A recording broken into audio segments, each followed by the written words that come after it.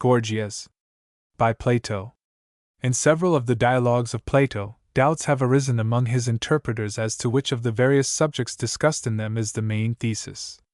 The speakers have the freedom of conversation, no severe rules of art restrict them, and sometimes we are inclined to think, with one of the dramatis personae in the Theaetetus, that the digressions have the greater interest. Yet in the most irregular of the dialogues there is also a certain natural growth or unity. The beginning is not forgotten at the end, and numerous allusions and references are interspersed, which form the loose connecting links of the whole. We must not neglect this unity, but neither must we attempt to confine the Platonic dialogue on the Procrustean bed of a single idea. Compare Introduction to the Phaedrus. Two tendencies seem to have beset the interpreters of Plato in this matter. First, they have endeavored to hang the dialogues upon one another by the slightest threads, and have thus been led to opposite and contradictory assertions respecting their order and sequence. The mantle of Schleiermacher has descended upon his successors, who have applied his method with the most various results. The value and use of the method has been hardly, if at all, examined either by him or them. Secondly, they have extended almost indefinitely the scope of each separate dialogue. In this way they think that they have escaped all difficulties, not seeing that what they have gained in generality they have lost in truth and distinctness. Metaphysical conceptions easily pass into one another, and the simpler notions of antiquity, which we can only realize by an effort, imperceptibly blend with the more familiar theories of modern philosophers. An eye for proportion is needed, his own art of measuring, in the study of Plato, as well as of other great artists. We may hardly admit that the moral antithesis of good and pleasure, or the intellectual antithesis of knowledge and opinion, being in appearance, are never far off in a Platonic discussion. But because they are in the background, we should not bring them into the foreground, or expect to discern them equally in all the dialogues. There may be some advantage in drawing out a little the main outlines of the building, but the use of this is limited, and may be easily exaggerated. We may give Plato too much system, and alter the natural form and connection of his thoughts. Under the idea that his dialogues are finished works of art, we may find a reason for everything, and lose the highest characteristic of art, which is simplicity. Most great works receive a new light from a new and original mind. But whether these new lights are true or only suggestive, will depend on their agreement with the spirit of Plato, and the amount of direct evidence which can be urged in support of them. When a theory is running away with us, criticism does a friendly office in counseling moderation, and recalling us to the indications of the text. Like the Phaedrus, the Gorgias has puzzled students of Plato by the appearance of two or more subjects. Under the cover of rhetoric higher themes are introduced. The argument expands into a general view of the good and evil of man. After making an ineffectual attempt to obtain a sound definition of his art from Gorgias, Socrates assumes the existence of a universal art of flattery or simulation having several branches. This is the genus of which rhetoric is only one, and not the highest species. To flattery is opposed the true and noble art of life which he who possesses seeks always to impart to others, and which at last triumphs, if not here, at any rate in another world. These two aspects of life and knowledge appear to be the two leading ideas of the dialogue. The true and the false in individuals and states, in the treatment of the soul as well as of the body, are conceived under the forms of true and false art. In the development of this opposition there arise various other questions, such as the two famous paradoxes of Socrates, paradoxes as they are to the world in general, ideals as they may be more worthily called, 1. That to do is worse than to suffer evil, and 2. That when a man has done evil he had better be punished than unpunished. To which may be added, 3. A third Socratic paradox or ideal. That bad men do what they think best, but not what they desire, for the desire of all is towards the good. That pleasure is to be distinguished from good is proved by the simultaneousness of pleasure and pain, and by the possibility of the bad having in certain cases pleasures as great as those of the good, or even greater. Not merely rhetoricians, but poets, musicians, and other artists, the whole tribe of statesmen, past as well as present, are included in the class of flatterers. The true and false finally appear before the judgment seat of the gods below. The dialogue naturally falls into three divisions, to which the three characters of Gorgias, Polus, and Callicles respectively correspond, and the form and manner change with the stages of the argument. Socrates is deferential towards Gorgias, playful and yet cutting in dealing with the youthful Polus, ironical and sarcastic in his encounter with Callicles. In the first division the question is asked, what is rhetoric? To this there is no answer given, for Gorgias is soon made to contradict himself by Socrates, and the argument is transferred to the hands of his disciple Polus, who rushes to the defense of his master. The answer has at last to be given by Socrates himself, but before he can even explain his meaning to Polus, he must enlighten him upon the great subject of shams or flatteries. When Polus finds his favorite art reduced to the level of cookery, he replies that at any rate rhetoricians, like despots, have great power. Socrates denies that they have any real power, and hence arise the three paradoxes already mentioned. Although they are strange to him, Polus is at last convinced of their truth, at least, they seem to him to follow legitimately from the premises. Thus the second act of the dialogue closes. Then Callicles appears on the scene, at first maintaining that pleasure is good, and that might is right, and that law is nothing but the combination of the many weak against the few strong. When he is confuted he withdraws from the argument, and leaves Socrates to arrive at the conclusion by himself. The conclusion is that there are two kinds of statesmanship, a higher and a lower, that which makes the people better, and that which only flatters them, and he exhorts Callicles to choose the higher. The dialogue terminates with a mythus of a final judgment, in which there will be no more flattery or disguise, and no further use for the teaching of rhetoric. The characters of the three interlocutors also correspond to the parts which are assigned to them. Gorgias is the great rhetorician, now advanced in years, who goes from city to city displaying his talents, and is celebrated throughout Greece. Like all the sophists in the dialogues of Plato, he is vain and boastful, yet he has also a certain dignity, and is treated by Socrates with considerable respect. But he is no match for him in dialectics. Although he has been teaching rhetoric all his life, he is still incapable of defining his own art. When his ideas begin to clear up, he is unwilling to admit that rhetoric can be wholly separated from justice and injustice, and this lingering sentiment of morality, or regard for public opinion, enables Socrates to detect him in a contradiction. Like Protagoras, he is described as of a generous nature. He expresses his approbation of Socrates' manner of approaching a question. He is quite one of Socrates' sort, ready to be refuted as well as to refute, and very eager that Callicles and Socrates should have the game out. He knows by experience that rhetoric exercises great influence over other men, but he is unable to explain the puzzle how rhetoric can teach everything and know nothing. Polus is an impetuous youth, a runaway colt, as Socrates describes him, who wanted originally to have taken the place of Gorgias under the pretext that the old man was tired, and now avails himself of the earliest opportunity to enter the lists. He is said to be the author of a work on rhetoric, and is again mentioned in the Phaedrus, as the inventor of balanced or double forms of speech, compare Gorg. Symp. At first he is violent and ill-mannered, and is angry at seeing his master overthrown. But in the judicious hands of Socrates he is soon restored to good humor, and compelled to assent to the required conclusion. Like Gorgias, he is overthrown because he compromises. He is unwilling to say that to do is fairer or more honorable than to suffer injustice. Though he is fascinated by the power of rhetoric, and dazzled by the splendor of success, he is not insensible to higher arguments. Plato may have felt that there would be an incongruity in a youth maintaining the cause of injustice against the world. He has never heard the other side of the question, and he listens to the paradoxes, as they appear to him, of Socrates with evident astonishment. He can hardly understand the meaning of Archelaus being miserable, or of rhetoric being only useful in self-accusation. When the argument with him has fairly run out, Callicles, in whose house they are assembled, is introduced on the stage. He is with difficulty convinced that Socrates is in earnest, for if these things are true, then, as he says with real emotion, the foundations of society are upside down. In him another type of character is represented.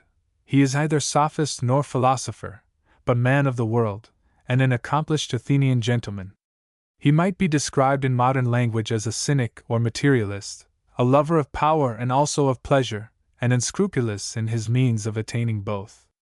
There is no desire on his part to offer any compromise in the interests of morality, nor is any concession made by him. Like Thrasymachus in the Republic, though he is not of the same weak and vulgar class, he consistently maintains that might is right. His great motive of action is political ambition. In this he is characteristically Greek. Like Anytus in the Meno, he is the enemy of the sophists, but favors the new art of rhetoric, which he regards as an excellent weapon of attack and defense. He is a despiser of mankind as he is of philosophy, and sees in the laws of the state only a violation of the order of nature, which intended that the stronger should govern the weaker. Compare Republic. Like other men of the world who are of a speculative turn of mind, he generalizes the bad side of human nature, and has easily brought down his principles to his practice. Philosophy and poetry alike supply him with distinctions suited to his view of human life. He has a good will to Socrates, whose talents he evidently admires, while he censures the puerile use which he makes of them. He expresses a keen intellectual interest in the argument. Like Anytus, again, he has a sympathy with other men of the world, the Athenian statesmen of a former generation, who showed no weakness and made no mistakes, such as Miltiades, Themistocles, Pericles, are his favorites. His ideal of human character is a man of great passions and great powers, which he has developed to the utmost, and which he uses in his own enjoyment and in the government of others. Had Critias been the name instead of Callicles, about whom we know nothing from other sources, the opinions of the man would have seemed to reflect the history of his life. And now the combat deepens. In Callicles, far more than in any sophist or rhetorician, is concentrated the spirit of evil against which Socrates is contending, the spirit of the world, the spirit of the many contending against the one wise man, of which the sophists, as he describes them in the Republic, are the imitators rather than the authors, being themselves carried away by the great tide of public opinion. Socrates approaches his antagonist warily from a distance, with a sort of irony which touches with a light hand both his personal vices, probably in allusion to some scandal of the day, and his servility to the populace. At the same time, he is in most profound earnest, as Chaerephon remarks. Callicles soon loses his temper, but the more he is irritated, the more provoking and matter-of-fact does Socrates become. A repartee of his which appears to have been really made to the omniscient Hippias, according to the testimony of Xenophon and M. is introduced. He is called by Callicles a popular declaimer, and certainly shows that he has the power, in the words of Gorgias, of being as long as he pleases, or as short as he pleases. Compare Protag. Callicles exhibits great ability in defending himself and attacking Socrates, whom he accuses of trifling and word-splitting. He is scandalized that the legitimate consequences of his own argument should be stated in plain terms. After the manner of men of the world, he wishes to preserve the decencies of life. But he cannot consistently maintain the bad sense of words, and getting confused between the abstract notions of better, superior, stronger, he is easily turned round by Socrates, and only induced to continue the argument by the authority of Gorgias.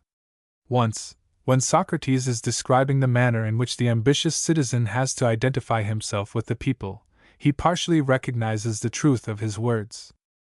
The Socrates of the Gorgias may be compared with the Socrates of the Protagoras and Meno. As in other dialogues, he is the enemy of the sophists and rhetoricians, and also of the statesmen, whom he regards as another variety of the same species. His behavior is governed by that of his opponents. The least forwardness or egotism on their part is met by a corresponding irony on the part of Socrates. He must speak, for philosophy will not allow him to be silent. He is indeed more ironical and provoking than in any other of Plato's writings, for he is fooled to the top of his bent by the worldliness of Callicles. But he is also more deeply in earnest. He rises higher than even in the Phaedo and Crito, at first enveloping his moral convictions in a cloud of dust and dialectics. He ends by losing his method, his life, himself, in them. As in the Protagoras and Phaedrus, throwing aside the veil of irony, he makes a speech, but true to his character, not until his adversary has refused to answer any more questions. The presentiment of his own fate is hanging over him. He is aware that Socrates, the single real teacher of politics, as he ventures to call himself, cannot safely go to war with the whole world, and that in the courts of earth he will be condemned.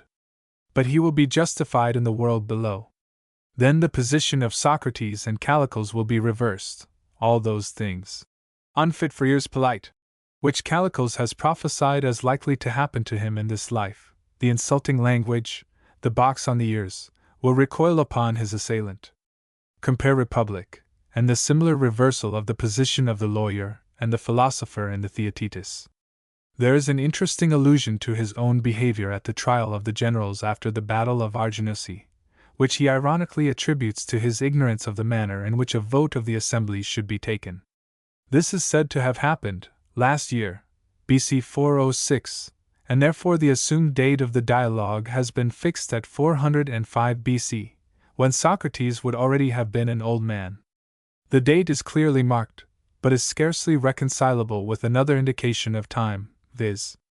the recent usurpation of Archelaus, which occurred in the year 413, and still less with the recent death of Pericles, who really died 24 years previously, 429 BC, and is afterwards reckoned among the statesmen of a past age, or with the mention of Nicias, who died in 413, and is nevertheless spoken of as a living witness. But we shall hereafter have reason to observe that although there is a general consistency of times and persons in the dialogues of Plato, a precise dramatic date is an invention of his commentators. Preface to Republic. The conclusion of the dialogue is remarkable, 1. For the truly characteristic declaration of Socrates that he is ignorant of the true nature and bearing of these things, while he affirms at the same time that no one can maintain any other view without being ridiculous. The profession of ignorance reminds us of the earlier, and more exclusively Socratic dialogues. But neither in them, nor in the Apology, nor in the Memorabilia of Xenophon, does Socrates express any doubt of the fundamental truths of morality. He evidently regards this, among the multitude of questions which agitate human life, as the principle which alone remains unshaken. He does not insist here, any more than in the Phaedo, on the literal truth of the myth, but only on the soundness of the doctrine which is contained in it, that doing wrong is worse than suffering, and that a man should be rather than seem. For the next best thing to a man's being just is that he should be corrected and become just, also that he should avoid all flattery, whether of himself or of others, and that rhetoric should be employed for the maintenance of the right only. The revelation of another life is a recapitulation of the argument in a figure. 2. Socrates makes the singular remark that he is himself the only true politician of his age. In other passages, especially in the Apology, he disclaims being a politician at all.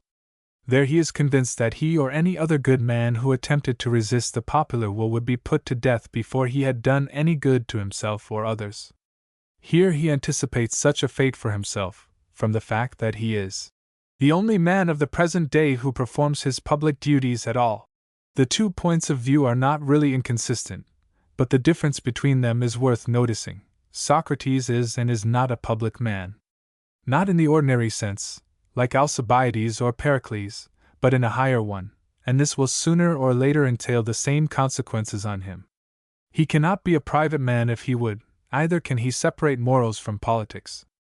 Nor is he unwilling to be a politician, although he foresees the dangers which await him. But he must first become a better and wiser man, for he as well as Callicles is in a state of perplexity and uncertainty. And yet there is an inconsistency. For should not Socrates too have taught the citizens better than to put him to death? And now, as he himself says, we will resume the argument from the beginning. Socrates, who is attended by his inseparable disciple, Chaerephon, meets Callicles in the streets of Athens.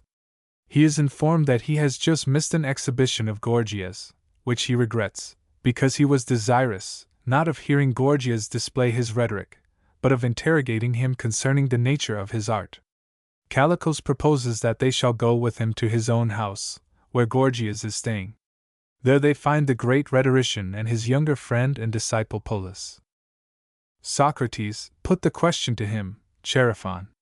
Chaerephon, what question? Socrates, who is he? Such a question as would elicit from a man the answer, I am a cobbler. Polus suggests that Gorgias may be tired, and desires to answer for him.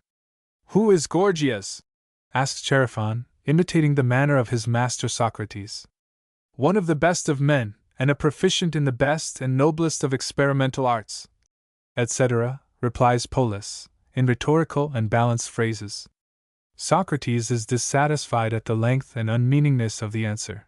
He tells the disconcerted volunteer that he has mistaken the quality for the nature of the art, and remarks to Gorgias that Polus has learned how to make a speech, but not how to answer a question. He wishes that Gorgias would answer him. Gorgias is willing enough, and replies to the question asked by Chaerephon that he is a rhetorician, and in Homeric language boasts himself to be a good one. At the request of Socrates he promises to be brief, for he can be as long as he pleases, and as short as he pleases. Socrates would have him bestow his length on others, and proceeds to ask him a number of questions, which are answered by him to his own great satisfaction, and with a brevity which excites the admiration of Socrates. The result of the discussion may be summed up as follows. Rhetoric treats of discourse, but music and medicine, and other particular arts, are also concerned with discourse. In what way then does rhetoric differ from them? Gorgias draws a distinction between the arts which deal with words, and the arts which have to do with external actions. Socrates extends this distinction further, and divides all productive arts into two classes: 1. Arts which may be carried on in silence, and 2. Arts which have to do with words, or in which words are coextensive with action, such as arithmetic, geometry, rhetoric. But still Gorgias could hardly have meant to say that arithmetic was the same as rhetoric. Even in the arts which are concerned with words there are differences. What then distinguishes rhetoric from the other arts which have to do with words? The words which rhetoric uses relate to the best and greatest of human things. But tell me, Gorgias, what are the best? Health first, beauty next, wealth third. In the words of the old song, or how would you rank them? The arts will come to you in a body, each claiming precedence, and saying that her own good is superior to that of the rest. How will you choose between them? I should say, Socrates, that the art of persuasion, which gives freedom to all men, and to individuals power in the state, is the greatest good. But what is the exact nature of this persuasion? Is the persevering retort. You could not describe Zeuxis as a painter, or even as a painter of figures, if there were other painters of figures. Either can you define rhetoric simply as an art of persuasion, because there are other arts which persuade, such as arithmetic, which is an art of persuasion about odd and even numbers. Gorgias is made to see the necessity of a further limitation, and he now defines rhetoric as the art of persuading in the law courts, and in the assembly, about the just and unjust. But still there are two sorts of persuasion, one which gives knowledge, and another which gives belief without knowledge, and knowledge is always true, but belief may be either true or false. There is therefore a further question: which of the two sorts of persuasion does rhetoric effect in courts of law and assemblies? Plainly that which gives belief and not that which gives knowledge, for no one can impart a real knowledge of such matters to a crowd of persons in a few minutes.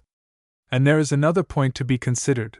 When the assembly meets to advise about walls or docks or military expeditions, the rhetorician is not taken into counsel, but the architect, or the general. How would Gorgias explain this phenomenon? All who intend to become disciples, of whom there are several in the company, and not Socrates only, are eagerly asking, about what then will rhetoric teach us to persuade or advise the state? Gorgias illustrates the nature of rhetoric by adducing the example of Themistocles, who persuaded the Athenians to build their docks and walls, and of Pericles, whom Socrates himself has heard speaking about the middle wall of the Piraeus. He adds that he has exercised a similar power over the patients of his brother Herodicus. He could be chosen a physician by the assembly if he pleased, for no physician could compete with a rhetorician in popularity and influence.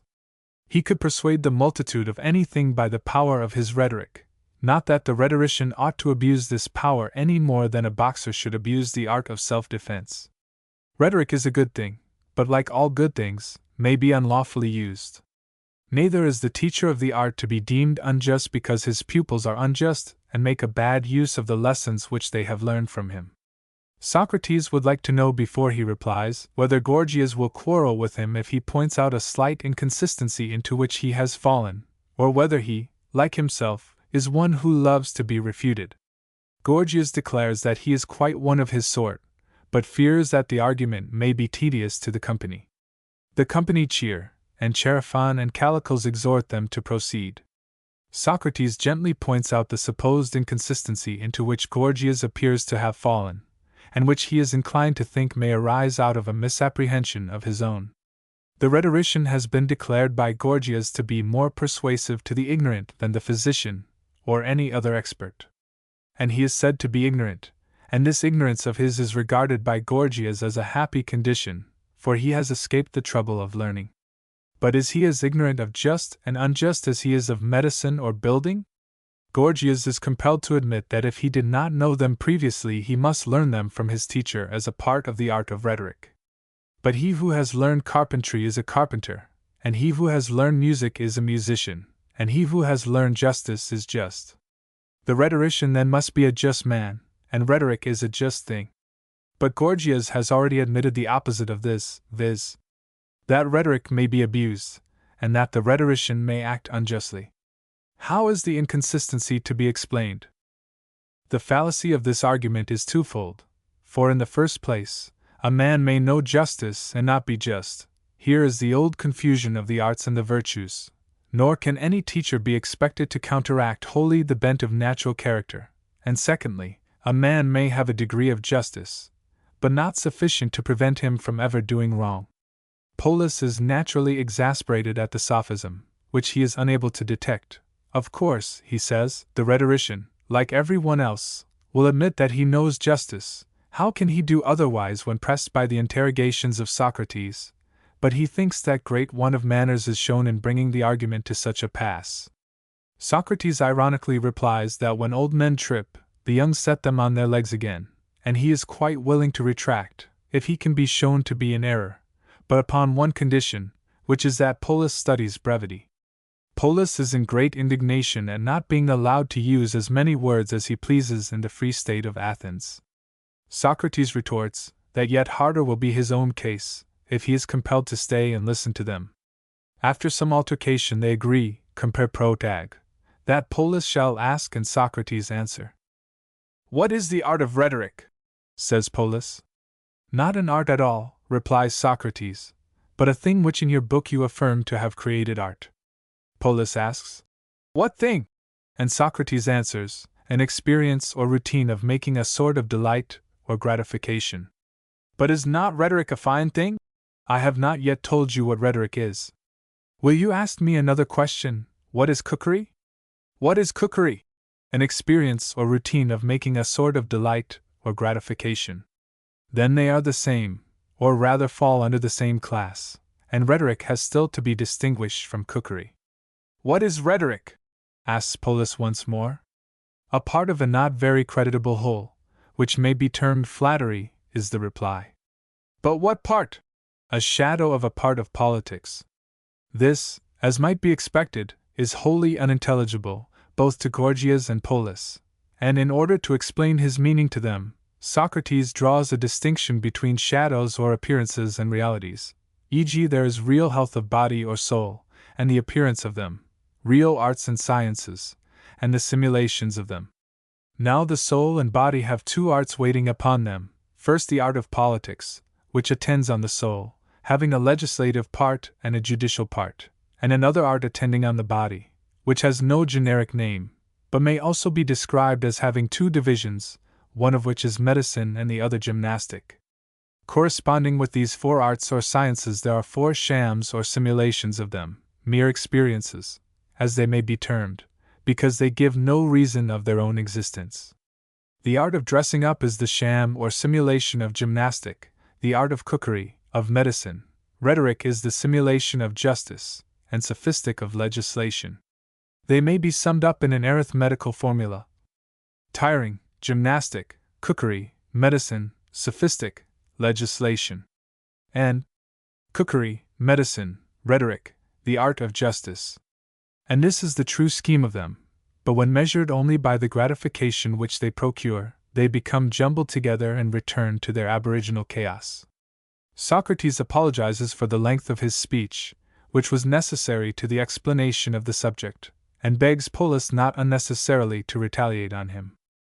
Do you mean to say that the rhetoricians are esteemed flatterers? They are not esteemed at all.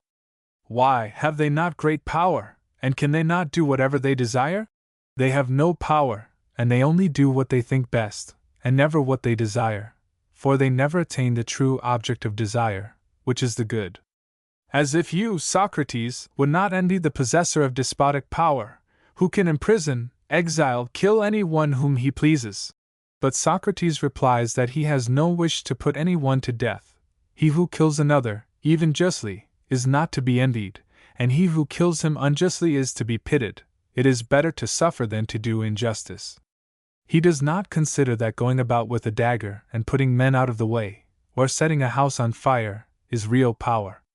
To this Polus assents, on the ground that such acts would be punished, but he is still of opinion that evildoers, if they are unpunished, may be happy enough.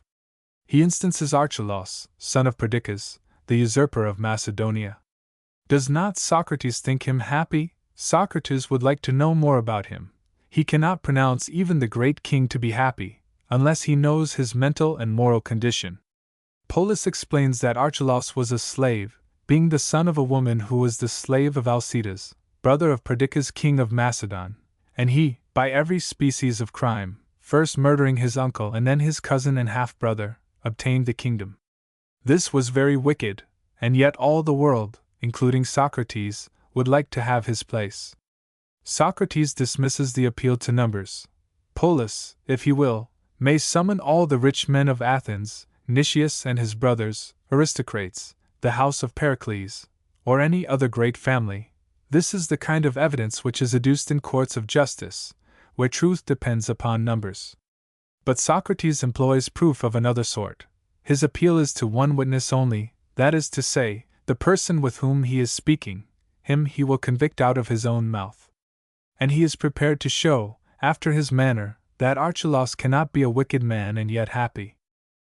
The evildoer is deemed happy if he escapes, and miserable if he suffers punishment. But Socrates thinks him less miserable if he suffers than if he escapes. Polus is of opinion that such a paradox as this hardly deserves refutation, and is at any rate sufficiently refuted by the fact. Socrates has only to compare the lot of the successful tyrant who is the envy of the world, and of the wretch who, having been detected in a criminal attempt against the state, is crucified or burned to death. Socrates replies that if they are both criminal they are both miserable, but that the unpunished is the more miserable of the two. At this Polus laughs outright, which leads Socrates to remark that laughter is a new species of refutation. Polus replies that he is already refuted, for if he will take the votes of the company, he will find that no one agrees with him. To this Socrates rejoins that he is not a public man, and referring to his own conduct at the trial of the generals after the battle of Argianosi, is unable to take the suffrages of any company, as he had shown on a recent occasion. He can only deal with one witness at a time, and that is the person with whom he is arguing. But he is certain that in the opinion of any man to do is worse than to suffer evil. Polus, though he will not admit this, is ready to acknowledge that to do evil is considered the more foul or dishonorable of the two. But what is fair and what is foul? Whether the terms are applied to bodies, colors, figures, laws, habits, studies, must they not be defined with reference to pleasure and utility? Polus assents to this latter doctrine, and is easily persuaded that the fouler of two things must exceed either in pain or in hurt. But the doing cannot exceed the suffering of evil in pain, and therefore must exceed in hurt. Thus doing is proved by the testimony of Polus himself to be worse or more hurtful than suffering. There remains the other question: is a guilty man better off when he is punished, or when he is unpunished? Socrates replies that what is done justly is suffered justly. If the act is just, the effect is just. If to punish is just, to be punished is just, and therefore fair, and therefore beneficent, and the benefit is that the soul is improved. There are three evils from which a man may suffer, and which affect him in estate, body, and soul. These are poverty, disease, injustice. And the foulest of these is injustice, the evil of the soul, because that brings the greatest hurt. And there are 3 arts which heal these evils: trading, medicine, justice, and the fairest of these is justice. Happy is he who has never committed injustice, and happy in the 2nd degree he who has been healed by punishment. And therefore the criminal should himself go to the judge as he would to the physician, and purge away his crime. Rhetoric will enable him to display his guilt in proper colors, and to sustain himself and others in enduring the necessary penalty. And similarly, if a man has an enemy, he will desire not to punish him, but that he shall go unpunished and become worse and worse, taking care only that he does no injury to himself. These are at least conceivable uses of the art, and no others have been discovered by us. Here Callicles, who has been listening in silent amazement, asks Chaerephon whether Socrates is in earnest, and on receiving the assurance that he is, proceeds to ask the same question of Socrates himself. For if such doctrines are true, life must have been turned upside down, and all of us are doing the opposite of what we ought to be doing. Socrates replies in a style of playful irony, that before men can understand one another they must have some common feeling. And such a community of feeling exists between himself and Callicles, for both of them are lovers, and they have both a pair of loves. The beloved of Callicles are the Athenian Demos and Demos the son of Pyrilampes. The beloved of Socrates are Alcibiades and Philosophy. The peculiarity of Callicles is that he can never contradict his loves. He changes as his Demos changes in all his opinions. He watches the countenance of both his loves, and repeats their sentiments. And if any one is surprised at his sayings and doings, the explanation of them is, that he is not a free agent, but must always be imitating his 2 loves. And this is the explanation of Socrates' peculiarities also. He is always repeating what his mistress, Philosophy, is saying to him, who, unlike his other love, Alcibiades, is ever the same, ever true. Callicles must refute her, or he will never be at unity with himself, and discord in life is far worse than the discord of musical sounds. Callicles answers that Gorgias was overthrown because, as Polus said, in compliance with popular prejudice he had admitted that if his pupil did not know justice the rhetorician must teach him, and Polus has been similarly entangled, because his modesty led him to admit that to suffer is more honorable than to do injustice. By custom. Yes, but not by nature, says Callicles. And Socrates is always playing between the 2 points of view, and putting one in the place of the other. In this very argument, what Polus only meant in a conventional sense has been affirmed by him to be a law of nature. For convention says that injustice is dishonorable, but nature says that might is right, and we are always taming down the nobler spirits among us to the conventional level. But sometimes a great man will rise up and reassert his original rights, trampling underfoot all our formularies, and then the light of natural justice shines forth. Pindar says, Law, the king of all, does violence with high hand, as is indeed proved by the example of Heracles, who drove off the oxen of Geryon and never paid for them. This is the truth, Socrates, as you will be convinced, if you leave philosophy and pass on to the real business of life. A little philosophy is an excellent thing, too much is the ruin of a man. He who has not passed his metaphysics before he has grown up to manhood will never know the world. Philosophers are ridiculous when they take to politics, and I dare say that politicians are equally ridiculous when they take to philosophy. Every man, as Euripides says, is fondest of that in which he is best. Philosophy is graceful in youth, like the lisp of infancy, and should be cultivated as a part of education. But when a grown-up man lisps or studies philosophy, I should like to beat him. None of those over-refined natures ever come to any good. They avoid the busy haunts of men, and skulk in corners, whispering to a few admiring youths, and never giving utterance to any noble sentiments. For you, Socrates, I have a regard, and therefore I say to you, as Zethus says to Amphion in the play, that you have a noble soul disguised in a puerile exterior, and I would have you consider the danger which you and other philosophers incur. For you would not know how to defend yourself if any one accused you in a law court. There you would stand, with gaping mouth and dizzy brain, and might be murdered, robbed, boxed on the ears with impunity. Take my advice, then, and get a little common sense. Leave to others these frivolities. Walk in the ways of the wealthy and be wise. Socrates professes to have found in Callicles the philosopher's touchstone, and he is certain that any opinion in which they both agree must be the very truth. Callicles has all the three qualities which are needed in a critic: knowledge, goodwill, frankness. Gorgias and Polus, although learned men, were too modest, and their modesty made them contradict themselves. But Callicles is well educated, and he is not too modest to speak out. Of this he has already given proof, and his goodwill is shown both by his own profession and by his giving the same caution against philosophy to Socrates, which Socrates remembers hearing him give long ago to his own clique of friends. He will pledge himself to retract any error into which he may have fallen, and which Callicles may point out. But he would like to know first of all what he and Pindar mean by natural justice. Do they suppose that the rule of justice is the rule of the stronger or of the better? There is no difference. Then are not the many superior to the one, and the opinions of the many better?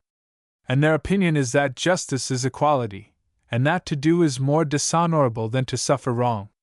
And as they are the superior or stronger, this opinion of theirs must be in accordance with natural as well as conventional justice.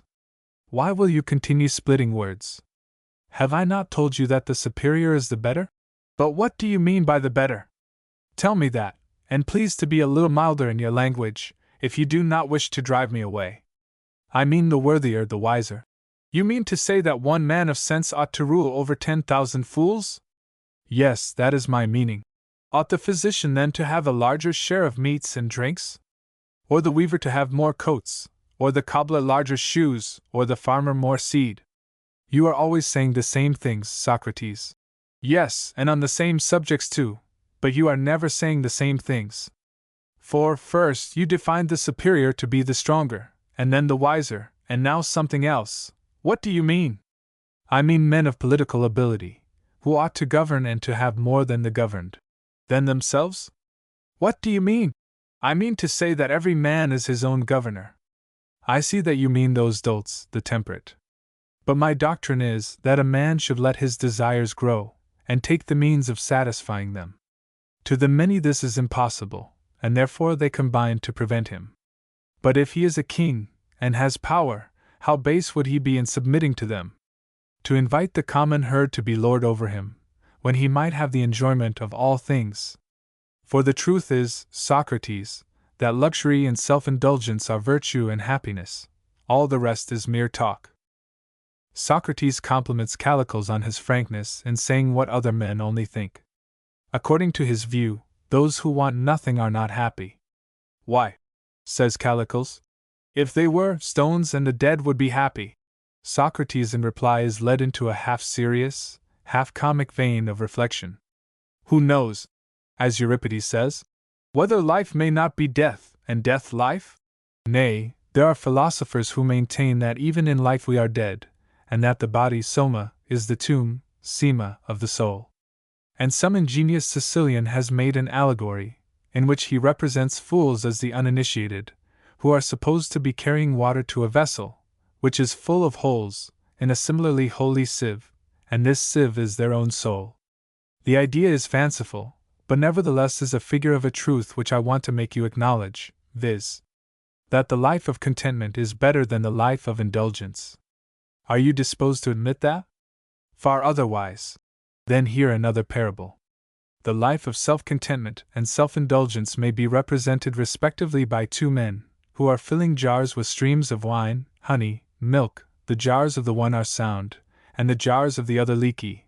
The first fills his jars, and has no more trouble with them. The second is always filling them, and would suffer extreme misery if he desisted. Are you of the same opinion still? Yes, Socrates, and the figure expresses what I mean. For true pleasure is a perpetual stream, flowing in and flowing out. To be hungry and always eating, to be thirsty and always drinking, and to have all the other desires and to satisfy them, that, as I admit, is my idea of happiness. And to be itching and always scratching? I do not deny that there may be happiness even in that. And to indulge unnatural desires, if they are abundantly satisfied? Callicles is indignant at the introduction of such topics. But he is reminded by Socrates that they are introduced, not by him, but by the maintainer of the identity of pleasure and good. Will Callicles still maintain this? Yes, for the sake of consistency he will. The answer does not satisfy Socrates, who fears that he is losing his touchstone. A profession of seriousness on the part of Callicles reassures him, and they proceed with the argument. Pleasure and good are the same, but knowledge and courage are not the same either with pleasure or good, or with one another. Socrates disproves the first of these statements by showing that two opposites cannot coexist, but must alternate with one another. To be well and ill together is impossible. But pleasure and pain are simultaneous, and the cessation of them is simultaneous, e.g., in the case of drinking and thirsting, whereas good and evil are not simultaneous, and do not cease simultaneously, and therefore pleasure cannot be the same as good. Callicles has already lost his temper, and can only be persuaded to go on by the interposition of Gorgias. Socrates, having already guarded against objections by distinguishing courage and knowledge from pleasure and good, proceeds. The good are good by the presence of good, and the bad are bad by the presence of evil. And the brave and wise are good, and the cowardly and foolish are bad. And he who feels pleasure is good, and he who feels pain is bad, and both feel pleasure and pain in nearly the same degree, and sometimes the bad man or coward in a greater degree. Therefore the bad man or coward is as good as the brave, or maybe even better. Callicles endeavors now to avert the inevitable absurdity by affirming that he and all mankind admitted some pleasures to be good and others bad. The good are the beneficial, and the bad are the hurtful, and we should choose the one and avoid the other. But this, as Socrates observes, is a return to the old doctrine of himself and Polus, that all things should be done for the sake of the good. Callicles assents to this, and Socrates, finding that they are agreed in distinguishing pleasure from good, returns to his old division of empirical habits, or shams, or flatteries, which study pleasure only, and the arts which are concerned with the higher interests of soul and body. Does Callicles agree to this division? Callicles will agree to anything, in order that he may get through the argument. Which of the arts then are flatteries? Flute playing, harp playing, choral exhibitions, the dithyrambics of Synesius are all equally condemned on the ground that they give pleasure only, and Meles the harp player, who was the father of Synesius, failed even in that. The stately muse of tragedy is bent upon pleasure, and not upon improvement. Poetry in general is only a rhetorical address to a mixed audience of men, women, and children. And the orators are very far from speaking with a view to what is best. Their way is to humor the assembly as if they were children. Callicles replies that this is only true of some of them. Others have a real regard for their fellow citizens. Granted. Then there are two species of oratory, the one of flattery, another which has a real regard for the citizens. But where are the orators among whom you find the latter? Callicles admits that there are none remaining, but there were such in the days when Themistocles, Cimon, Miltiades, and the great Pericles were still alive. Socrates replies that none of these were true artists, setting before themselves the duty of bringing order out of disorder. The good man and true orator has a settled design, running through his life, to which he conforms all his words and actions. He desires to implant justice and eradicate injustice, to implant all virtue and eradicate all vice in the minds of his citizens.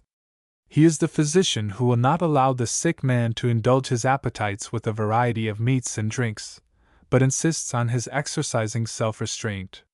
And this is good for the soul, and better than the unrestrained indulgence which Callicles was recently approving. Here Callicles, who had been with difficulty brought to this point, turns restive, and suggests that Socrates shall answer his own questions. Then, says Socrates, one man must do for two. And though he had hoped to have given Callicles an Amphion in return for his Zethus, he is willing to proceed. At the same time, he hopes that Callicles will correct him, if he falls into error. He recapitulates the advantages which he has already won. The pleasant is not the same as the good. Callicles and I are agreed about that. But pleasure is to be pursued for the sake of the good, and the good is that of which the presence makes us good. We and all things good have acquired some virtue or other. And virtue, whether of body or soul, of things or persons, is not attained by accident, but is due to order and harmonious arrangement. And the soul which has order is better than the soul which is without order, and is therefore temperate, and is therefore good, and the intemperate is bad. And he who is temperate is also just and brave and pious, and has attained the perfection of goodness and therefore of happiness, and the intemperate whom you approve is the opposite of all this and is wretched. He therefore who would be happy must pursue temperance, and avoid intemperance, and if possible escape the necessity of punishment, but if he have done wrong he must endure punishment. In this way states and individuals should seek to attain harmony, which, as the wise tell us, is the bond of heaven and earth, of gods and men. Callicles has never discovered the power of geometrical proportion in both worlds. He would have men aim at disproportion and excess. But if he be wrong in this, and if self-control is the true secret of happiness, then the paradox is true that the only use of rhetoric is in self-accusation, and Polus was right in saying that to do wrong is worse than to suffer wrong, and Gorgias was right in saying that the rhetorician must be a just man. And you were wrong in taunting me with my defenseless condition, and in saying that I might be accused or put to death or boxed on the ears with impunity. For I may repeat once more, that to strike is worse than to be stricken, to do than to suffer. What I said then is now made fast in adamantine bonds. I myself know not the true nature of these things, but I know that no one can deny my words and not be ridiculous. To do wrong is the greatest of evils, and to suffer wrong is the next greatest evil. He who would avoid the last must be a ruler, or the friend of a ruler, and to be the friend he must be the equal of the ruler, and must also resemble him. Under his protection he will suffer no evil, but will he also do no evil? Nay, will he not rather do all the evil which he can and escape? And in this way the greatest of all evils will befall him. But this imitator of the tyrant, rejoins Callicles, will kill any one who does not similarly imitate him. Socrates replies that he is not deaf, and that he has heard that repeated many times, and can only reply that a bad man will kill a good one. Yes, and that is the provoking thing. Not provoking to a man of sense who is not studying the arts which will preserve him from danger, and this, as you say, is the use of rhetoric in courts of justice. But how many other arts are there which also save men from death, and are yet quite humble in their pretensions, such as the art of swimming, or the art of the pilot? Does not the pilot do men at least as much service as the rhetorician, and yet for the voyage from Aegina to Athens he does not charge more than 2 obols, and when he disembarks is quite unassuming in his demeanor? The reason is that he is not certain whether he has done his passengers any good in saving them from death, if one of them is diseased in body, and still more if he is diseased in mind. Who can say? The engineer too will often save whole cities, and yet you despise him, and would not allow your son to marry his daughter, or his son to marry yours. But what reason is there in this? For if virtue only means the saving of life, whether your own or another's, you have no right to despise him or any practicer of saving arts. But is not virtue something different from saving and being saved? I would have you rather consider whether you ought not to disregard length of life, and think only how you can live best, leaving all besides to the will of heaven. For you must not expect to have influence either with the Athenian Demos or with Demos the son of Pyrilampes, unless you become like them. What do you say to this? There is some truth in what you are saying, but I do not entirely believe you. That is because you are in love with Demos. But let us have a little more conversation. You remember the 2 processes, one which was directed to pleasure, the other which was directed to making men as good as possible. And those who have the care of the city should make the citizens as good as possible. But who would undertake a public building, if he had never had a teacher of the art of building, and had never constructed a building before? Or who would undertake the duty of state physician, if he had never cured either himself or any one else? Should we not examine him before we entrusted him with the office? And as Callicles is about to enter public life, should we not examine him? Whom has he made better? For we have already admitted that this is the statesman's proper business.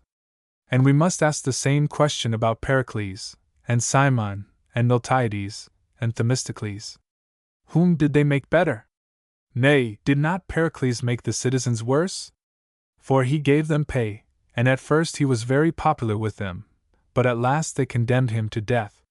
Yet surely he would be a bad tamer of animals who, having received them gentle, taught them to kick and butt, and man is an animal, and Pericles who had the charge of man only made him wilder, and more savage and unjust, and therefore he could not have been a good statesman. The same tale might be repeated about Cimon, Themistocles, Miltiades. But the charioteer who keeps his seat at first is not thrown out when he gains greater experience and skill. The inference is that the statesmen of a past age were no better than those of our own. They may have been clever constructors of docks and harbors, but they did not improve the character of the citizens. I have told you again and again, and I purposely use the same images, that the soul, like the body, may be treated in two ways. There is the meaner and the higher art. You seem to understand what I said at the time, but when I ask you who were the really good statesmen, you answer, as if I asked you who were the good trainers, and you answered Thearion, the baker, Methicus, the author of the Sicilian cookery book, Sarambus, the vintner. And you would be affronted if I told you that these are a parcel of cooks who make men fat only to make them thin. And those whom they have fattened applaud them, instead of finding fault with them, and lay the blame of their subsequent disorders on their physicians. In this respect, Calicles, you are like them. You applaud the statesmen of old, who pandered to the vices of the citizens, and filled the city with docks and harbors, but neglected virtue and justice. And when the fit of illness comes, the citizens who in like manner applauded Themistocles, Pericles, and others, will lay hold of you and my friend Alcibiades, and you will suffer for the misdeeds of your predecessors. The old story is always being repeated. After all his services, the ungrateful city banished him, or condemned him to death. As if the statesman should not have taught the city better. He surely cannot blame the state for having unjustly used him, any more than the sophist or teacher can find fault with his pupils if they cheat him. And the sophist and orator are in the same case, although you admire rhetoric and despise sophistic, whereas sophistic is really the higher of the two. The teacher of the arts takes money, but the teacher of virtue or politics takes no money, because this is the only kind of service which makes the disciple desirous of requiting his teacher. Socrates concludes by finally asking, to which of the two modes of serving the state Calicles invites him. To the inferior and ministerial one, is the ingenuous reply. That is the only way of avoiding death, replies Socrates, and he has heard often enough, and would rather not hear again, that the bad man will kill the good. But he thinks that such a fate is very likely reserved for him, because he remarks that he is the only person who teaches the true art of politics. And very probably, as in the case which he described to Polus, he may be the physician who is tried by a jury of children. He cannot say that he has procured the citizens any pleasure, and if any one charges him with perplexing them, or with reviling their elders, he will not be able to make them understand that he has only been actuated by a desire for their good. And therefore there is no saying what his fate may be. And do you think that a man who is unable to help himself is in a good condition? Yes, Calicles, if he have the true self-help, which is never to have said or done any wrong to himself or others. If I had not this kind of self-help, I should be ashamed, but if I die for want of your flattering rhetoric, I shall die in peace. For death is no evil, but to go to the world below laden with offenses is the worst of evils. In proof of which I will tell you a tale. Under the rule of Cronos, men were judged on the day of their death, and when judgment had been given upon them they departed, the good to the islands of the blessed, the bad to the house of vengeance. But as they were still living, and had their clothes on at the time when they were being judged, there was favoritism, and Zeus, when he came to the throne, was obliged to alter the mode of procedure, and try them after death, having first sent down Prometheus to take away from them the foreknowledge of death. Minos, Rhadamanthus, and Aeacus were appointed to be the judges, Rhadamanthus for Asia, Aeacus for Europe, and Minos was to hold the court of appeal. Now death is the separation of soul and body, but after death soul and body alike retain their characteristics. The fat man, the dandy, the branded slave, are all distinguishable. Some prince or potentate, perhaps even the great king himself, appears before Rhadamanthus, and he instantly detects him, though he knows not who he is. He sees the scars of perjury and iniquity, and sends him away to the house of torment. For there are two classes of souls who undergo punishment, the curable and the incurable. The curable are those who are benefited by their punishment. The incurable are such as Archelaus, who benefit others by becoming a warning to them. The latter class are generally kings and potentates. Meaner persons, happily for themselves, have not the same power of doing injustice. Sisyphus and Tydeus, not Thersites, are supposed by Homer to be undergoing everlasting punishment. Not that there is anything to prevent a great man from being a good one, as is shown by the famous example of Aristides, the son of Lysimachus. But to Rhadamanthus the souls are only known as good or bad. They are stripped of their dignities and preferments. He dispatches the bad to Tartarus, labeled either as curable or incurable, and looks with love and admiration on the soul of some just one, whom he sends to the islands of the blessed. Similar is the practice of Aeacus, and Minos overlooks them, holding a golden scepter, as Odysseus in Homer saw him. My wish for myself and my fellow men is, that we may present our souls undefiled to the judge in that day. My desire in life is to be able to meet death. And I exhort you, and retort upon you the reproach which you cast upon me, that you will stand before the judge, gaping, and with dizzy brain, and any one may box you on the ear, and do you all manner of evil. Perhaps you think that this is an old wives' fable. But you, who are the three wisest men in Hellas, have nothing better to say, and no one will ever show that to do is better than to suffer evil. A man should study to be, and not merely to seem. If he is bad, he should become good, and avoid all flattery, whether of the many or of the few. Follow me, then, and if you are looked down upon, that will do you no harm. And when we have practiced virtue, we will betake ourselves to politics, but not until we are delivered from the shameful state of ignorance and uncertainty in which we are at present. Let us follow in the way of virtue and justice, and not in the way to which you, Callicles, invite us, for that way is nothing worth. We will now consider in order some of the principal points of the dialogue. Having regard, 1. To the age of Plato and the ironical character of his writings, we may compare him with himself, and with other great teachers, and we may note in passing the objections of his critics. And then, 2. Casting one eye upon him, we may cast another upon ourselves, and endeavor to draw out the great lessons which he teaches for all time, stripped of the accidental form in which they are enveloped. 1. In the Gorgias, as in nearly all the other dialogues of Plato, we are made aware that formal logic has as yet no existence. The old difficulty of framing a definition recurs. The elusive analogy of the arts and the virtues also continues. The ambiguity of several words, such as nature, custom, the honorable, the good, is not cleared up. The sophists are still floundering about the distinction of the real and seeming. Figures of speech are made the basis of arguments. The possibility of conceiving a universal art or science, which admits of application to a particular subject matter, is a difficulty which remains unsolved, and has not altogether ceased to haunt the world at the present day, compare Charmides. The defect of clearness is also apparent in Socrates himself, unless we suppose him to be practicing on the simplicity of his opponent, or rather perhaps trying an experiment in dialectics. Nothing can be more fallacious than the contradiction which he pretends to have discovered in the answers of Gorgias, see above.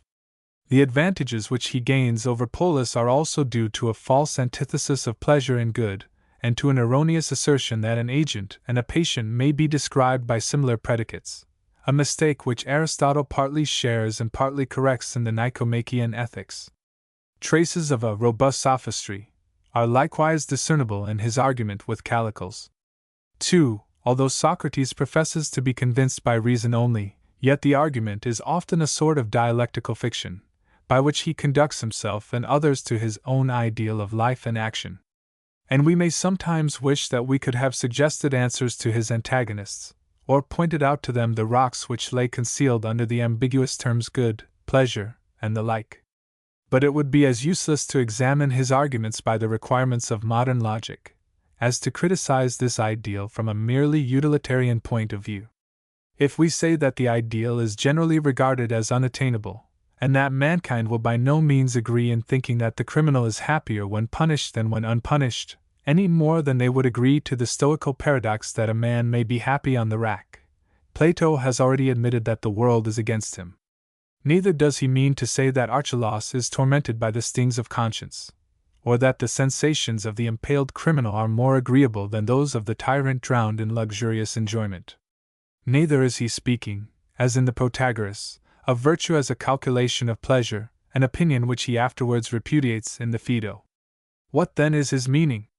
His meaning we shall be able to illustrate best by parallel notions, which, whether justifiable by logic or not, have always existed among mankind. We must remind the reader that Socrates himself implies that he will be understood or appreciated by very few. He is speaking not of the consciousness of happiness, but of the idea of happiness. When a martyr dies in a good cause, when a soldier falls in battle, we do not suppose that death or wounds are without pain, or that their physical suffering is always compensated by a mental satisfaction. Still we regard them as happy, and we would 1,000 times rather have their death than a shameful life. Nor is this only because we believe that they will obtain an immortality of fame, or that they will have crowns of glory in another world, when their enemies and persecutors will be proportionably tormented. Men are found in a few instances to do what is right, without reference to public opinion or to consequences. And we regard them as happy on this ground only, much as Socrates' friends in the opening of the Phaedo are described as regarding him, or as was said of another, "They looked upon his face as upon the face of an angel." We are not concerned to justify this idealism by the standard of utility or public opinion, but merely to point out the existence of such a sentiment in the better part of human nature. The idealism of Plato is founded upon this sentiment. He would maintain that in some sense or other truth and right are alone to be sought, and that all other goods are only desirable as means towards these. He is thought to have erred in considering the agent only, and making no reference to the happiness of others, as affected by him. But the happiness of others or of mankind, if regarded as an end, is really quite as ideal and almost as paradoxical to the common understanding as Plato's conception of happiness. For the greatest happiness of the greatest number may mean also the greatest pain of the individual, which will procure the greatest pleasure of the greatest number. Ideas of utility, like those of duty and right, may be pushed to unpleasant consequences. Nor can Plato in the Gorgias be deemed purely self-regarding, considering that Socrates expressly mentions the duty of imparting the truth when discovered to others. Nor must we forget that the side of ethics which regards others is by the ancients merged in politics. Both in Plato and Aristotle, as well as in the Stoics, the social principle, though taking another form, is really far more prominent than in most modern treatises on ethics. The idealizing of suffering is one of the conceptions which have exercised the greatest influence on mankind. Into the theological import of this, or into the consideration of the errors to which the idea may have given rise, we need not now enter. All will agree that the ideal of the divine sufferer, whose words the world would not receive, the man of sorrows of whom the Hebrew prophets spoke, has sunk deep into the heart of the human race. It is a similar picture of suffering goodness which Plato desires to portray, not without an allusion to the fate of his master Socrates. He is convinced that, somehow or other, such an one must be happy in life or after death. In the Republic, he endeavors to show that his happiness would be assured here in a well-ordered state. But in the actual condition of human things the wise and good are weak and miserable. Such an one is like a man fallen among wild beasts, exposed to every sort of wrong and obloquy. Plato, like other philosophers, is thus led on to the conclusion that if the ways of God to man are to be justified, the hopes of another life must be included.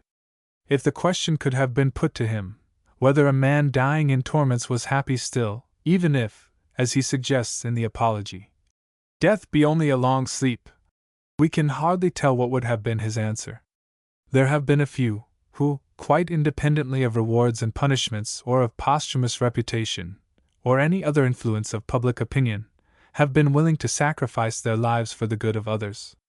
It is difficult to say how far in such cases an unconscious hope of a future life, or a general faith in the victory of good in the world, may have supported the sufferers. But this extreme idealism is not in accordance with the spirit of Plato. He supposes a day of retribution, in which the good are to be rewarded and the wicked punished. Though, as he says in the Phaedo, no man of sense will maintain that the details of the stories about another world are true, he will insist that something of the kind is true, and will frame his life with a view to this unknown future. Even in the Republic he introduces a future life as an afterthought, when the superior happiness of the just has been established on what is thought to be an immutable foundation. At the same time he makes a point of determining his main thesis independently of remoter consequences. 3. Plato's theory of punishment is partly vindictive, partly corrective. In the Gorgias, as well as in the Phaedo and Republic, a few great criminals, chiefly tyrants, are reserved as examples. But most men have never had the opportunity of attaining this preeminence of evil. They are not incurable, and their punishment is intended for their improvement. They are to suffer because they have sinned. Like sick men, they must go to the physician and be healed. On this representation of Plato's the criticism has been made, that the analogy of disease and injustice is partial only, and that suffering, instead of improving men, may have just the opposite effect. Like the general analogy of the arts and the virtues, the analogy of disease and injustice, or of medicine and justice, is certainly imperfect. But ideas must be given through something. The nature of the mind which is unseen can only be represented under figures derived from visible objects. If these figures are suggestive of some new aspect under which the mind may be considered, we cannot find fault with them for not exactly coinciding with the ideas represented. They partake of the imperfect nature of language, and must not be construed in too strict a manner. That Plato sometimes reasons from them as if they were not figures but realities, is due to the defective logical analysis of his age. Nor does he distinguish between the suffering which improves and the suffering which only punishes and deters. He applies to the sphere of ethics a conception of punishment which is really derived from criminal law. He does not see that such punishment is only negative, and supplies no principle of moral growth or development. He is not far off the higher notion of an education of man to be begun in this world, and to be continued in other stages of existence, which is further developed in the Republic. And Christian thinkers, who have ventured out of the beaten track in their meditations on the last things, have found a ray of light in his writings. But he has not explained how or in what way punishment is to contribute to the improvement of mankind.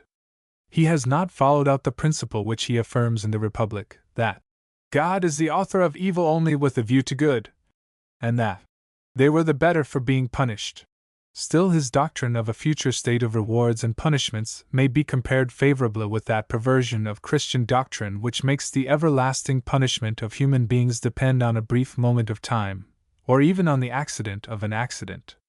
And he has escaped the difficulty which has often beset divines, respecting the future destiny of the meaner sort of men, the Scythes and the like, who are either very good nor very bad, by not counting them worthy of eternal damnation. We do Plato violence in pressing his figures of speech or chains of argument, and not less so in asking questions which were beyond the horizon of his vision, or did not come within the scope of his design. The main purpose of the Gorgias is not to answer questions about a future world, but to place in antagonism the true and false life, and to contrast the judgments and opinions of men with judgment according to the truth.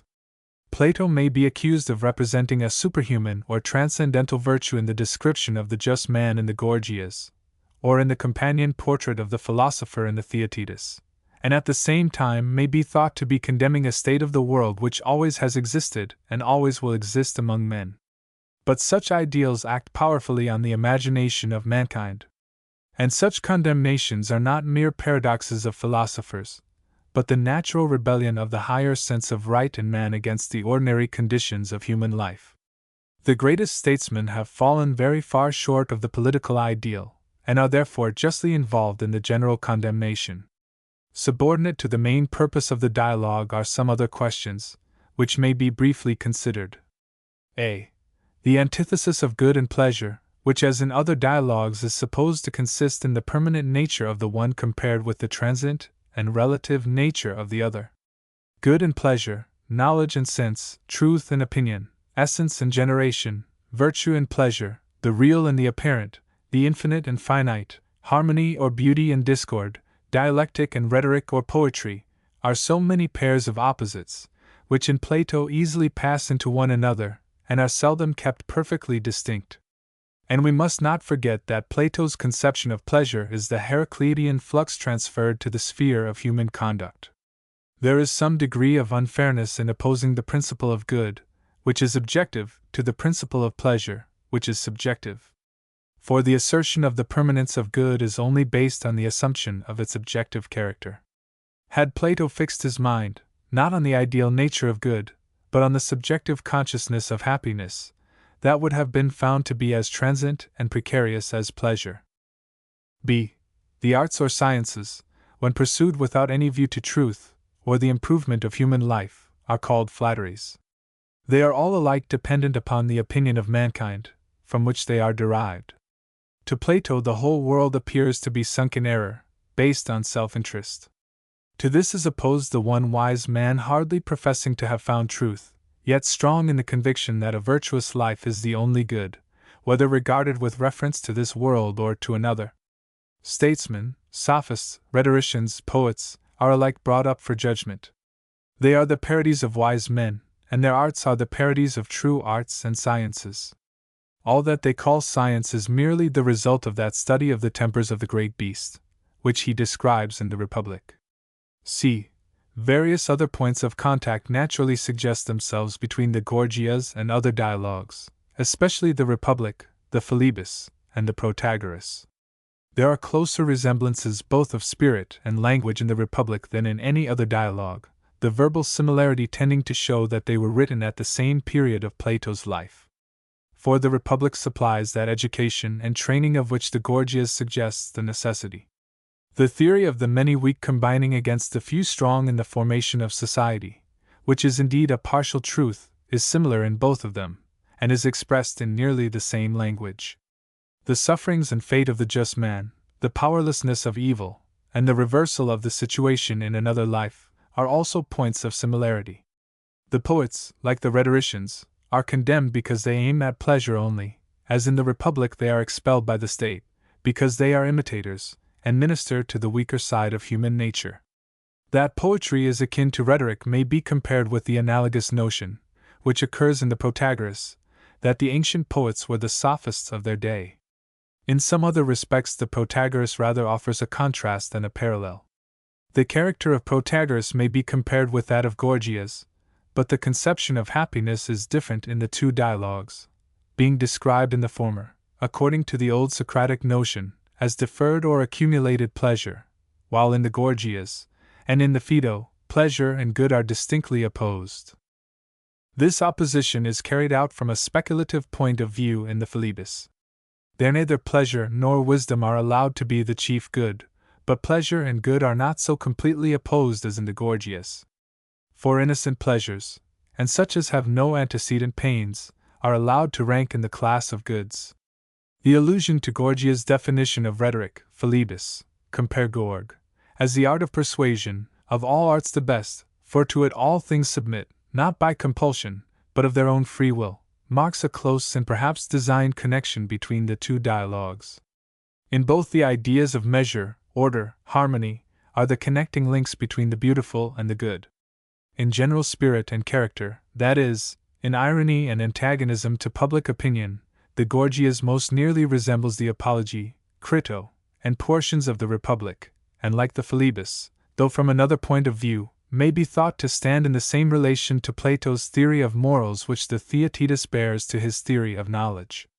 d. A few minor points still remain to be summed up.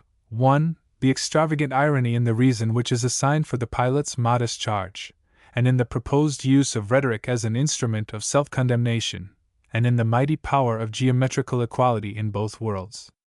2. The reference of the mythos to the previous discussion should not be overlooked, the fate reserved for incurable criminals such as Archelaus, the retaliation of the box on the ears, the nakedness of the souls and of the judges who are stripped of the clothes or disguises which rhetoric and public opinion have hitherto provided for them.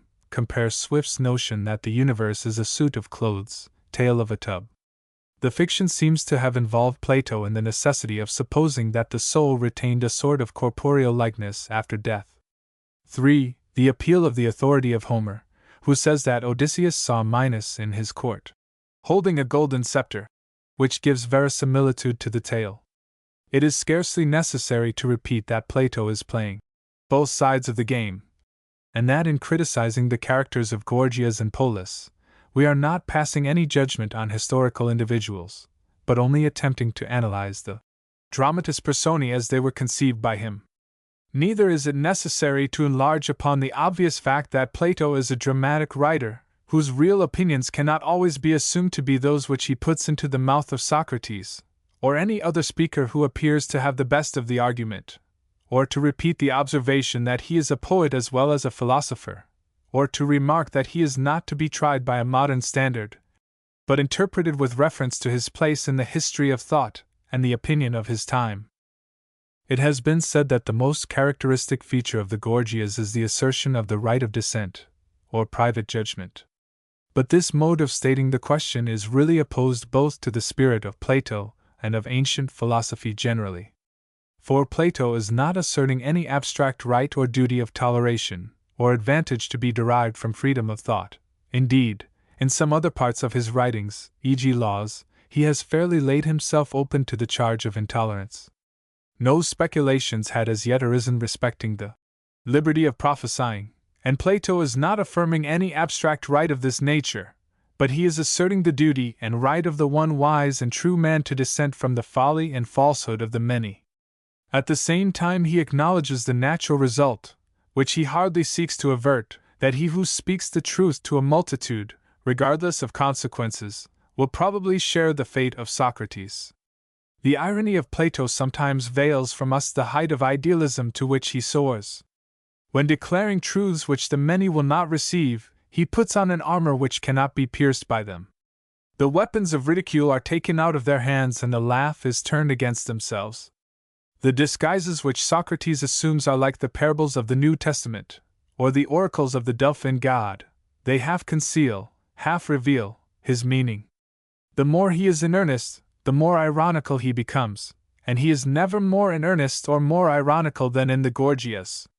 He hardly troubles himself to answer seriously the objections of Gorgias and Polus, and therefore he sometimes appears to be careless of the ordinary requirements of logic. Yet, in the highest sense, he is always logical and consistent with himself. The form of the argument may be paradoxical, the substance is an appeal to the higher reason. He is uttering truths before they can be understood, as in all ages the words of philosophers, when they are first uttered, have found the world unprepared for them. A further misunderstanding arises out of the wildness of his humor. He is supposed not only by Calicles, but by the rest of mankind, to be jesting when he is profoundly serious. At length he makes even Polus in earnest. Finally, he drops the argument, and heedless any longer of the forms of dialectic, he loses himself in a sort of triumph, while at the same time he retaliates upon his adversaries. From this confusion of jest and earnest, we may now return to the ideal truth, and draw out in a simple form the main theses of the dialogue. First thesis. It is a greater evil to do than to suffer injustice. Compare the New Testament. It is better to suffer for well-doing than for evil-doing. 1 Pet. And the Sermon on the Mount. Blessed are they that are persecuted for righteousness' sake. Matt. The words of Socrates are more abstract than the words of Christ, but they equally imply that the only real evil is moral evil. The righteous may suffer or die, but they have their reward, and even if they had no reward, would be happier than the wicked. The world, represented by Polus, is ready, when they are asked, to acknowledge that injustice is dishonorable, and for their own sakes men are willing to punish the offender, compare Republic. But they are not equally willing to acknowledge that injustice, even if successful, is essentially evil, and has the nature of disease and death. Especially when crimes are committed on the great scale, the crimes of tyrants, ancient or modern. After a while, seeing that they cannot be undone, and have become a part of history, mankind are disposed to forgive them, not from any magnanimity or charity, but because their feelings are blunted by time, and to forgive is convenient to them. The tangle of good and evil can no longer be unraveled, and although they know that the end cannot justify the means, they feel also that good has often come out of evil. But Socrates would have us pass the same judgment on the tyrant now and always, though he is surrounded by his satellites, and has the applauses of Europe and Asia ringing in his ears. Though he is the civilizer or liberator of half a continent, he is, and always will be, the most miserable of men. The greatest consequences for good or for evil cannot alter a hair's breadth the morality of actions which are right or wrong in themselves. This is the standard which Socrates holds up to us. Because politics, and perhaps human life generally, are of a mixed nature, we must not allow our principles to sink to the level of our practice. And so of private individuals, to them, too, the world occasionally speaks of the consequences of their actions. If they are lovers of pleasure, they will ruin their health. If they are false or dishonest, they will lose their character. But Socrates would speak to them, not of what will be, but of what is, of the present consequence of lowering and degrading the soul. And all higher natures, or perhaps all men everywhere, if they were not tempted by interest or passion, would agree with him. They would rather be the victims than the perpetrators of an act of treachery or of tyranny. Reason tells them that death comes sooner or later to all, and is not so great an evil as an unworthy life, or rather, if rightly regarded, not an evil at all, but to a good man the greatest good. For in all of us there are slumbering ideals of truth and right, which may at any time awaken and develop a new life in us. Second thesis. It is better to suffer for wrongdoing than not to suffer. There might have been a condition of human life in which the penalty followed at once, and was proportioned to the offense. Moral evil would then be scarcely distinguishable from physical. Mankind would avoid vice as they avoid pain or death. But nature, with a view of deepening and enlarging our characters, has for the most part hidden from us the consequences of our actions, and we can only foresee them by an effort of reflection. To awaken in us this habit of reflection is the business of early education, which is continued in mature years by observation and experience. The spoilt child is in later life said to be unfortunate. He had better have suffered when he was young, and been saved from suffering afterwards. But is not the sovereign equally unfortunate whose education and manner of life are always concealing from him the consequences of his own actions, until at length they are revealed to him in some terrible downfall, which may, perhaps, have been caused not by his own fault? Another illustration is afforded by the pauper and criminal classes, who scarcely reflect at all, except on the means by which they can compass their immediate ends. We pity them, and make allowances for them, but we do not consider that the same principle applies to human actions generally. Not to have been found out in some dishonesty or folly, regarded from a moral or religious point of view, is the greatest of misfortunes. The success of our evil doings is a proof that the gods have ceased to strive with us, and have given us over to ourselves. There is nothing to remind us of our sins, and therefore nothing to correct them. Like our sorrows, they are healed by time. The accustomed irony of Socrates adds a corollary to the argument. Would you punish your enemy, you should allow him to escape unpunished. This is the true retaliation. Compare the obscure verse of Proverbs. Therefore, if thine enemy hunger, feed him, etc., quoted in Romans. Men are not in the habit of dwelling upon the dark side of their own lives. They do not easily see themselves as others see them. They are very kind and very blind to their own faults. The rhetoric of self-love is always pleading with them on their own behalf. Adopting a similar figure of speech, Socrates would have them use rhetoric, not in defense but in accusation of themselves. As they are guided by feeling rather than by reason, to their feelings the appeal must be made.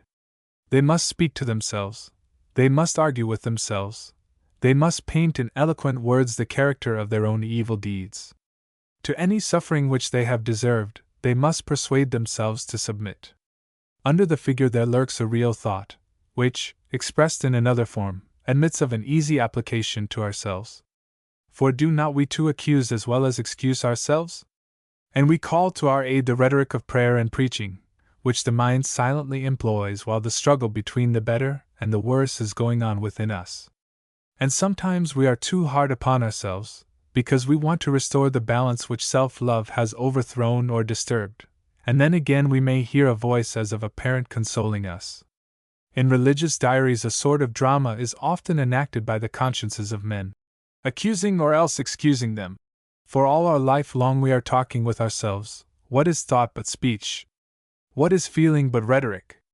And if rhetoric is used on one side only, we shall be always in danger of being deceived. And so the words of Socrates, which at first sounded paradoxical, come home to the experience of all of us. Third thesis. We do not what we will, but what we wish. Socrates would teach us a lesson which we are slow to learn, that good intentions, and even benevolent actions, when they are not prompted by wisdom, are of no value. We believe something to be for our good which we afterwards find out not to be for our good. The consequences may be inevitable, for they may follow an invariable law, yet they may often be the very opposite of what is expected by us. When we increase pauperism by almsgiving, when we tie up property without regard to changes of circumstances, when we say hastily what we deliberately disapprove, when we do in a moment of passion what upon reflection we regret, when from any want of self-control we give another an advantage over us, we are doing not what we will, but what we wish.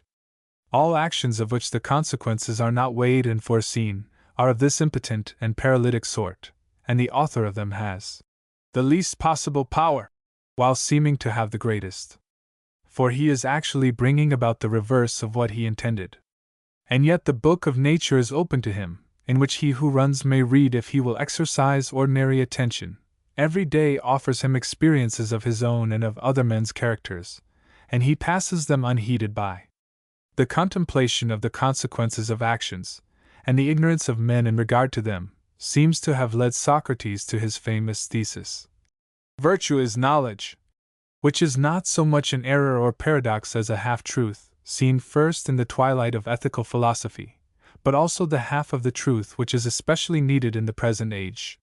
For as the world has grown older, men have been too apt to imagine a right and wrong apart from consequences, while a few, on the other hand, have sought to resolve them wholly into their consequences. But Socrates, or Plato for him, either divides nor identifies them, though the time has not yet arrived either for utilitarian or transcendental systems of moral philosophy.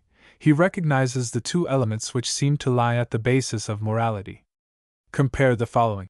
Now, and for us, it is a time to Hellenize and to praise knowing, for we have Hebraized too much and have overvalued doing.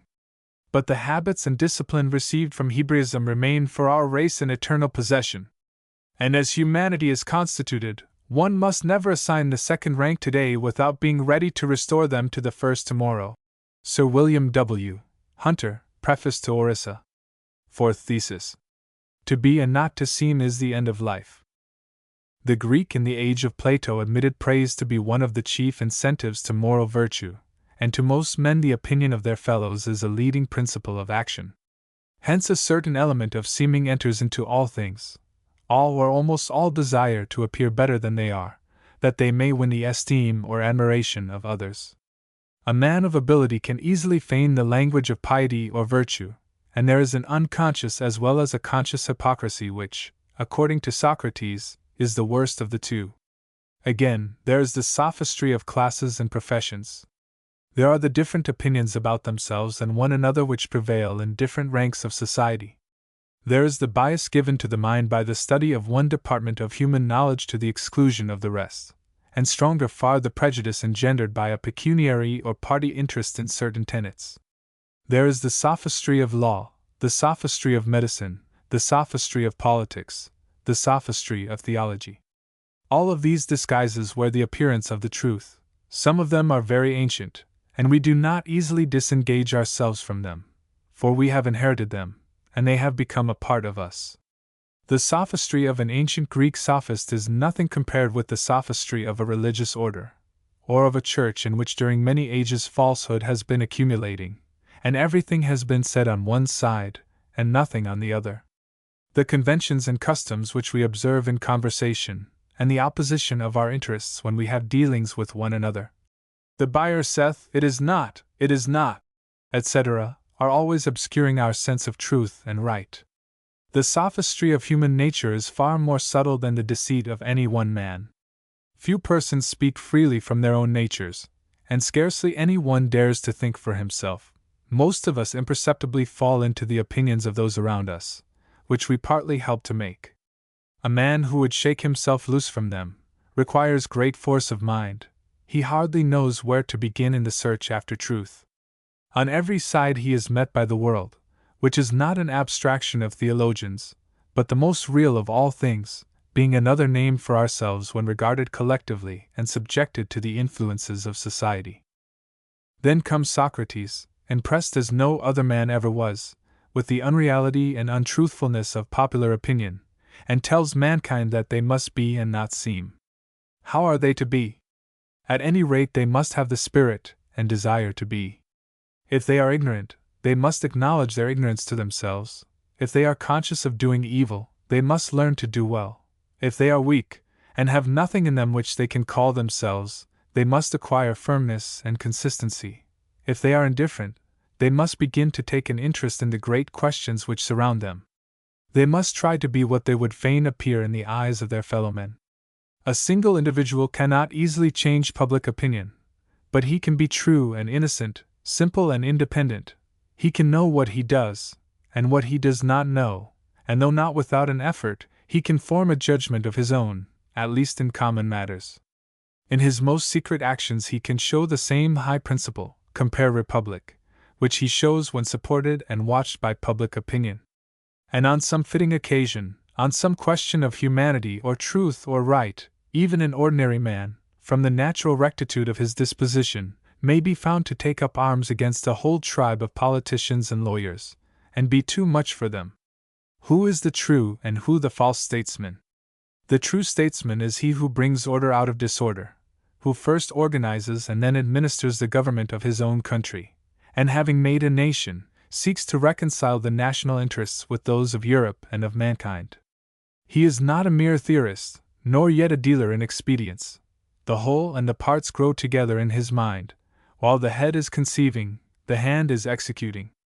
Although obliged to descend to the world, he is not of the world.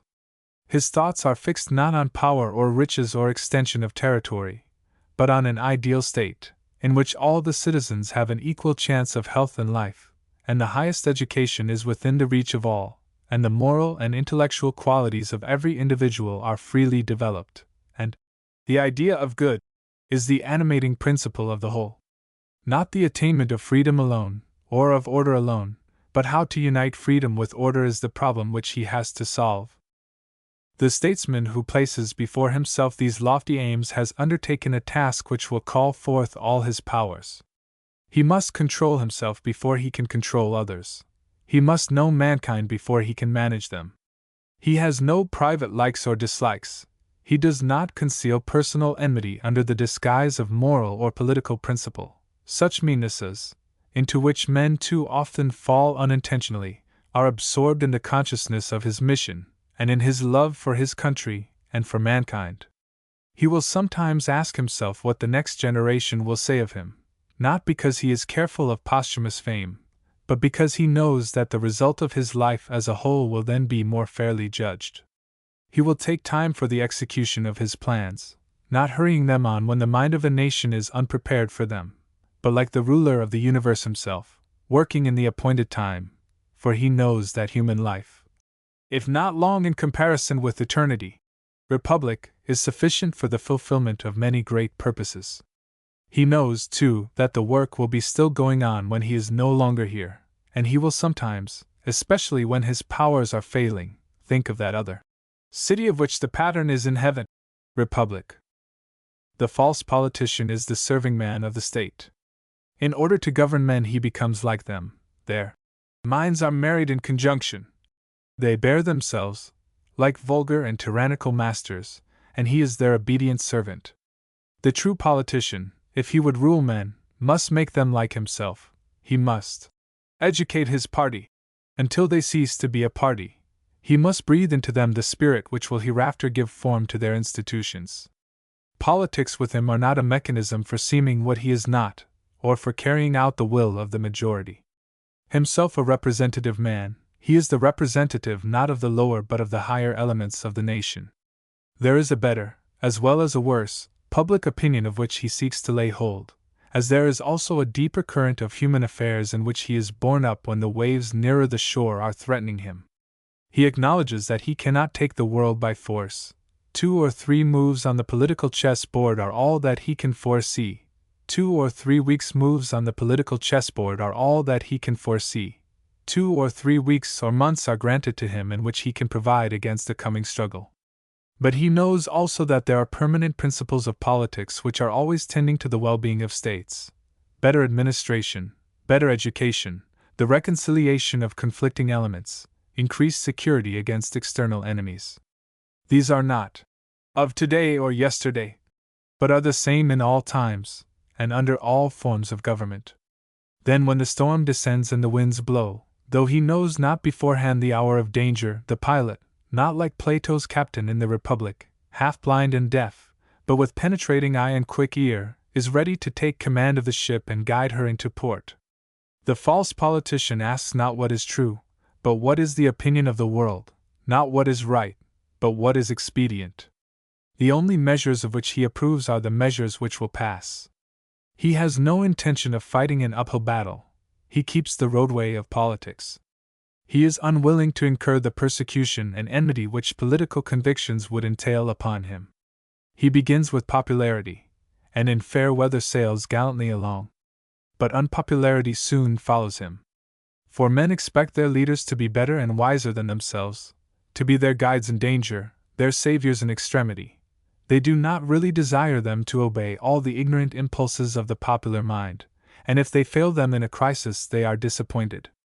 Then, as Socrates says, the cry of ingratitude is heard, which is most unreasonable, for the people, who have been taught no better, have done what might be expected of them, and their statesmen have received justice at their hands. The true statesman is aware that he must adapt himself to times and circumstances. He must have allies if he is to fight against the world. He must enlighten public opinion. He must accustom his followers to act together. Although he is not the mere executor of the will of the majority, he must win over the majority to himself. He is their leader and not their follower, but in order to lead he must also follow. He will neither exaggerate nor undervalue the power of a statesman, either adopting the laissez-faire, nor the paternal government principle, but he will, whether he is dealing with children in politics, or with full-grown men, seek to do for the people what the government can do for them, and what, from imperfect education or deficient powers of combination, they cannot do for themselves. He knows that if he does too much for them they will do nothing, and that if he does nothing for them they will in some states of society be utterly helpless. For the many cannot exist without the few. If the material force of a country is from below, wisdom and experience are from above. It is not a small part of human evils which kings and governments make or cure. The statesman is well aware that a great purpose carried out consistently during many years will at last be executed. He is playing for a stake which may be partly determined by some accident, and therefore he will allow largely for the unknown element of politics. But the game being one in which chance and skill are combined, if he plays long enough he is certain of victory. He will not be always consistent, for the world is changing, and though he depends upon the support of a party, he will remember that he is the minister of the whole. He lives not for the present, but for the future, and he is not at all sure that he will be appreciated either now or then. For he may have the existing order of society against him, and may not be remembered by a distant posterity. There are always discontented idealists in politics who, like Socrates in the Gorgias, find fault with all statesmen past as well as present, not excepting the greatest names of history. Mankind have an uneasy feeling that they ought to be better governed than they are. Just as the actual philosopher falls short of the one wise man, so does the actual statesman fall short of the ideal. And so partly from vanity and egotism, but partly also from a true sense of the faults of eminent men, a temper of dissatisfaction and criticism springs up among those who are ready enough to acknowledge the inferiority of their own powers. No matter whether a statesman makes high professions or none at all, they are reduced sooner or later to the same level. And sometimes the more unscrupulous man is better esteemed than the more conscientious, because he has not equally deceived expectations. Such sentiments may be unjust, but they are widely spread, We constantly find them recurring in reviews and newspapers, and still oftener in private conversation. We may further observe that the art of government, while in some respects tending to improve, has in others a tendency to degenerate, as institutions become more popular. Governing for the people cannot easily be combined with governing by the people. The interests of classes are too strong for the ideas of the statesman who takes a comprehensive view of the whole. According to Socrates, the true governor will find ruin or death staring him in the face, and will only be induced to govern from the fear of being governed by a worse man than himself. Republic. And in modern times, though the world has grown milder, and the terrible consequences which Plato foretells no longer await an English statesman, any one who is not actuated by a blind ambition will only undertake from a sense of duty a work in which he is most likely to fail, and even if he succeed, will rarely be rewarded by the gratitude of his own generation. Socrates, who is not a politician at all, tells us that he is the only real politician of his time. Let us illustrate the meaning of his words by applying them to the history of our own country. He would have said that not Pitt or Fox, or Canning or Sirr, Peel, are the real politicians of their time, but Locke, Hume, Adam Smith, Bentham, Ricardo. These during the greater part of their lives occupied an inconsiderable space in the eyes of the public. They were private persons, nevertheless they sowed in the minds of men seeds which in the next generation have become an irresistible power. Herein is that saying true, one soweth and another reapeth. We may imagine with Plato an ideal statesman in whom practice and speculation are perfectly harmonized, for there is no necessary opposition between them. But experience shows that they are commonly divorced. The ordinary politician is the interpreter or executor of the thoughts of others, and hardly ever brings to the birth a new political conception. One or two only in modern times, like the Italian statesman Cavour, have created the world in which they moved. The philosopher is naturally unfitted for political life. His great ideas are not understood by the many. He is 1,000 miles away from the questions of the day. Yet perhaps the lives of thinkers, as they are stiller and deeper, are also happier than the lives of those who are more in the public eye. They have the promise of the future, though they are regarded as dreamers and visionaries by their own contemporaries. And when they are no longer here, those who would have been ashamed of them during their lives claim kindred with them, and are proud to be called by their names. Compare Thucyd. Who is the true poet? Plato expels the poets from his Republic because they are allied to sense, because they stimulate the emotions, because they are thrice removed from the ideal truth. And in a similar spirit he declares in the Gorgias that the stately muse of tragedy is a votary of pleasure and not of truth. In modern times we almost ridicule the idea of poetry admitting of a moral. The poet and the prophet, or preacher, in primitive antiquity are one and the same, but in later ages they seem to fall apart. The great art of novel writing, that peculiar creation of our own in the last century, which, together with the sister art of review writing, threatens to absorb all literature, has even less of seriousness in her composition. Do we not often hear the novel writer censured for attempting to convey a lesson to the minds of his readers? Yet the true office of a poet or writer of fiction is not merely to give amusement, or to be the expression of the feelings of mankind, good or bad, or even to increase our knowledge of human nature. There have been poets in modern times, such as Goethe or Wordsworth, who have not forgotten their high vocation of teachers, and the two greatest of the Greek dramatists owed their sublimity to their ethical character. The noblest truths, sung of in the purest and sweetest language, are still the proper material of poetry. The poet clothes them with beauty, and has a power of making them enter into the hearts and memories of men. He has not only to speak of themes above the level of ordinary life, but to speak of them in a deeper and tenderer way than they are ordinarily felt, so as to awaken the feeling of them in others. The old he makes young again, the familiar principle he invests with a new dignity. He finds a noble expression for the commonplaces of morality and politics. He uses the things of sense so as to indicate what is beyond. He raises us through earth to heaven. He expresses what the better part of us would fain say, and the half-conscious feeling is strengthened by the expression. He is his own critic, for the spirit of poetry and of criticism are not divided in him. His mission is not to disguise men from themselves, but to reveal to them their own nature, and make them better acquainted with the world around them. True poetry is the remembrance of youth, of love, the embodiment in words of the happiest and holiest moments of life, of the noblest thoughts of man, of the greatest deeds of the past. The poet of the future may return to his greater calling of the prophet or teacher. Indeed, we hardly know what may not be effected for the human race by a better use of the poetical and imaginative faculty. The reconciliation of poetry, as of religion, with truth, may still be possible. Neither is the element of pleasure to be excluded. For when we substitute a higher pleasure for a lower, we raise men in the scale of existence. Might not the novelist, too, make an ideal, or rather many ideals of social life, better than 1,000 sermons? Plato, like the Puritans, is too much afraid of poetic and artistic influences.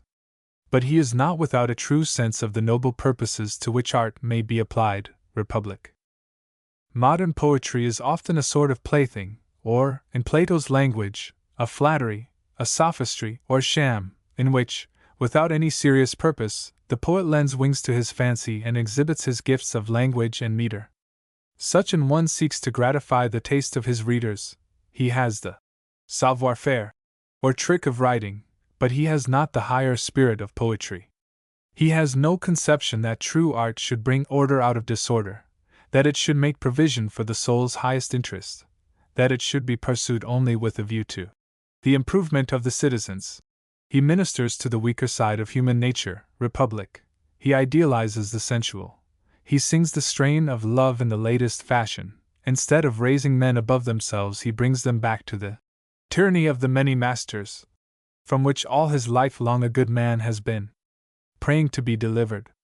And often, forgetful of measure and order, he will express not that which is truest, but that which is strongest. Instead of a great and nobly executed subject, perfect in every part, some fancy of a heated brain is worked out with the strangest incongruity.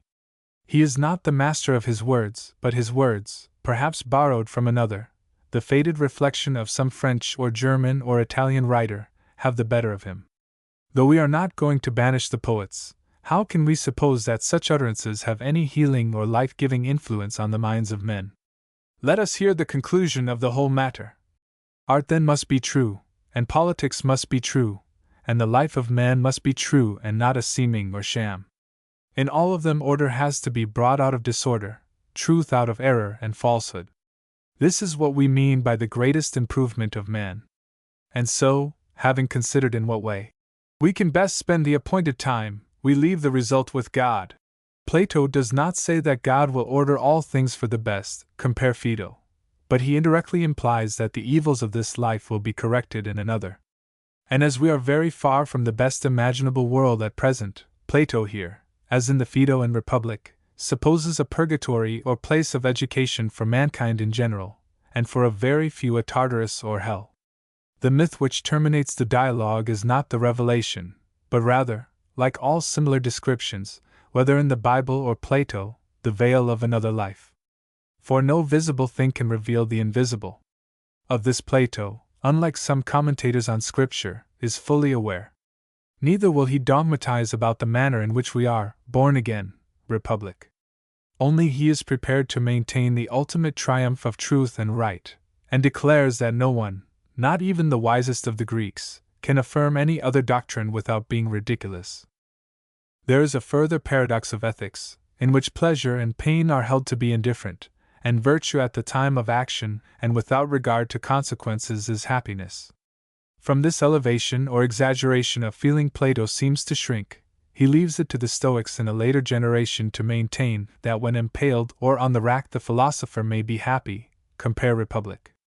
It is observable that in the Republic he raises this question, but it is not really discussed. The veil of the ideal state, the shadow of another life, are allowed to descend upon it, and it passes out of sight. The martyr or sufferer in the cause of right or truth is often supposed to die in raptures, having his eye fixed on a city which is in heaven.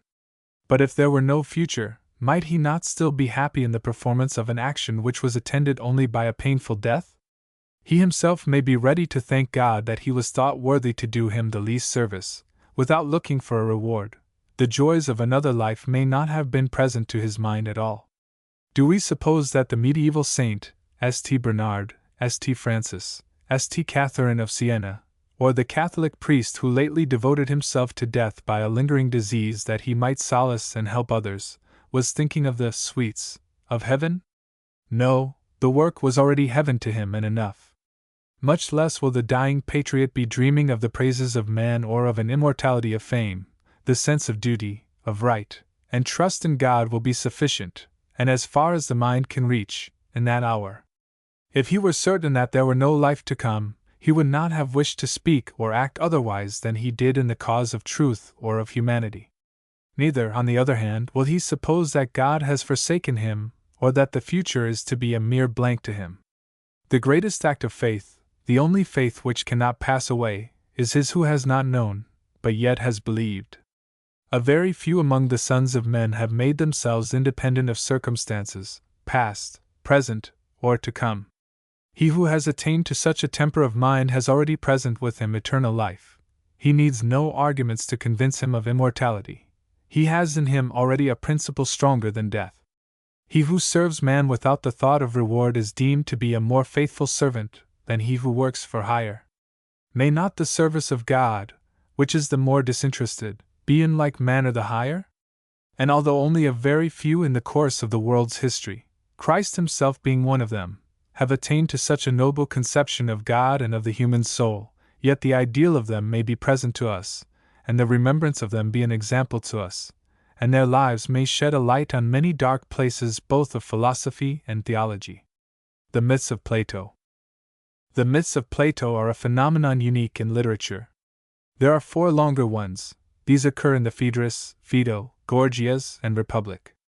That in the Republic is the most elaborate and finished of them. 3 of these greater myths, namely those contained in the Phaedo, the Gorgias, and the Republic, relate to the destiny of human souls in a future life. The magnificent myth in the Phaedrus treats of the immortality, or rather the eternity of the soul, in which is included a former as well as a future state of existence. To these may be added, 1. The myth, or rather fable, occurring in the Statesman, in which the life of innocence is contrasted with the ordinary life of man and the consciousness of evil. 2. The legend of the island of Atlantis, an imaginary history, which is a fragment only, commenced in the Timaeus and continued in the Critias. 3. The much less artistic fiction of the foundation of the Cretan colony, which is introduced in the preface to the Laws, but soon falls into the background. 4. The beautiful but rather artificial tale of Prometheus and Epimetheus narrated in his rhetorical manner by Protagoras in the dialogue called after him. 5. The speech at the beginning of the Phaedrus, which is a parody of the orator Lysias, the rival speech of Socrates and the recantation of it. To these may be added 6. The tale of the grasshoppers, and 7. The tale of Thamus and of Thuth, both in the Phaedrus. 8. The parable of the cave, Republic, in which the previous argument is recapitulated, and the nature and degrees of knowledge having been previously set forth in the abstract are represented in a picture. 9. The fiction of the earth-born men, Republic, compare Laws, in which by the adaptation of an old tradition Plato makes a new beginning for his society. 10. The myth of Aristophanes respecting the division of the sexes, Sim. 11. The parable of the noble captain, the pilot, and the mutinous sailors, Republic, in which is represented the relation of the better part of the world, and of the philosopher, to the mob of politicians.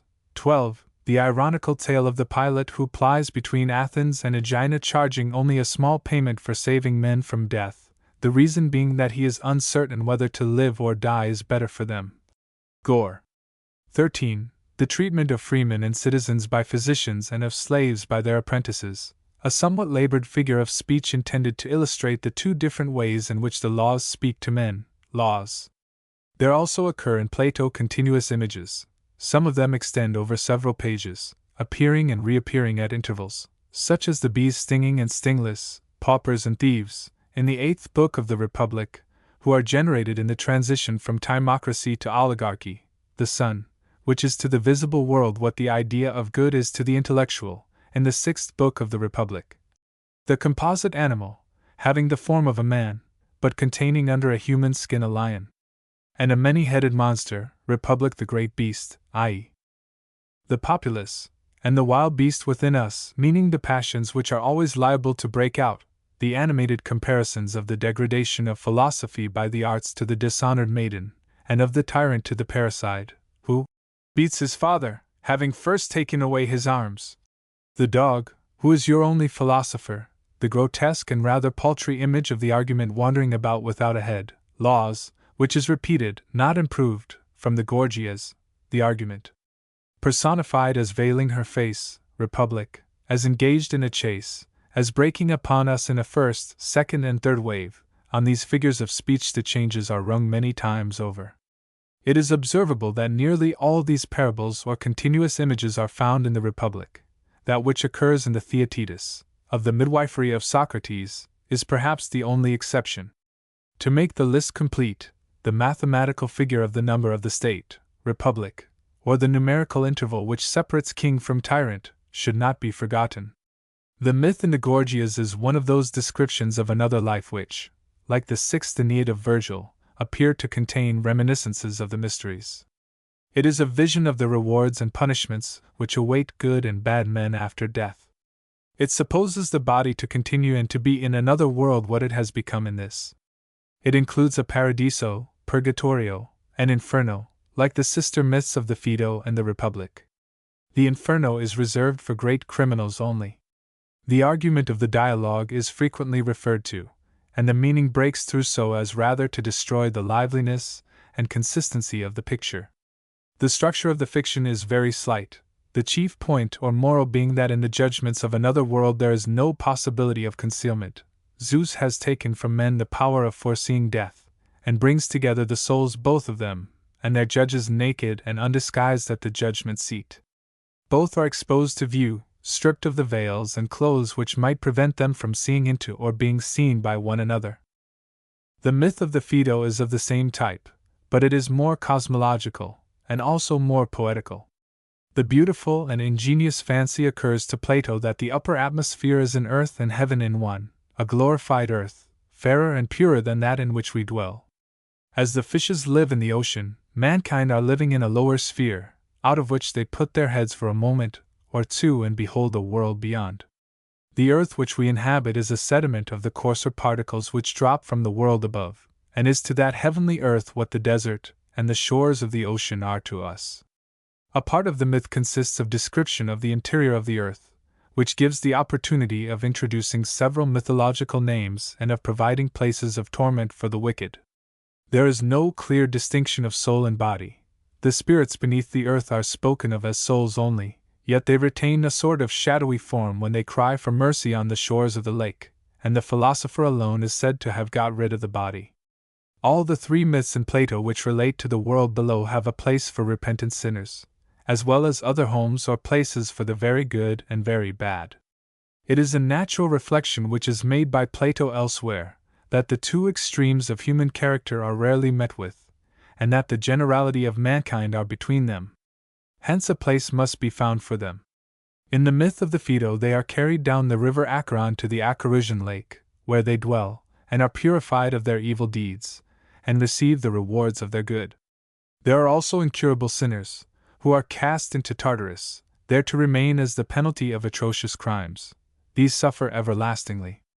And there is another class of hardly curable sinners who are allowed from time to time to approach the shores of the Acherusian lake, where they cry to their victims for mercy, which if they obtain they come out into the lake and cease from their torments. Neither this, nor any of the three greater myths of Plato, nor perhaps any allegory or parable relating to the unseen world, is consistent with itself. The language of philosophy mingles with that of mythology. Abstract ideas are transformed into persons, figures of speech into realities. These myths may be compared with the Pilgrim's Progress of Bunyan, in which discussions of theology are mixed up with the incidents of travel, and mythological personages are associated with human beings. They are also garnished with names and phrases taken out of Homer, and with other fragments of Greek tradition. The myth of the Republic is more subtle and also more consistent than either of the two others. It has a greater verisimilitude than they have, and is full of touches which recall the experiences of human life. It will be noticed by an attentive reader that the 12 days during which he lay in a trance after he was slain coincide with the time passed by the spirits in their pilgrimage. It is a curious observation, not often made, that good men who have lived in a well-governed city, shall we say in a religious and respectable society, are more likely to make mistakes in their choice of life than those who have had more experience of the world and of evil. It is a more familiar remark that we constantly blame others when we have only ourselves to blame, and the philosopher must acknowledge, however reluctantly, that there is an element of chance in human life with which it is sometimes impossible for man to cope. That men drink more of the waters of forgetfulness than is good for them is a poetical description of a familiar truth. We have many of us known men who, like Odysseus, have wearied of ambition and have only desired rest. We should like to know what became of the infants, dying almost as soon as they were born. But Plato only raises, without satisfying, our curiosity. The two companies of souls, ascending and descending at either chasm of heaven and earth, and conversing when they come out into the meadow, the majestic figures of the judges sitting in heaven, the voice heard by Gorgias, are features of the great allegory which have an indescribable grandeur and power. The remark already made respecting the inconsistency of the two other myths must be extended also to this. It is at once an aurora, or model of the heavens, and a picture of the day of judgment. The three myths are unlike anything else in Plato. There is an Oriental, or rather an Egyptian element in them, and they have an affinity to the mysteries and to the Orphic modes of worship. To a certain extent they are un-Greek. At any rate, there is hardly anything like them in other Greek writings which have a serious purpose. In spirit they are medieval. They are akin to what may be termed the underground religion in all ages and countries. They are presented in the most lively and graphic manner, but they are never insisted on as true. It is only affirmed that nothing better can be said about a future life. Plato seems to make use of them when he has reached the limits of human knowledge, or, to borrow an expression of his own, when he is standing on the outside of the intellectual world. They are very simple in style. A few touches bring the picture home to the mind, and make it present to us. They have also a kind of authority gained by the employment of sacred and familiar names, just as mere fragments of the words of Scripture, put together in any form and applied to any subject, have a power of their own. They are a substitute for poetry and mythology, and they are also a reform of mythology. The moral of them may be summed up in a word or two: after death the judgment, and there is some better thing remaining for the good than for the evil. All literature gathers into itself many elements of the past.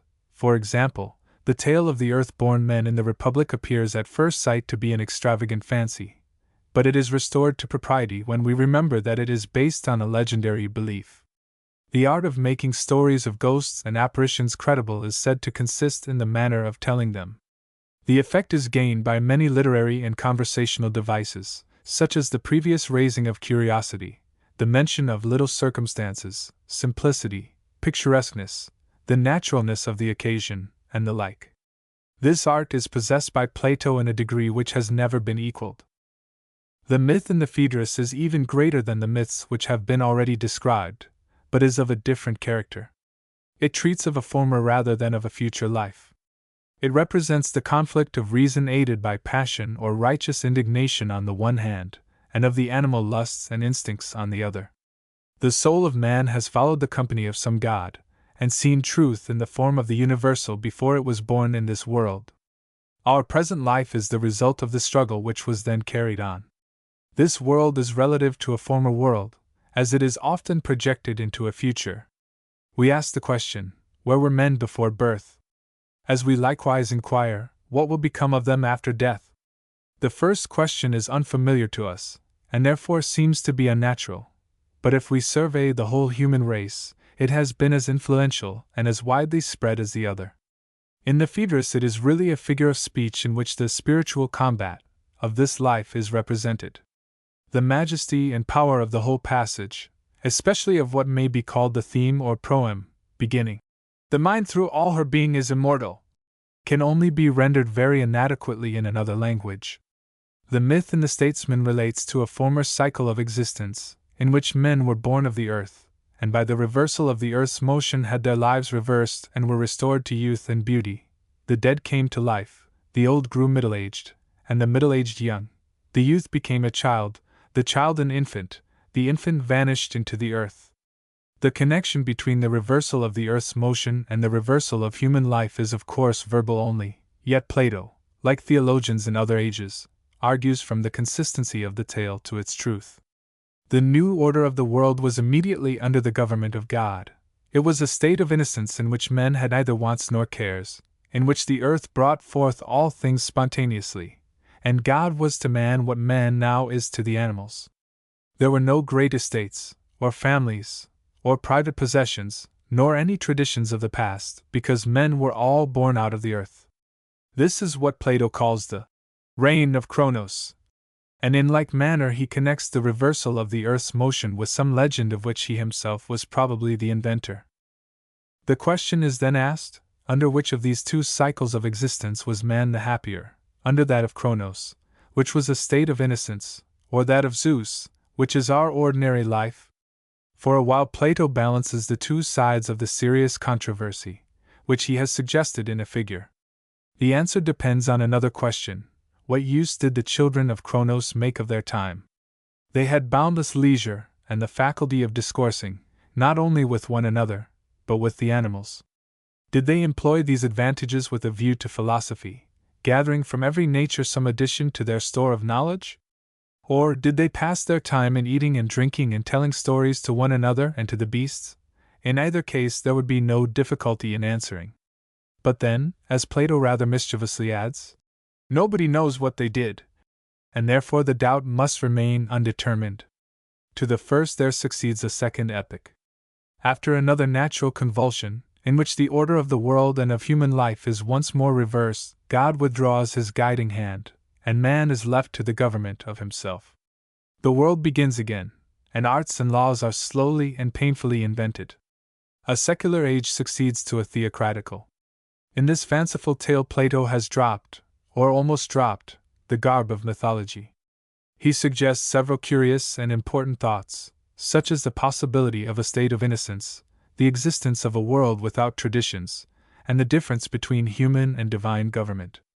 He has also carried a step further his speculations concerning the abolition of the family and of property, which he supposes to have no place among the children of Kronos any more than in the ideal state. It is characteristic of Plato and of his age to pass from the abstract to the concrete, from poetry to reality. Language is the expression of the seen, and also of the unseen, and moves in a region between them. A great writer knows how to strike both these chords, sometimes remaining within the sphere of the visible, and then again comprehending a wider range and soaring to the abstract and universal. Even in the same sentence he may employ both modes of speech not improperly or inharmoniously. It is useless to criticize the broken metaphors of Plato, if the effect of the whole is to create a picture not such as can be painted on canvas, but which is full of life and meaning to the reader. A poem may be contained in a word or two, which may call up not one but many latent images, or half revealed to us by a sudden flash the thoughts of many hearts. Often the rapid transition from one image to another is pleasing to us. On the other hand, any single figure of speech, if too often repeated, or worked out too much at length, becomes prosy and monotonous. In theology and philosophy we necessarily include both the moral law within and the starry heaven above, and pass from one to the other. Compare for example Psalms 18 and 19. Whether such a use of language is puerile or noble depends upon the genius of the writer or speaker, and the familiarity of the associations employed. In the myths and parables of Plato the ease and grace of conversation is not forgotten. They are spoken, not written words, stories which are told to a living audience, and so well told that we are more than half inclined to believe them. Compare Phaedrus.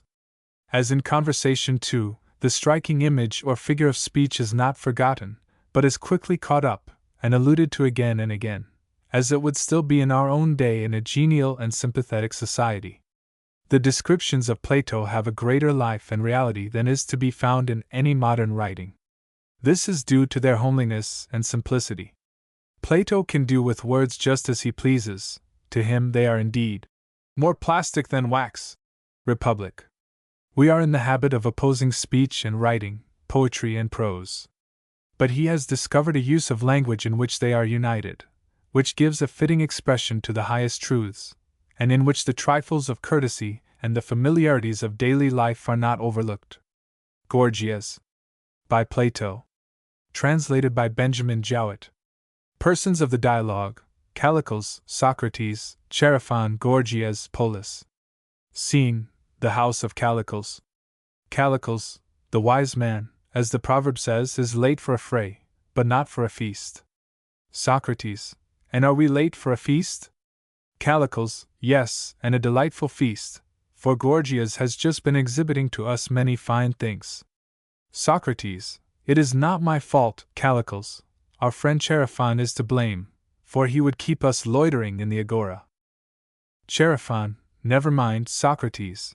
The misfortune of which I have been the cause I will also repair, for Gorgias is a friend of mine, and I will make him give the exhibition again either now, or, if you prefer, at some other time. Callicles: what is the matter, Chaerephon? Does Socrates want to hear Gorgias? Chaerephon: yes, that was our intention in coming. Callicles: coming to my house, then, for Gorgias is staying with me, and he shall exhibit to you. Socrates: very good, Callicles, but will he answer our questions? For I want to hear from him what is the nature of his art, and what it is which he professes and teaches. He may, as you, Chaerephon, suggest, defer the exhibition to some other time. Callicles: there is nothing like asking him, Socrates, and indeed to answer questions is a part of his exhibition, for he was saying only just now that any one in my house might put any question to him, and that he would answer. Socrates: how fortunate! Will you ask him, Chaerephon? Chaerephon: what shall I ask him? Socrates: ask him who he is. Chaerephon: what do you mean? Socrates: I mean such a question as would elicit from him, if he had been a maker of shoes, the answer that he is a cobbler. Do you understand? Chaerephon: I understand, and will ask him. Tell me, Gorgias, is our friend Callicles right in saying that you undertake to answer any questions which you are asked? Gorgias: quite right, Chaerephon. I was saying as much only just now, and I may add that many years have elapsed since any one has asked me a new one. Chaerephon: then you must be very ready, Gorgias. Gorgias: of that, Chaerephon, you can make trial. Polus: yes, indeed, and if you like, Chaerephon, you may make trial of me too, for I think that Gorgias, who has been talking a long time, is tired. Chaerephon: and do you, Polus, think that you can answer better than Gorgias? Polus: what does that matter if I answer well enough for you? Chaerephon: not at all, and you shall answer if you like. Polus asked. Chaerephon: my question is this: if Gorgias had the skill of his brother Herodicus, what ought we to call him? Ought he not to have the name which is given to his brother? Polus: certainly. Chaerephon: then we should be right in calling him a physician. Polus: yes. Chaerephon: and if he had the skill of Aristophon the son of Aglaophon, or of his brother Polygnotus, what ought we to call him? Polus: clearly, a painter. Chaerephon: but now what shall we call him? What is the art in which he is skilled? Polus: O Chaerephon, there are many arts among mankind which are experimental, and have their origin in experience, for experience makes the days of men to proceed according to art, and inexperience according to chance, and different persons in different ways are proficient in different arts, and the best persons in the best arts. And our friend Gorgias is one of the best, and the art in which he is a proficient is the noblest. Socrates: Polus has been taught how to make a capital speech, Gorgias, but he is not fulfilling the promise which he made to Chaerephon. Gorgias: what do you mean, Socrates? Socrates: I mean that he has not exactly answered the question which he was asked. Gorgias: then why not ask him yourself? Socrates: but I would much rather ask you, if you are disposed to answer, for I see, from the few words which Polus has uttered, that he has attended more to the art which is called rhetoric than to dialectic. Polus: what makes you say so, Socrates? Socrates: because, Polus, when Chaerephon asked you what was the art which Gorgias knows, you praised it as if you were answering someone who found fault with it, but you never said what the art was. Polus, why did I not say that it was the noblest of arts? Socrates, yes, indeed, but that was no answer to the question. Nobody asked what was the quality, but what was the nature, of the art, and by what name we were to describe Gorgias. And I would still beg you briefly and clearly, as you answered Chaerephon when he asked you at first, to say what this art is, and what we ought to call Gorgias. Or rather, Gorgias, let me turn to you, and ask the same question, what are we to call you, and what is the art which you profess? Gorgias, rhetoric, Socrates, is my art. Socrates, then I am to call you a rhetorician? Gorgias, yes, Socrates, and a good one too, if you would call me that which, in Homeric language, I boast myself to be. Socrates, I should wish to do so. Gorgias, then pray do. Socrates, and are we to say that you are able to make other men rhetoricians? Gorgias, yes, that is exactly what I profess to make them, not only at Athens, but in all places. Socrates, and will you continue to ask and answer questions, Gorgias, as we are at present doing, and reserve for another occasion the longer mode of speech which Polus was attempting? Will you keep your promise, and answer shortly the questions which are asked of you? Gorgias, some answers, Socrates, are of necessity longer, but I will do my best to make them as short as possible, for a part of my profession is that I can be as short as anyone. Socrates, that is what is wanted, Gorgias. Exhibit the shorter method now, and the longer one at some other time. Gorgias, well, I will, and you will certainly say that you never heard a man use fewer words.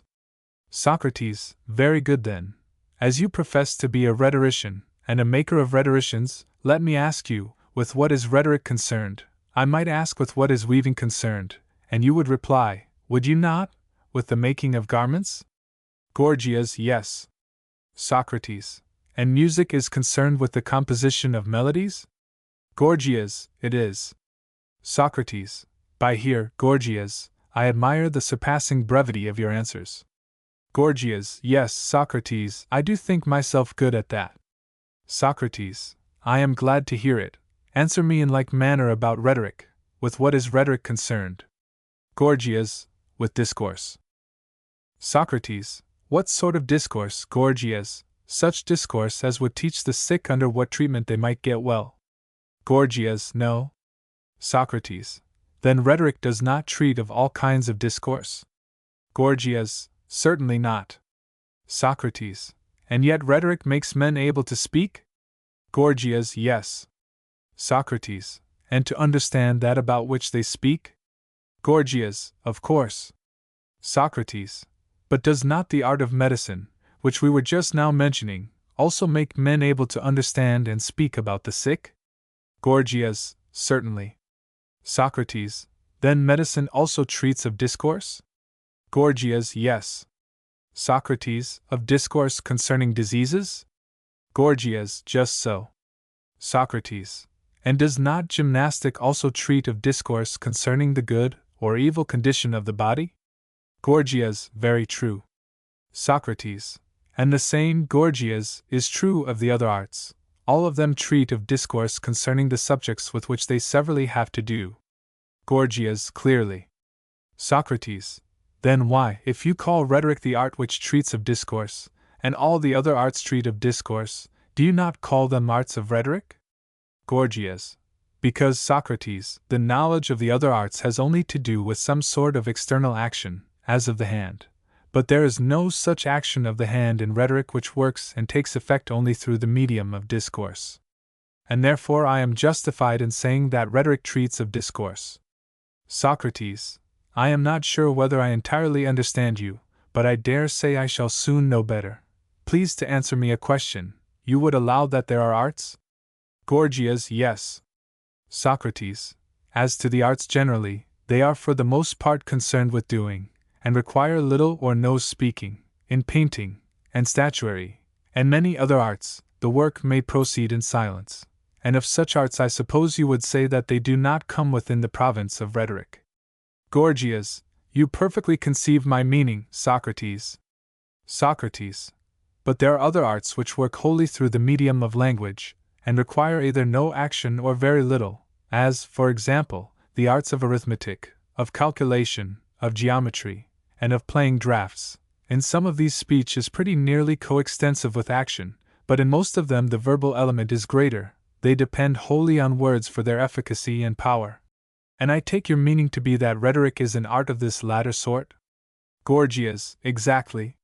Socrates.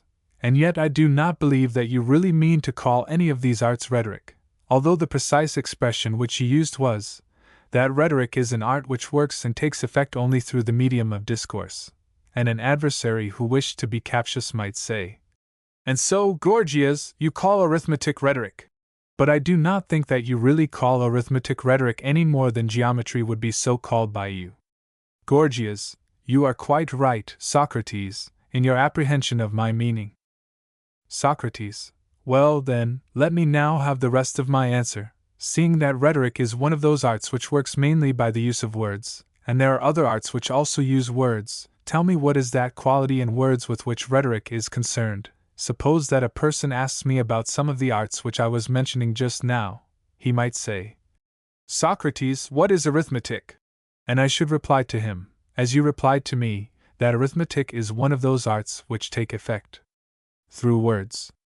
And then he would proceed to ask, "Words about what?" And I should reply, "Words about odd and even numbers, and how many there are of each."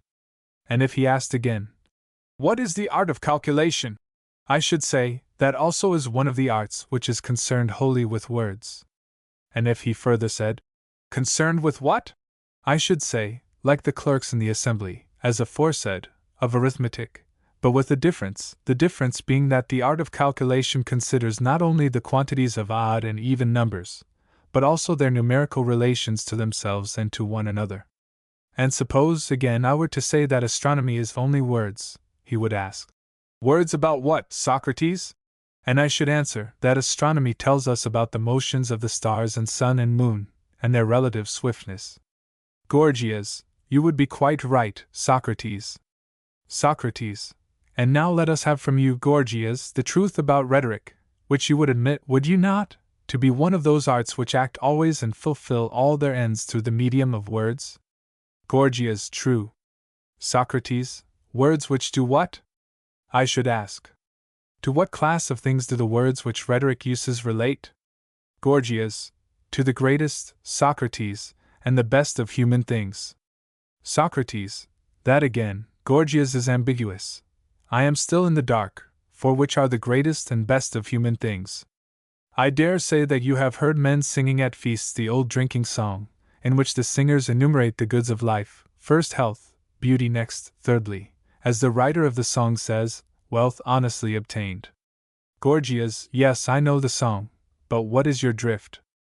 Socrates. I mean to say, that the producers of those things which the author of the song praises, that is to say, the physician, the trainer, the money-maker, will at once come to you, and first the physician will say, "O Socrates, Gorgias is deceiving you, for my art is concerned with the greatest good of men and not his."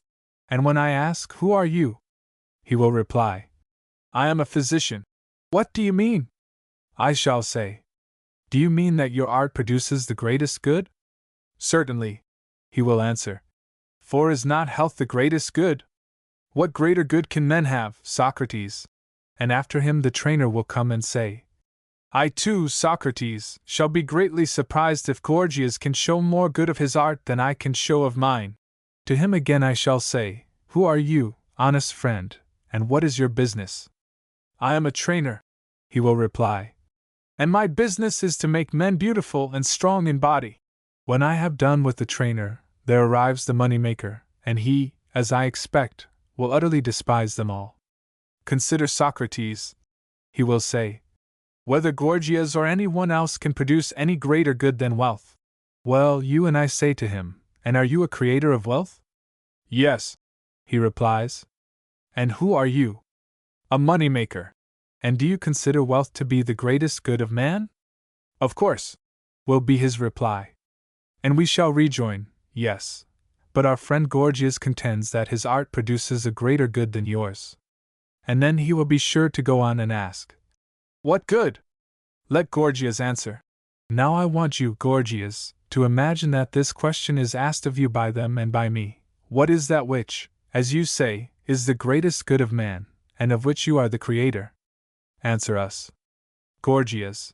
That good, Socrates, which is truly the greatest, being that which gives to men freedom in their own persons, and to individuals the power of ruling over others in their several states. Socrates. And what would you consider this to be? Gorgias. What is there greater than the word which persuades the judges in the courts, or the senators in the council, or the citizens in the assembly, or at any other political meeting? If you have the power of uttering this word, you will have the physician your slave, and the trainer your slave, and the money-maker of whom you talk will be found to gather treasures, not for himself, but for you who are able to speak and to persuade the multitude. Socrates. Now I think, Gorgias, that you have very accurately explained what you conceive to be the art of rhetoric, and you mean to say, if I am not mistaken, that rhetoric is the artificer of persuasion, having this and no other business, and that this is her crown and end. Do you know any other effect of rhetoric over and above that of producing persuasion? Gorgias. No, the definition seems to me very fair, Socrates, for persuasion is the chief end of rhetoric. Socrates. Then hear me, Gorgias, for I am quite sure that if there ever was a man who entered on the discussion of a matter from a pure love of knowing the truth, I am such a one, and I should say the same of you. Gorgias. What is coming, Socrates? Socrates. I will tell you. I am very well aware that I do not know what, according to you, is the exact nature, or what are the topics of that persuasion of which you speak, and which is given by rhetoric, although I have a suspicion about both the one and the other. And I am going to ask, what is this power of persuasion which is given by rhetoric, and about what? But why, if I have a suspicion, do I ask instead of telling you? Not for your sake, but in order that the argument may proceed in such a manner as is most likely to set forth the truth. And I would have you observe that I am right in asking this further question, if I asked, what sort of a painter is Zeuxis? And you said, the painter of figures. Should I not be right in asking, what kind of figures, and where do you find them? Gorgias. Certainly. Socrates. And the reason for asking this second question would be, that there are other painters besides, who paint many other figures. Gorgias. True. Socrates. But if there had been no one but Zeuxis who painted them, then you would have answered very well?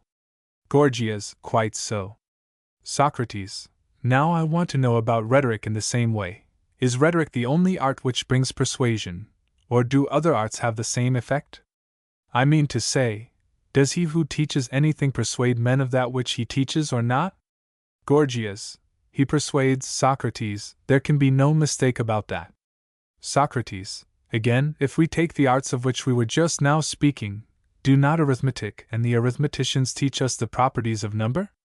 Gorgias. Certainly. Socrates. And therefore persuade us of them? Gorgias. Yes. Socrates. Then arithmetic as well as rhetoric is an artificer of persuasion. Gorgias. Clearly. Socrates. And if any one asks us what sort of persuasion, and about what, we shall answer, persuasion which teaches the quantity of odd and even, and we shall be able to show that all the other arts of which we were just now speaking are artificers of persuasion, and of what sort, and about what. Gorgias. Very true. Socrates. Then rhetoric is not the only artificer of persuasion. Gorgias. True.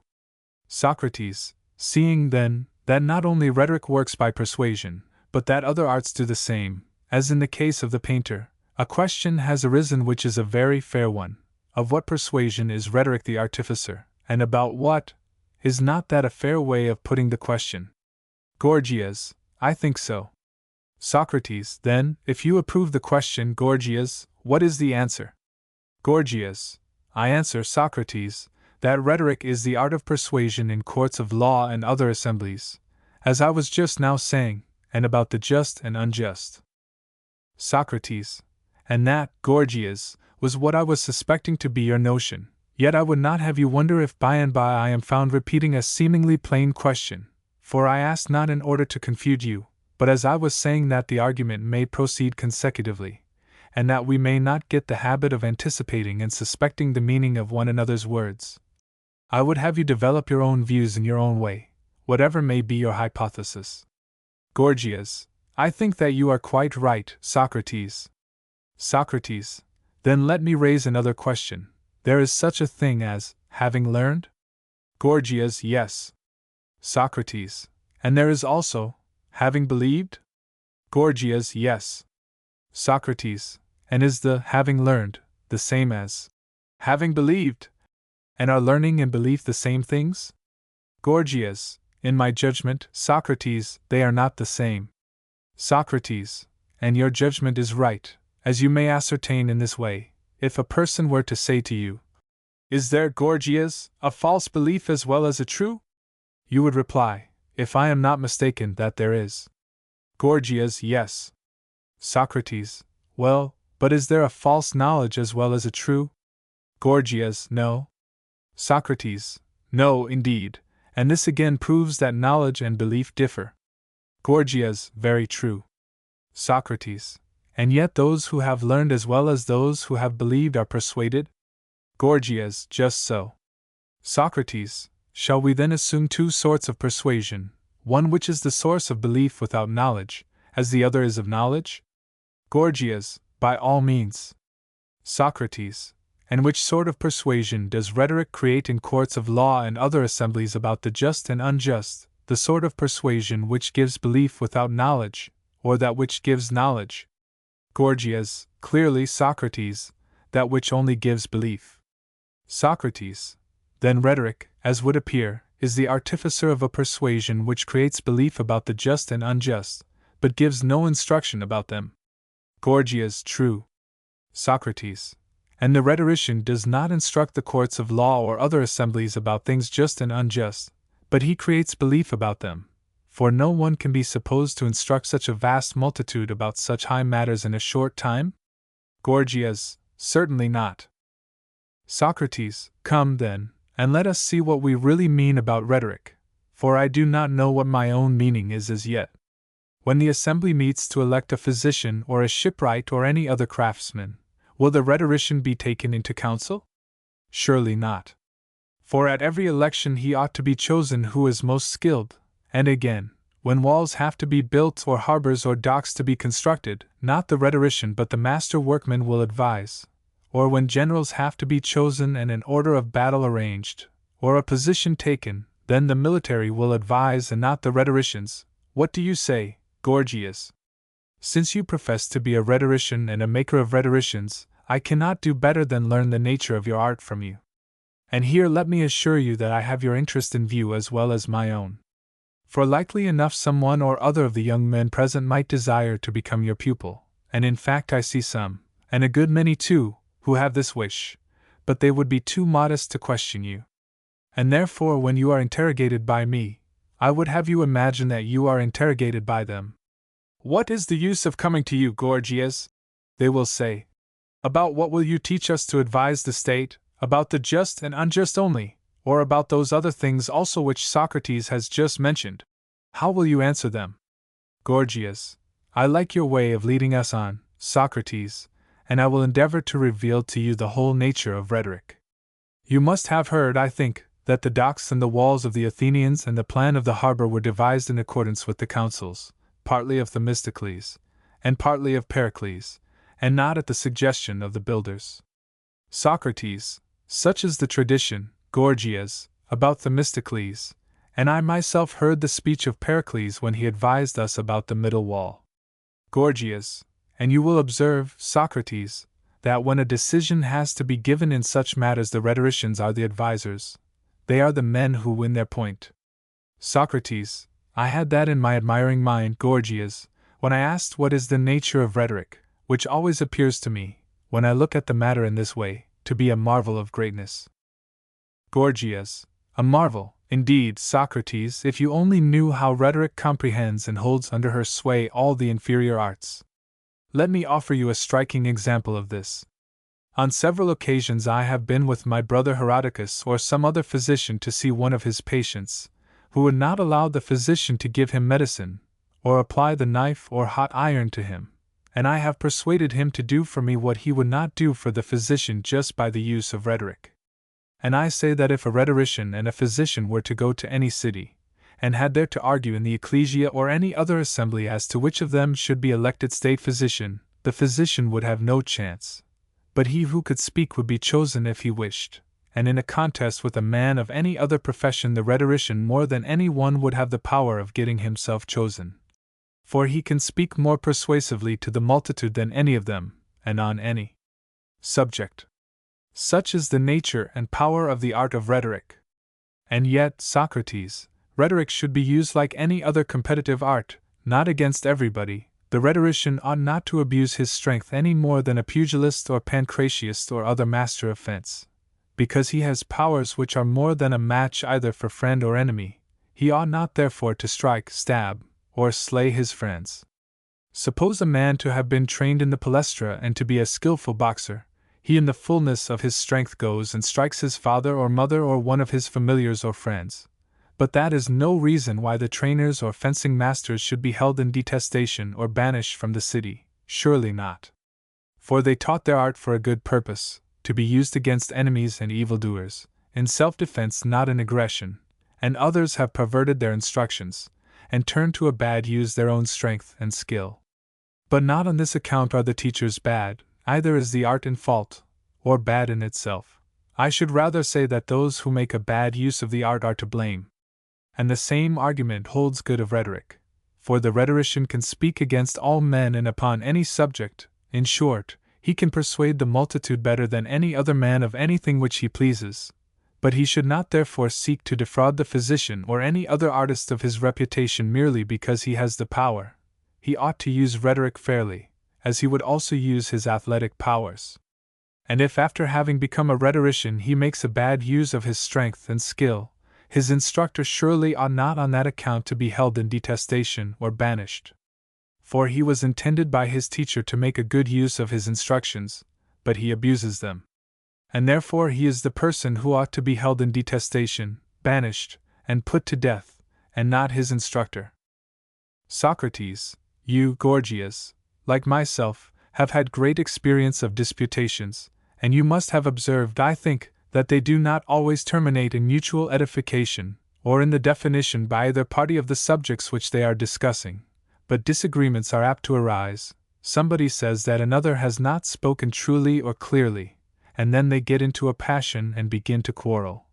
Both parties conceiving that their opponents are arguing from personal feeling only and jealousy of themselves, not from any interest in the question at issue. And sometimes they will go on abusing one another until the company at last are quite vexed at themselves for ever listening to such fellows. Why do I say this?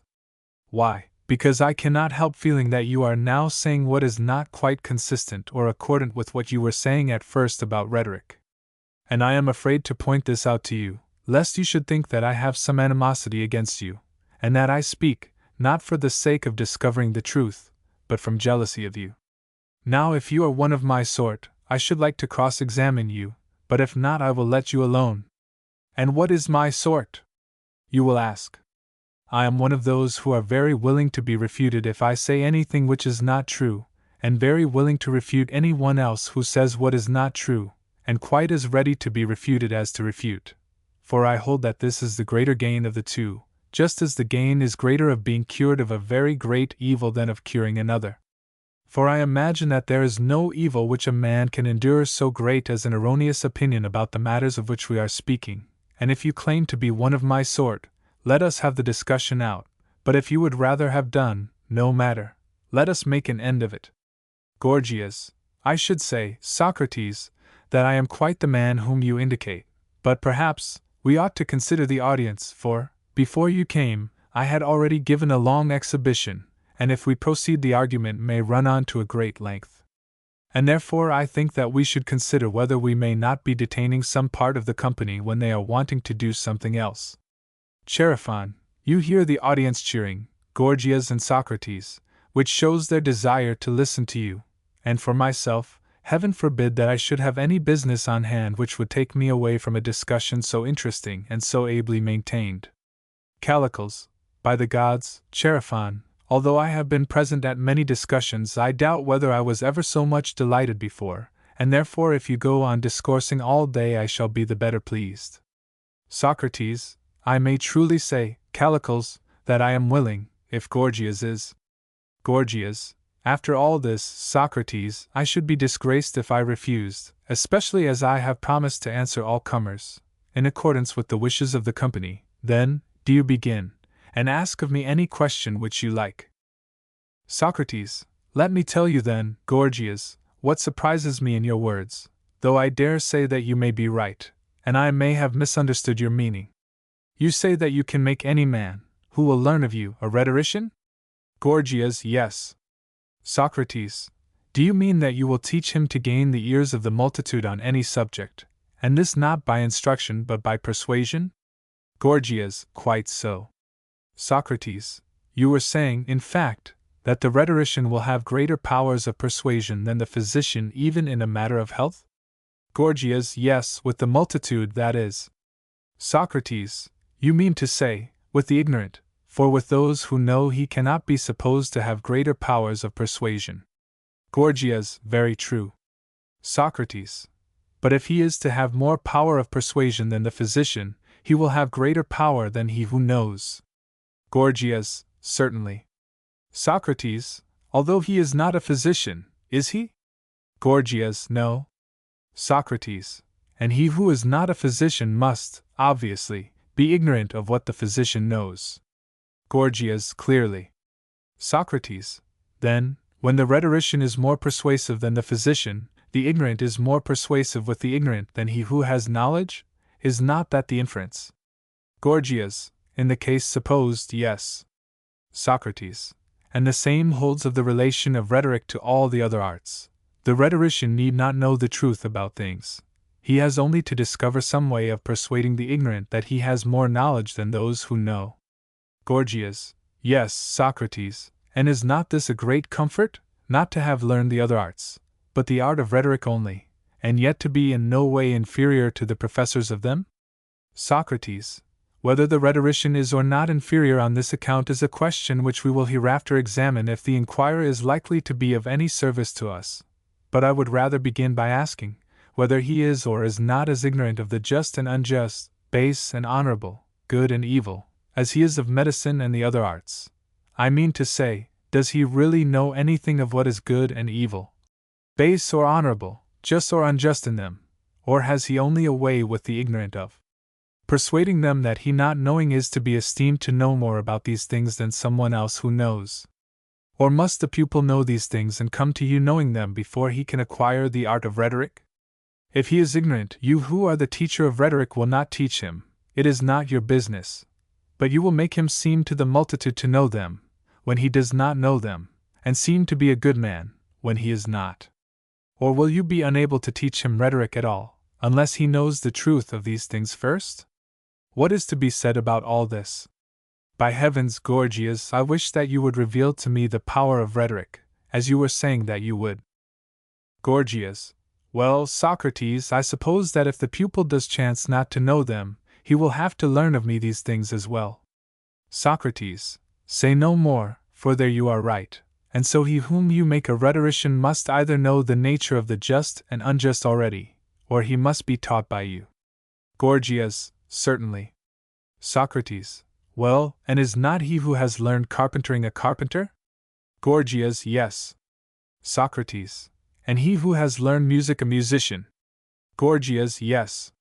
Socrates, and he who has learned medicine is a physician, in like manner? He who has learned anything whatever is that which his knowledge makes him. Gorgias, certainly.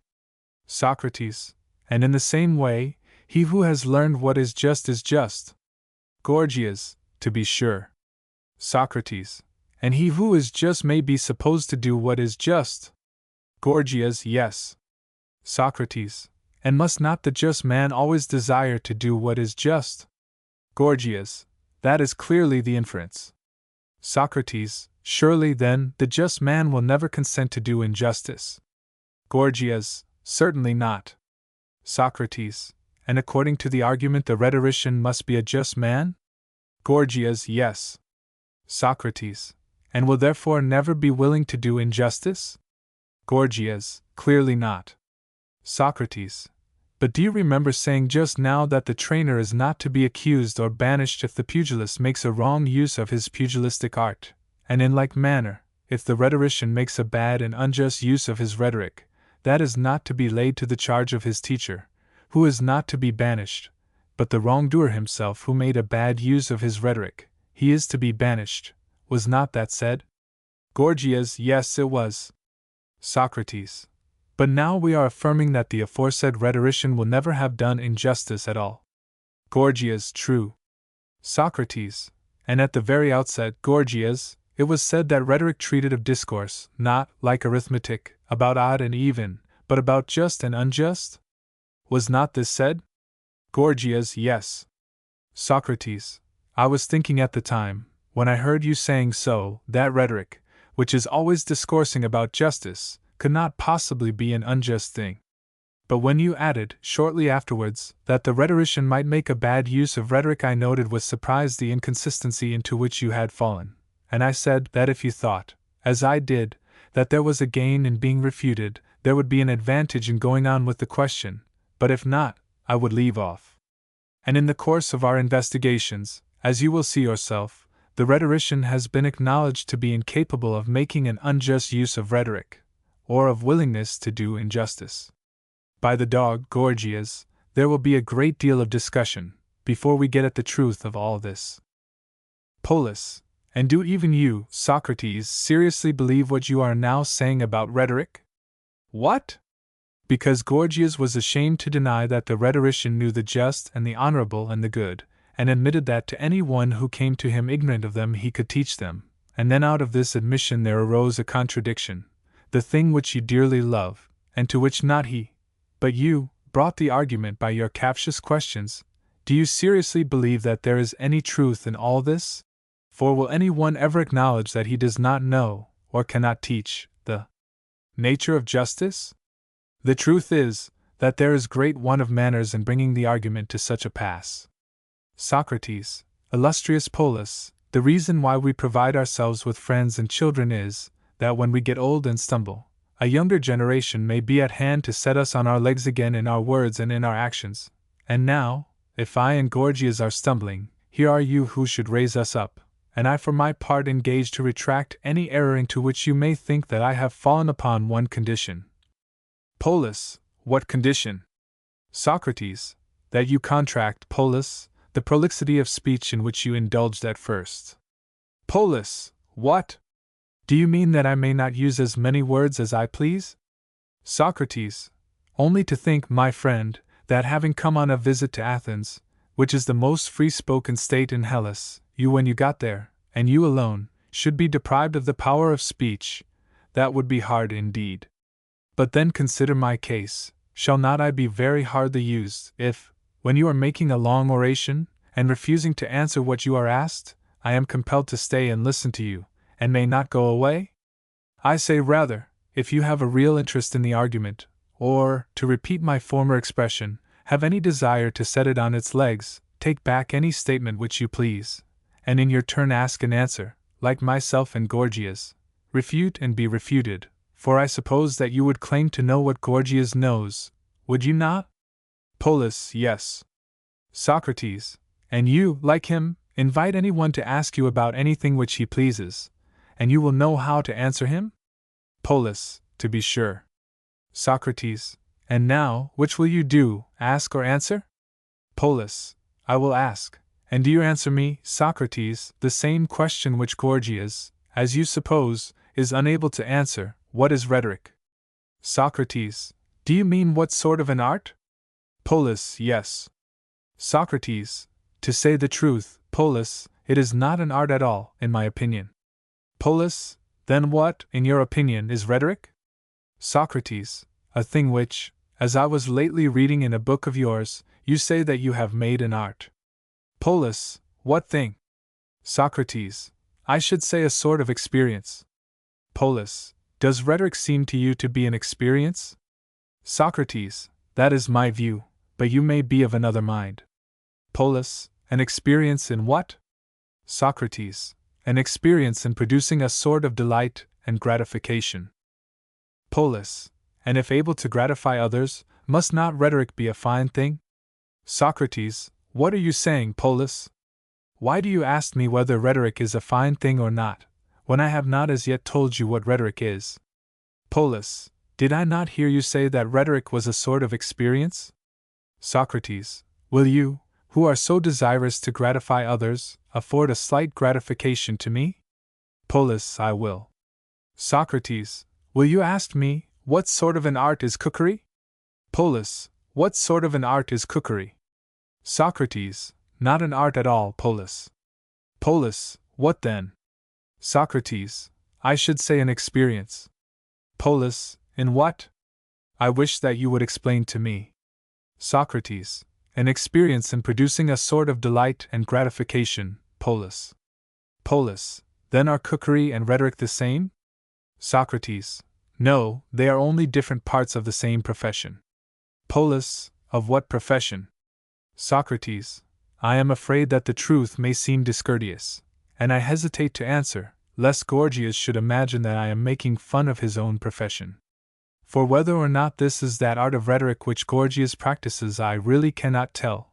From what he was just now saying, nothing appeared of what he thought of his art, but the rhetoric which I mean is a part of a not very creditable whole.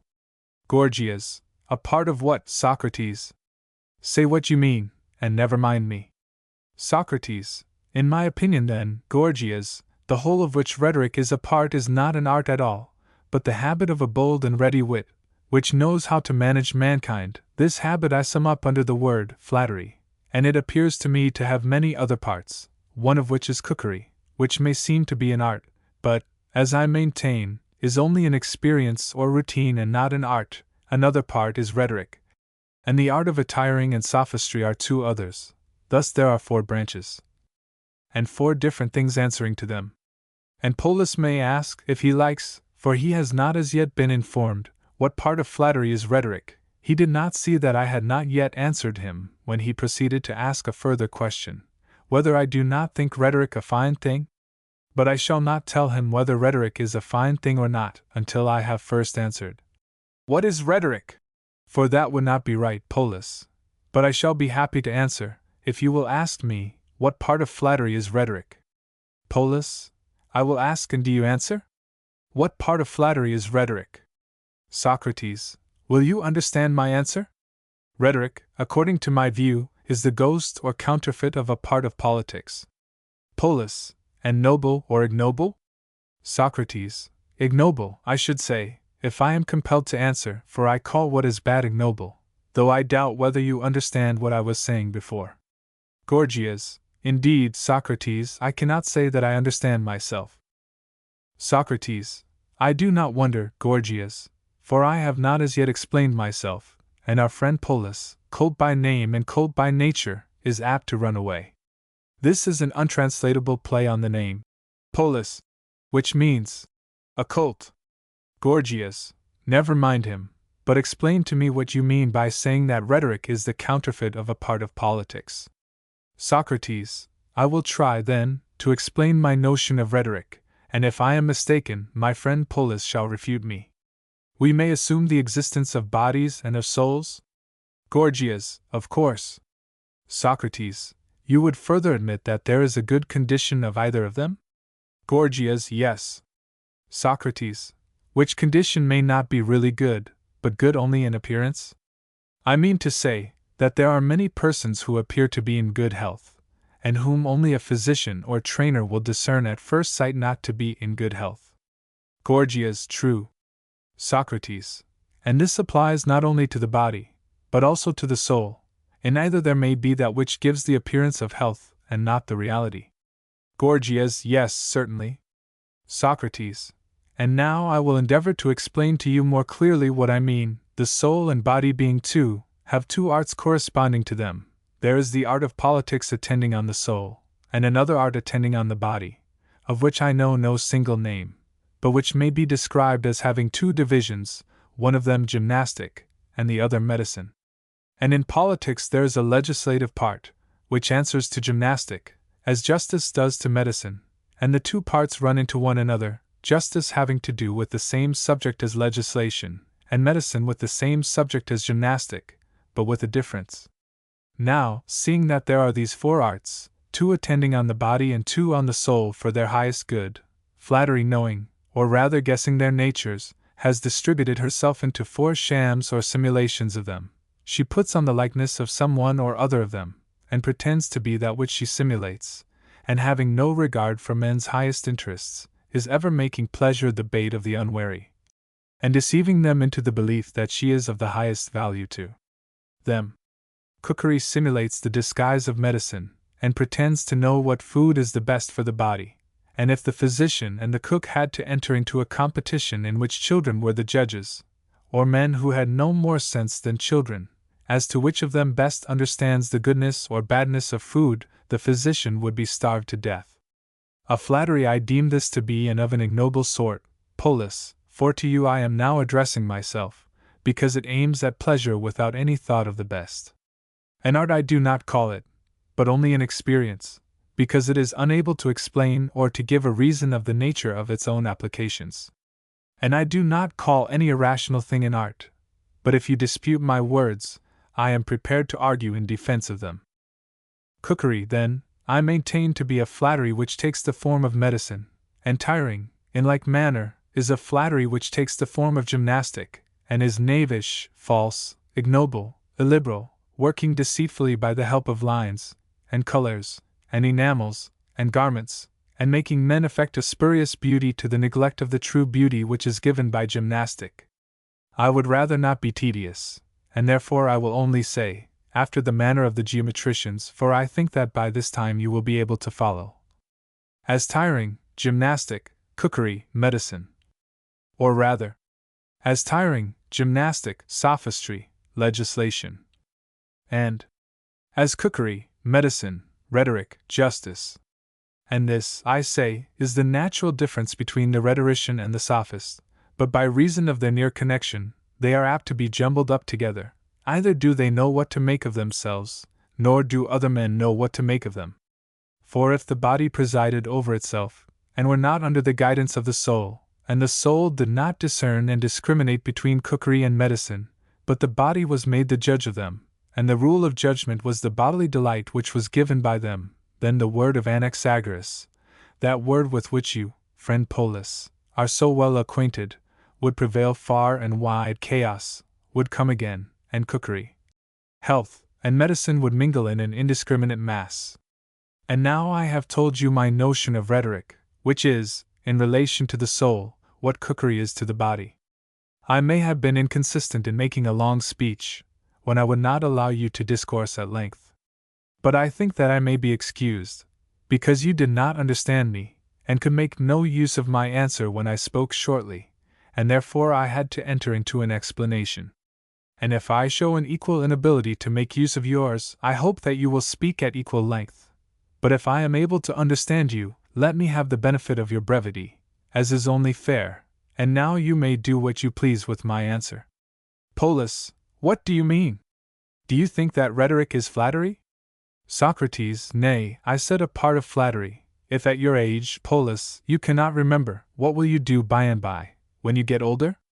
Polus, and are the good rhetoricians meanly regarded in states, under the idea that they are flatterers? Socrates, is that a question or the beginning of a speech? Polus, I am asking a question. Socrates, then my answer is, that they are not regarded at all. Polus, how not regarded? Have they not very great power in states? Socrates, not if you mean to say that power is a good to the possessor.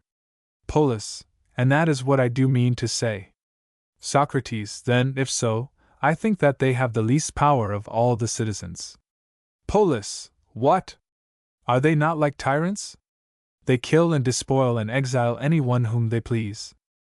Socrates, by the dog, Polus, I cannot make out at each deliverance of yours, whether you are giving an opinion of your own, or asking a question of me. Polus, I am asking a question of you. Socrates, yes, my friend, but you ask 2 questions at once. Polus, how 2 questions? Socrates, why, did you not say just now that the rhetoricians are like tyrants, and that they kill and despoil or exile any one whom they please? Polus, I did. Socrates, Well then, I say to you that here are two questions in one, and I will answer both of them. And I tell you, Polus, that rhetoricians and tyrants have the least possible power in states, as I was just now saying, for they do literally nothing which they will, but only what they think best. Polus, and is not that a great power? Socrates, Polus has already said the reverse? Polus said the reverse. Nay, that is what I assert. Socrates, no, by the great, what do you call him? Not you, for you say that power is a good to him who has the power. Polus, I do. Socrates, and would you maintain that if a fool does what he thinks best, this is a good, and would you call this great power? Polus, I should not. Socrates, then you must prove that the rhetorician is not a fool, and that rhetoric is an art, and not a flattery, and so you will have refuted me. But if you leave me unrefuted, why, the rhetoricians who do what they think best in states, and the tyrants, will have nothing upon which to congratulate themselves, if, as you say, power be indeed a good, admitting at the same time that what is done without sense is an evil. Polus, yes, I admit that. Socrates, how then can the rhetoricians or the tyrants have great power in states, unless Polus can refute Socrates, and prove to him that they do as they will? Polus, this fellow. Socrates, I say that they do not do as they will, now refute me. Polus, why, have you not already said that they do as they think best? Socrates, and I say so still. Polus, then surely they do as they will? Socrates, I deny it. Polus, but they do what they think best. Socrates, I. Polus, that, Socrates, is monstrous and absurd. Socrates, good words, good Polus, as I may say in your own peculiar style. But if you have any questions to ask of me, either prove that I am in error or give the answer yourself. Polus, very well, I am willing to answer that I may know what you mean. Socrates, do men appear to you to will that which they do, or to will that further and for the sake of which they do a thing? When they take medicine, for example, at the bidding of a physician, do they will the drinking of the medicine which is painful, or the health for the sake of which they drink? Polus, clearly, the health. Socrates, and when men go on a voyage or engage in business, they do not will that which they are doing at the time, for who would desire to take the risk of a voyage or the trouble of business? But they will, to have the wealth for the sake of which they go on a voyage. Polus, certainly. Socrates, and is not this universally true? If a man does something for the sake of something else, he wills not that which he does, but that for the sake of which he does it. Polus, yes. Socrates, and are not all things either good or evil, or intermediate and indifferent? Polus, to be sure, Socrates. Socrates, wisdom and health and wealth and the like you would call goods, and their opposites evils? Polus, I should.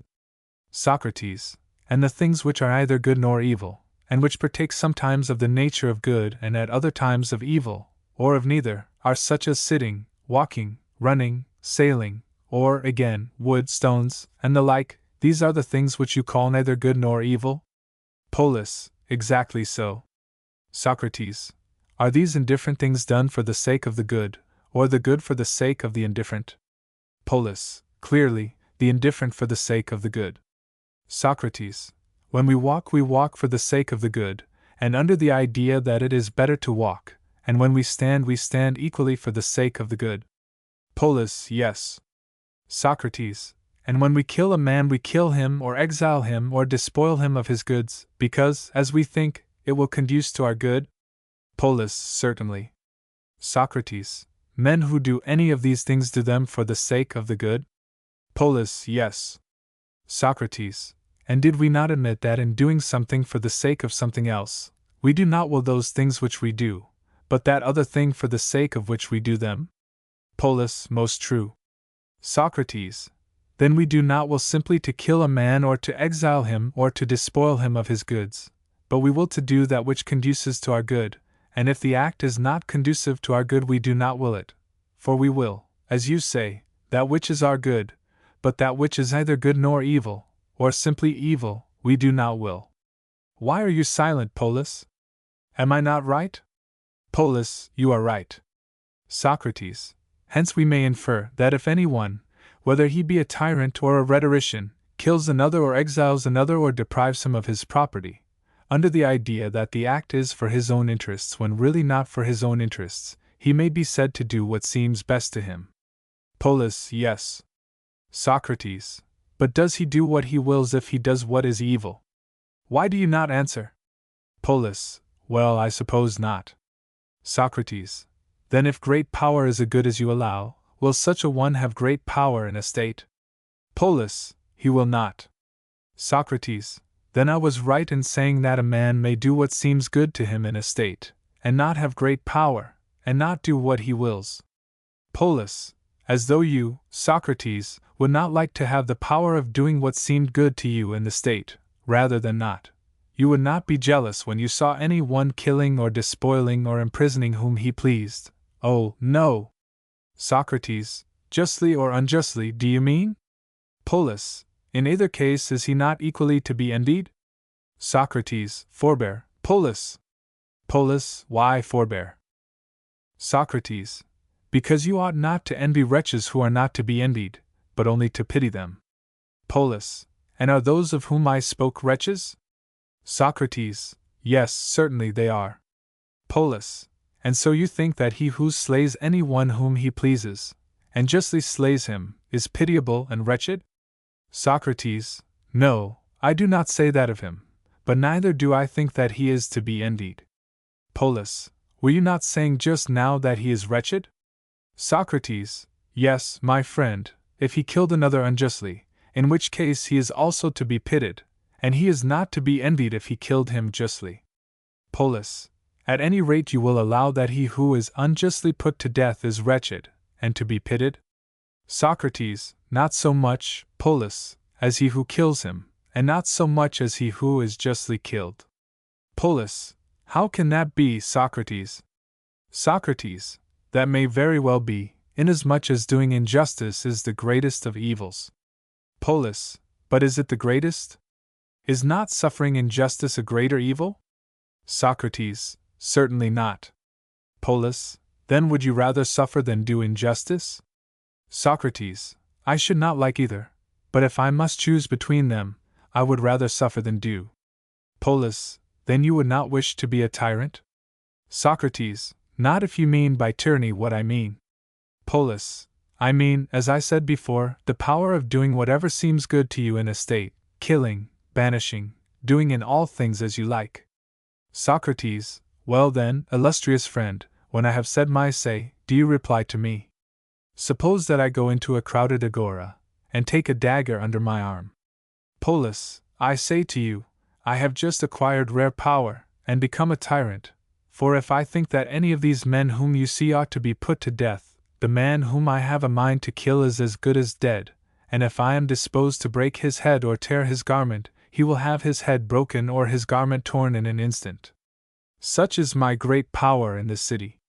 And if you do not believe me, and I show you the dagger, you would probably reply, Socrates, in that sort of way any one may have great power. He may burn any house which he pleases, and the docks and triremes of the Athenians, and all their other vessels, whether public or private. But can you believe that this mere doing as you think best is great power? Polus: Certainly not such doing as this. Socrates: But can you tell me why you disapprove of such a power? Polus: I can. Socrates: Why then? Polus: Why, because he who did as you say would be certain to be punished. Socrates: And punishment is an evil? Polus: Certainly.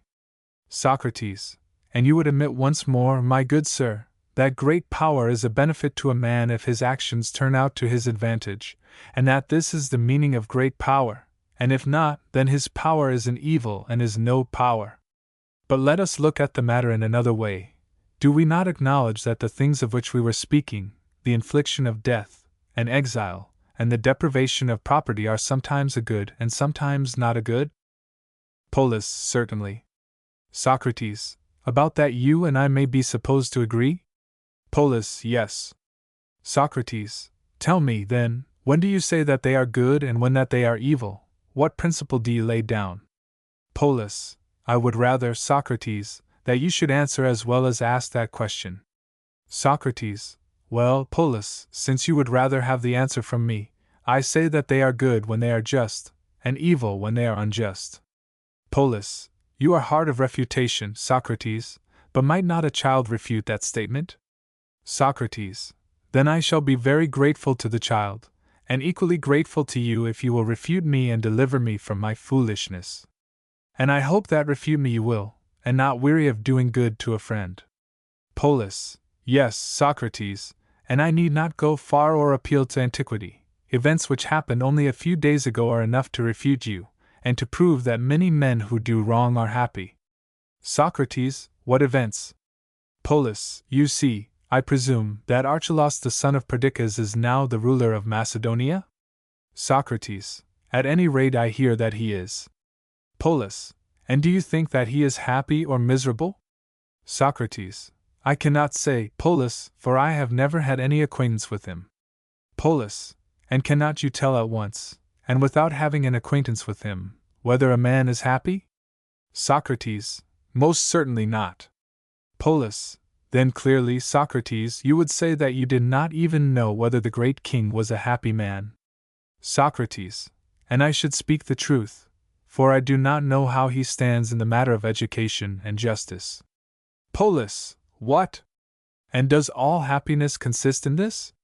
Socrates: Yes, indeed, Polus, that is my doctrine. The men and women who are gentle and good are also happy, as I maintain, and the unjust and evil are miserable. Polus: Then, according to your doctrine, the said Archelaus is miserable? Socrates: Yes, my friend, if he is wicked. Polus: That he is wicked I cannot deny, for he had no title at all to the throne which he now occupies, he being only the son of a woman who was the slave of Alcetas the brother of Perdiccas. He himself therefore in strict right was the slave of Alcetas, and if he had meant to do rightly he would have remained his slave, and then, according to your doctrine, he would have been happy. But now he is unspeakably miserable, for he has been guilty of the greatest crimes. In the first place he invited his uncle and master, Alcetas, to come to him, under the pretense that he would restore to him the throne which Perdiccas has usurped, and after entertaining him and his son Alexander, who was his own cousin, and nearly of an age with him, and making them drunk, he threw them into a wagon and carried them off by night, and slew them, and got both of them out of the way. And when he had done all this wickedness, he never discovered that he was the most miserable of all men, and was very far from repenting. Shall I tell you how he showed his remorse? He had a younger brother, a child of 7 years old, who was the legitimate son of Perdiccas, and to him of right the kingdom belonged. Archelaus, however, had no mind to bring him up as he ought, and restore the kingdom to him. That was not his notion of happiness. But not long afterwards he threw him into a well and drowned him, and declared to his mother Cleopatra that he had fallen in while running after a goose, and had been killed. And now, as he is the greatest criminal of all the Macedonians, he may be supposed to be the most miserable and not the happiest of them, and I dare say that there are many Athenians, and you would be at the head of them, who would rather be any other Macedonian than Archelaus. Socrates: I praised you at first, Polus, for being a rhetorician rather than a reasoner. And this, as I suppose, is the sort of argument with which you fancy that a child might refute me, and by which I stand refuted when I say that the unjust man is not happy. But, my good friend, where is the refutation? I cannot admit a word which you have been saying.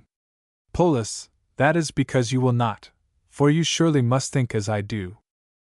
Socrates: Not so, my simple friend, but because you will refute me after the manner which rhetoricians practice in courts of law.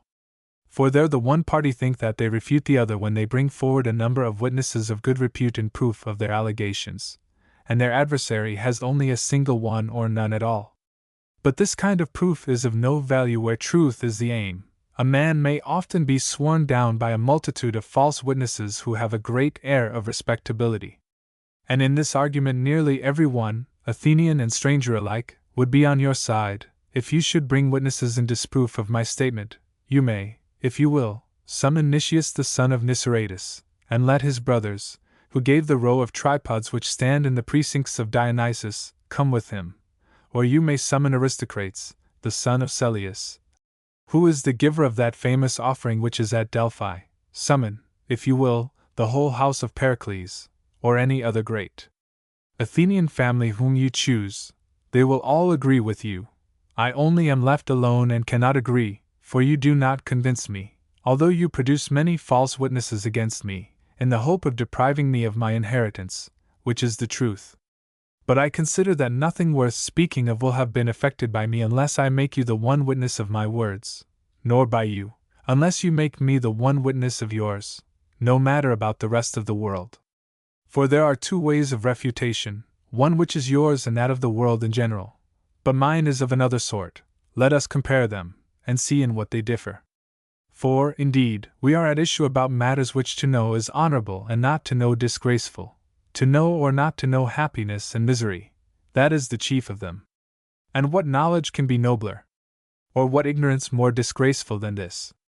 And therefore I will begin by asking you whether you do not think that a man who is unjust and doing injustice can be happy, seeing that you think Archelaus unjust, and yet happy? May I assume this to be your opinion? Polus, certainly. Socrates, but I say that this is an impossibility. Here is one point about which we are at issue. Very good. And do you mean to say also that if he meets with retribution and punishment he will still be happy? Polus, certainly not. In that case he will be most miserable. Socrates, on the other hand, if the unjust be not punished, then, according to you, he will be happy? Polus, yes. Socrates, but in my opinion, Polus, the unjust or doer of unjust actions is miserable in any case, more miserable, however, if he be not punished and does not meet with retribution, and less miserable if he be punished and meets with retribution at the hands of gods and men. Polus, you are maintaining a strange doctrine, Socrates. Socrates, I shall try to make you agree with me, O my friend, for as a friend I regard you. Then these are the points at issue between us, are they not? I was saying that to do is worse than to suffer injustice. Polus, exactly so. Socrates, and you said the opposite? Polus, yes. Socrates, I said also that the wicked are miserable, and you refuted me? Polus, by Zeus, I did. Socrates, in your own opinion, Polus. Polus, yes, and I rather suspect that I was in the right.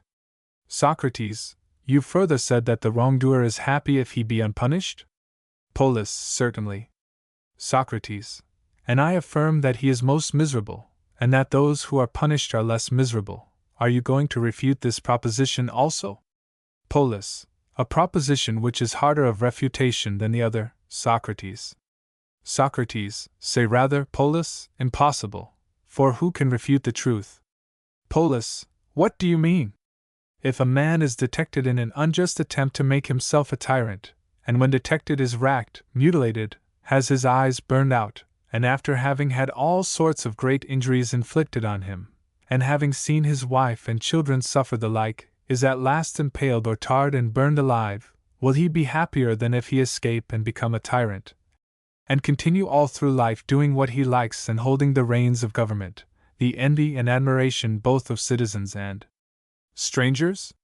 Is that the paradox which, as you say, cannot be refuted?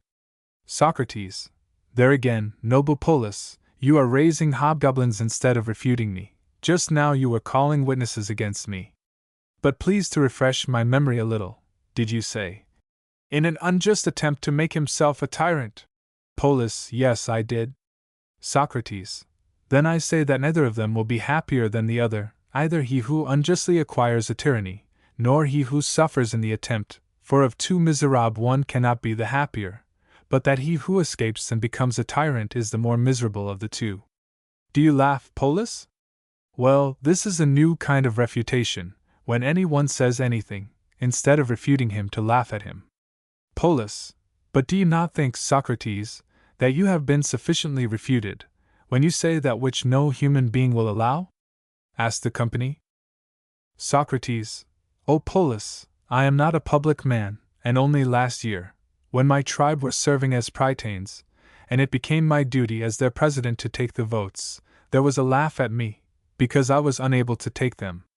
And as I failed then, You must not ask me to count the suffrages of the company now, but if, as I was saying, you have no better argument than numbers, let me have a turn, and do you make trial of the sort of proof which, as I think, is required, for I shall produce one witness only of the truth of my words, and he is the person with whom I am arguing. His suffrage I know how to take. But with the many I have nothing to do, and do not even address myself to them. May I ask then whether you will answer in turn and have your words put to the proof? For I certainly think that I and you and every man do really believe that to do is a greater evil than to suffer injustice, and not to be punished than to be punished. Polus, and I should say either I, nor any man, would you yourself, for example, suffer rather than do injustice? Socrates, yes, and you, too, I or any man would. Polus, quite the reverse, either you, nor I, nor any man. Socrates, but will you answer? Polus, to be sure I will, for I am curious to hear what you can have to say. Socrates, tell me, then, and you will know, and let us suppose that I am beginning at the beginning, which of the two, Polus, in your opinion, is the worst, to do injustice or to suffer? Polus, I should say that suffering was worst. Socrates, and which is the greater disgrace? Answer. Polus, to do. Socrates, and the greater disgrace is the greater evil? Polus, certainly not. Socrates, I understand you to say, if I am not mistaken, that the honorable is not the same as the good, or the disgraceful as the evil? Polus, certainly not. Socrates, let me ask a question of you. When you speak of beautiful things, such as bodies, colors, figures, sounds, institutions, do you not call them beautiful in reference to some standard? Bodies, for example, are beautiful in proportion as they are useful, or as the sight of them gives pleasure to the spectators. Can you give any other account of personal beauty? Polus, I cannot. Socrates, and you would say of figures or colors generally that they were beautiful, either by reason of the pleasure which they give, or of their use, or of both? Polus, yes, I should. Socrates, and you would call sounds and music beautiful for the same reason? Polus, I should. Socrates, laws and institutions also have no beauty in them except in so far as they are useful or pleasant or both? Polus, I think not. Socrates, and may not the same be said of the beauty of knowledge? Polus, to be sure, Socrates, and I very much approve of your measuring beauty by the standard of pleasure and utility. Socrates, and deformity or disgrace may be equally measured by the opposite standard of pain and evil? Polus, certainly. Socrates, then when of two beautiful things one exceeds in beauty, the measure of the excess is to be taken in one or both of these, that is to say, in pleasure or utility or both? Polus, very true. Socrates, and of two deformed things, that which exceeds in deformity or disgrace, exceeds either in pain or evil, must it not be so? Polus, yes. Socrates, but then again, what was the observation which you just now made, about doing and suffering wrong? Did you not say that suffering wrong was more evil, and doing wrong more disgraceful?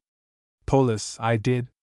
Socrates, then, if doing wrong is more disgraceful than suffering, the more disgraceful must be more painful and must exceed in pain or in evil or both. Does not that also follow? Polus, of course. Socrates, first, then, let us consider whether the doing of injustice exceeds the suffering and the consequent pain. Do the injurers suffer more than the injured? Polus, no, Socrates, certainly not. Socrates, then they do not exceed in pain? Polus, no. Socrates, but if not in pain, then not in both? Polus, certainly not. Socrates, then they can only exceed in the other? Polus, yes. Socrates, that is to say, in evil? Polus, true. Socrates, then doing injustice will have an excess of evil, and will therefore be a greater evil than suffering injustice. Polus, clearly. Socrates, but have not you and the world already agreed that to do injustice is more disgraceful than to suffer? Polus, yes. Socrates, and that is now discovered to be more evil? Polus, true. Socrates, And would you prefer a greater evil or a greater dishonor to a less one? Answer, Polus, and fear not, for you will come to no harm if you nobly resign yourself into the healing hand of the argument as to a physician without shrinking, and either say, yes, or no, to me. Polus, I should say, no. Socrates, would any other man prefer a greater to a less evil? Polus, no, not according to this way of putting the case, Socrates. Socrates, then I said truly, Polus, that neither you, nor I, nor any man, would rather do than suffer injustice, for to do injustice is the greater evil of the two. Polus, that is the conclusion. Socrates, you see, Polus, when you compare the two kinds of refutations, how unlike they are. All men, with the exception of myself, are of your way of thinking, but your single assent and witness are enough for me. I have no need of any other, I take your suffrage, and am regardless of the rest. Enough of this, and now let us proceed to the next question, which is, whether the greatest of evils to a guilty man is to suffer punishment, as you supposed, or whether to escape punishment is not a greater evil, as I supposed. Consider, you would say that to suffer punishment is another name for being justly corrected when you do wrong? Polus, I should. Socrates, and would you not allow that all just things are honorable in so far as they are just? Please to reflect, and tell me your opinion. Polus, yes, Socrates, I think that they are. Socrates, consider again, where there is an agent, must there not also be a patient? Polus, I should say so.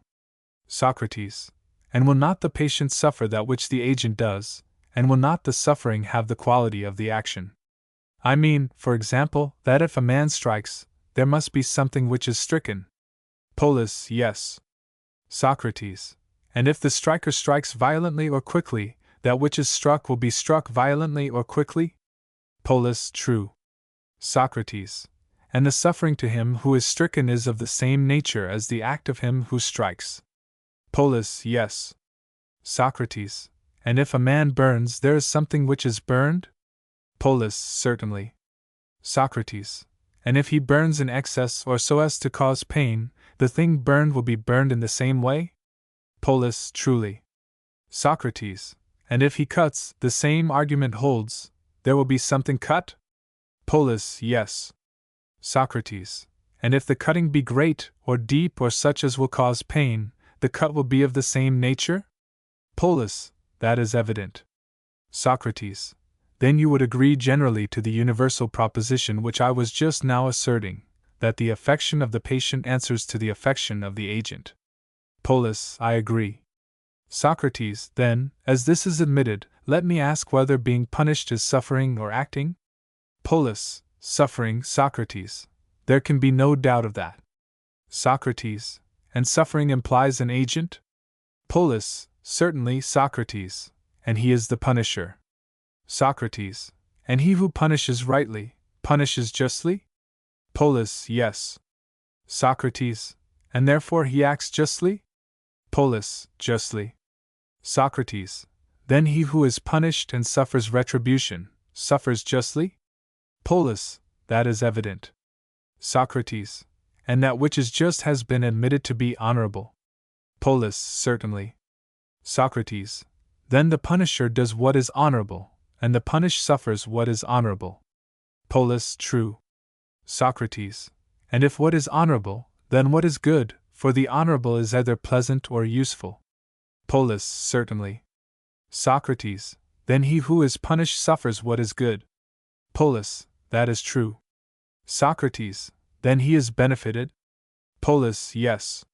Socrates, do I understand you to mean what I mean by the term, benefited? I mean that if he be justly punished his soul is improved. Polus, surely. Socrates, then he who is punished is delivered from the evil of his soul. Polus, yes. Socrates, and is he not then delivered from the greatest evil? Look at the matter in this way. In respect of a man's estate, do you see any greater evil than poverty? Polus, there is no greater evil. Socrates, again, in a man's bodily frame, you would say that the evil is weakness and disease and deformity? Polus, I should. Socrates, And do you not imagine that the soul likewise has some evil of her own? Polus, of course. Socrates, and this you would call injustice and ignorance and cowardice, and the like? Polus, certainly.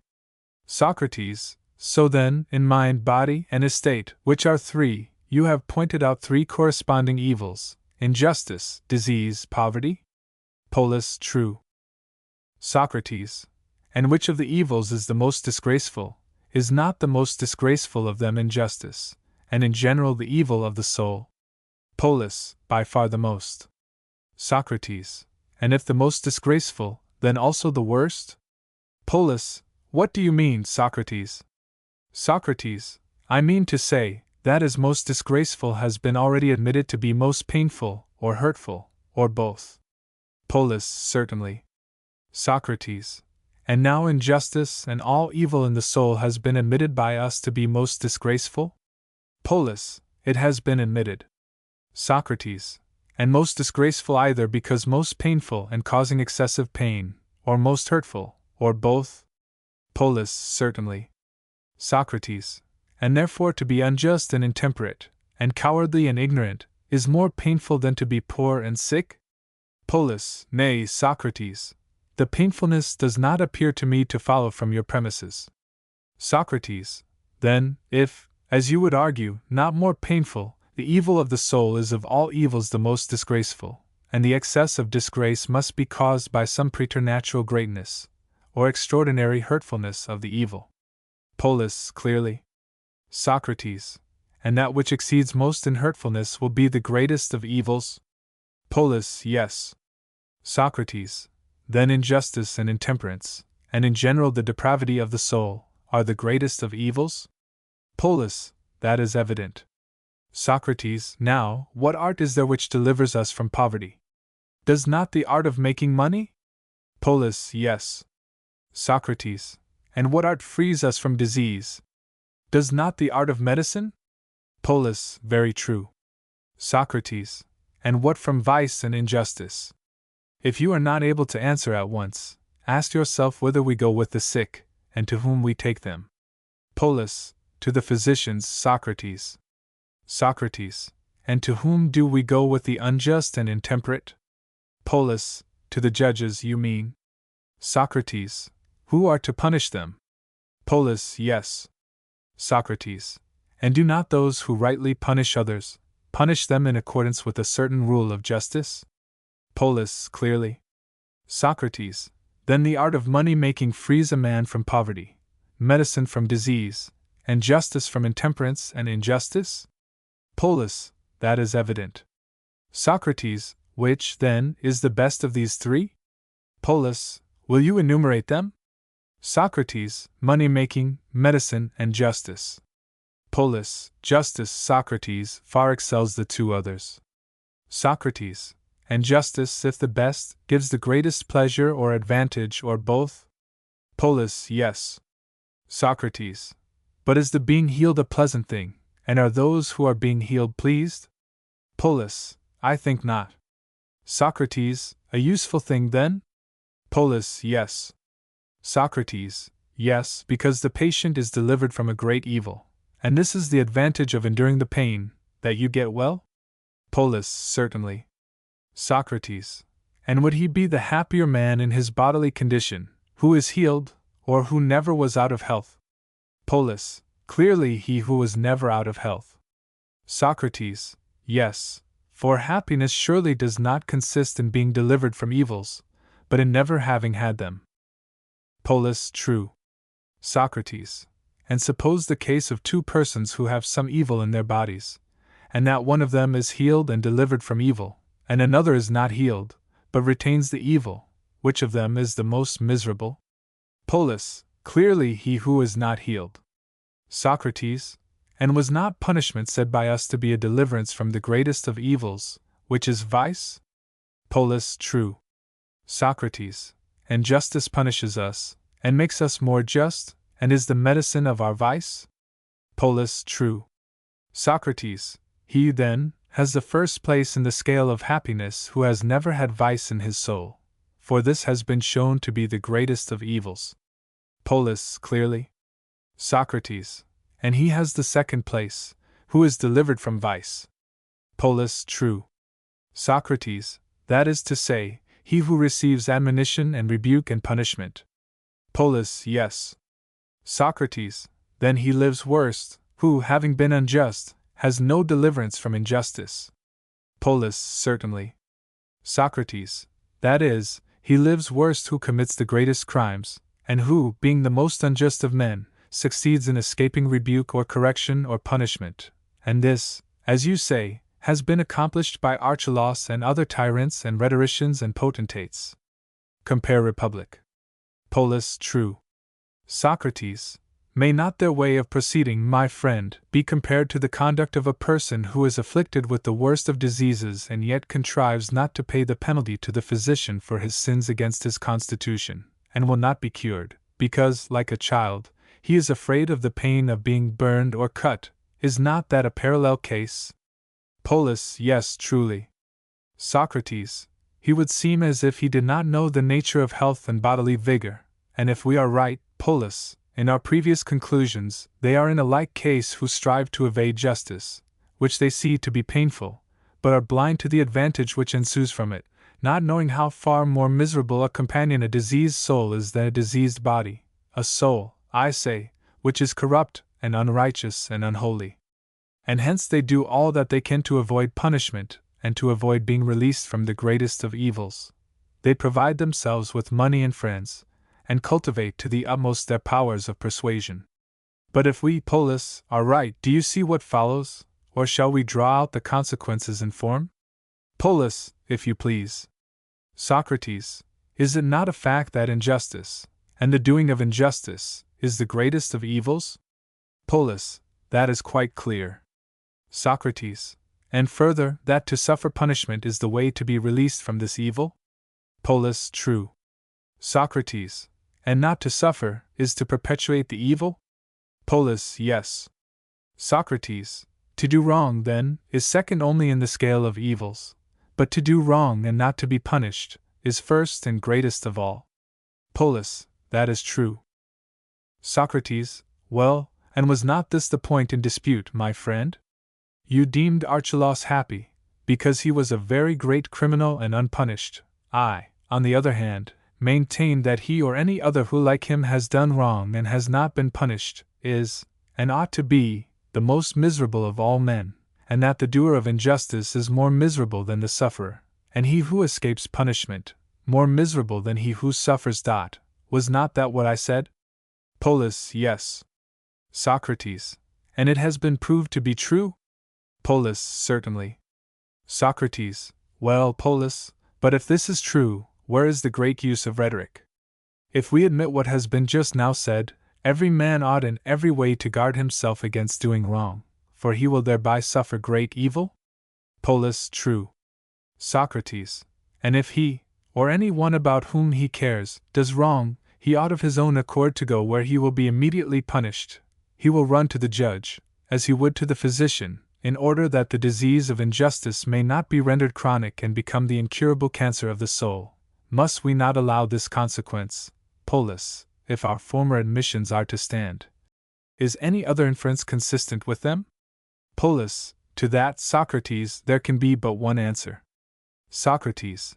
Then rhetoric is of no use to us, Polus, in helping a man to excuse his own injustice, that of his parents or friends, or children or country, but may be of use to any one who holds that instead of excusing he ought to accuse, himself above all, and in the next degree his family or any of his friends who may be doing wrong, he should bring to light the iniquity and not conceal it. That so the wrongdoer may suffer and be made whole, and he should even force himself and others not to shrink, but with closed eyes like brave men to let the physician operate with knife or searing iron, not regarding the pain, in the hope of attaining the good and the honorable. Let him who has done things worthy of stripes, allow himself to be scourged, if of bonds, to be bound, if of a fine, to be fined, if of exile, to be exiled, if of death, to die, himself being the first to accuse himself and his own relations, and using rhetoric to this end, that his and their unjust actions may be made manifest, and that they themselves may be delivered from injustice, which is the greatest evil. Then, Polus, rhetoric would indeed be useful. Do you say yes or no to that? Polus, to me, Socrates, what you are saying appears very strange, though probably in agreement with your premises. Socrates, is not this the conclusion, if the premises are not disproven? Polus, yes, it certainly is. Socrates, and from the opposite point of view, if indeed it be our duty to harm another, whether an enemy or not, I accept the case of self-defense, then I have to be upon my guard. But if my enemy injures a third person, then in every sort of way, by word as well as deed, I should try to prevent his being punished, or appearing before the judge, and if he appears, I should contrive that he should escape. And not suffer punishment. If he has stolen a sum of money, let him keep what he has stolen, and spend it on him and his, regardless of religion and justice. And if he have done things worthy of death, let him not die, but rather be immortal in his wickedness. Or if this is not possible, let him at any rate be allowed to live as long as he can. For such purposes, Polus, rhetoric may be useful, but is of small if of any use to him who is not intending to commit injustice. At least, there was no such use discovered by us in the previous discussion. Callicles, tell me, Chaerephon, is Socrates in earnest, or is he joking? Chaerephon, I should say, Callicles, that he is in most profound earnest, but you may well ask him. Callicles, by the gods, and I will. Tell me, Socrates, are you in earnest or only in jest? For if you are in earnest, and what you say is true, is not the whole of human life turned upside down, and are we not doing, as would appear, in everything the opposite of what we ought to be doing? Socrates, O Callicles, if there were not some community of feelings among mankind, however varying in different persons, I mean to say, if every man's feelings were peculiar to himself and were not shared by the rest of his species, I do not see how we could ever communicate our impressions to one another. I make this remark because I perceive that you and I have a common feeling. For we are lovers both, and both of us have two loves apiece. I am the lover of Alcibiades, the son of Cleinias, and of philosophy, and you of the Athenian Demas, and of Demas the son of Pyrilampus. Now I observe that you, with all your cleverness, do not venture to contradict your favorite in any word or opinion of his, but as he changes you change, backwards and forwards. When the Athenian Demas denies anything that you are saying in the assembly, you go over to his opinion, and you do the same with Demas, the fair young son of Pyrilampus. For you have not the power to resist the words and ideas of your loves, and if a person were to express surprise at the strangeness of what you say from time to time when under their influence, you would probably reply to him, if you were honest, that you cannot help saying what your loves say unless they are prevented, and that you can only be silent when they are. Now you must understand that my words are an echo too, and therefore you need not wonder at me. But if you want to silence me, silence philosophy, who is my love, for she is always telling me what I am now telling you, my friend. Either is she capricious like my other love, for the son of Cleinias says one thing today and another thing tomorrow, but philosophy is always true. She is the teacher at whose words you are now wondering, and you have heard her yourself. Her you must refute, and either show, as I was saying, that to do injustice and to escape punishment is not the worst of all evils. Or, if you leave her word unrefuted, by the dog the god of Egypt, I declare, O Callicles, that Callicles will never be at one with himself, but that his whole life will be a discord. And yet, my friend, I would rather that my lyre should be inharmonious, and that there should be no music in the chorus which I provided, or that the whole world should be at odds with me, and oppose me, rather than that I myself should be at odds with myself, and contradict myself. Callicles, O Socrates, you are a regular declaimer, and seem to be running riot in the argument. And now you are declaiming in this way because Polus has fallen into the same error himself of which he accused Gorgias, for he said that when Gorgias was asked by you, whether, if someone came to him who wanted to learn rhetoric, and did not know justice, he would teach him justice, Gorgias in his modesty replied that he would, because he thought that mankind in general would be displeased if he answered, no. And then in consequence of this admission, Gorgias was compelled to contradict himself, that being just the sort of thing in which you delight. Whereupon Polus laughed at you deservedly, as I think, but now he has himself fallen into the same trap. I cannot say very much for his wit when he conceded to you that to do is more dishonorable than to suffer injustice, for this was the admission which led to his being entangled by you, and because he was too modest to say what he thought, he had his mouth stopped. For the truth is, Socrates, that you, who pretend to be engaged in the pursuit of truth, are appealing now to the popular and vulgar notions of right, which are not natural, but only conventional. Convention and nature are generally at variance with one another, and hence, if a person is too modest to say what he thinks, he is compelled to contradict himself, and you, in your ingenuity perceiving the advantage to be thereby gained, slyly ask of him who is arguing conventionally a question which is to be determined by the rule of nature, and if he is talking of the rule of nature, you slip away to custom, as, for instance, you did in this very discussion about doing and suffering injustice.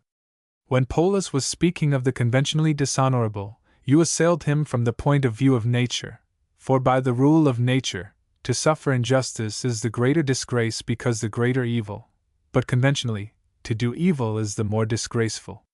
For the suffering of injustice is not the part of a man, but of a slave, who indeed had better die than live, since when he is wronged and trampled upon, he is unable to help himself, or any other about whom he cares. The reason, as I conceive, is that the makers of laws are the majority who are weak, and they make laws and distribute praises and censures with a view to themselves and to their own interests, and they terrify the stronger sort of men, and those who are able to get the better of them, in order that they may not get the better of them, and they say that dishonesty is shameful and unjust, meaning, by the word injustice, the desire of a man to have more than his neighbors, foreknowing their own inferiority. I suspect that they are too glad of equality. And therefore the endeavor to have more than the many is conventionally said to be shameful and unjust, and is called injustice, compare Republic, whereas nature herself intimates that it is just for the better to have more than the worse, the more powerful than the weaker, and in many ways she shows, among men as well as among animals, and indeed among whole cities and races, that justice consists in the superior ruling over and having more than the inferior. For on what principle of justice did Xerxes invade Hellas, or his father the Scythians? Not to speak of numberless other examples. Nay, but these are the men who act according to nature, yes, by heaven, and according to the law of nature, not, perhaps, according to that artificial law, which we invent and impose upon our fellows, of whom we take the best and strongest from their youth upwards, and tame them like young lions, charming them with the sound of the voice, and saying to them, that with equality they must be content, and that the equal is the honorable and the just. But if there were a man who had sufficient force, he would shake off and break through, and escape from all this.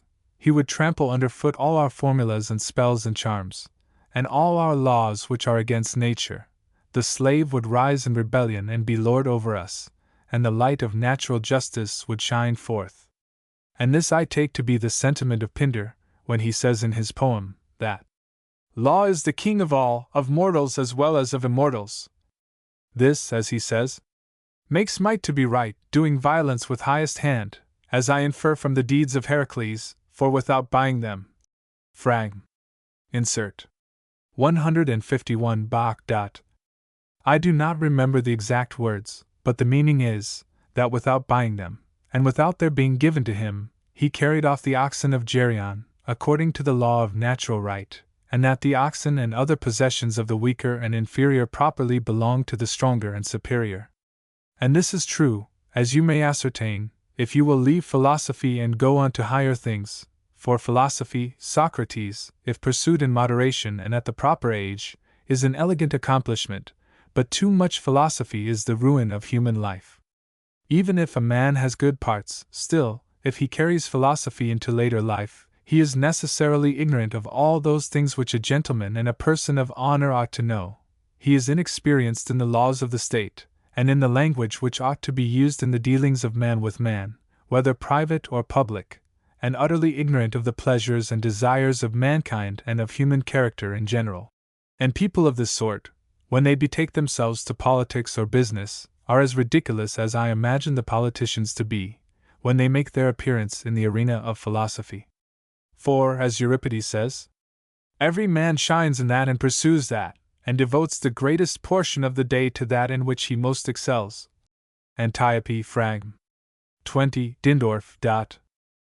But anything in which he is inferior, he avoids and depreciates, and praises the opposite from partiality to himself, and because he thinks that he will thus praise himself. The true principle is to unite them. Philosophy, as a part of education, is an excellent thing, and there is no disgrace to a man while he is young in pursuing such a study. But when he is more advanced in years, the thing becomes ridiculous, and I feel towards philosophers as I do towards those who lisp and imitate children. For I love to see a little child, who is not of an age to speak plainly, lisping at his play.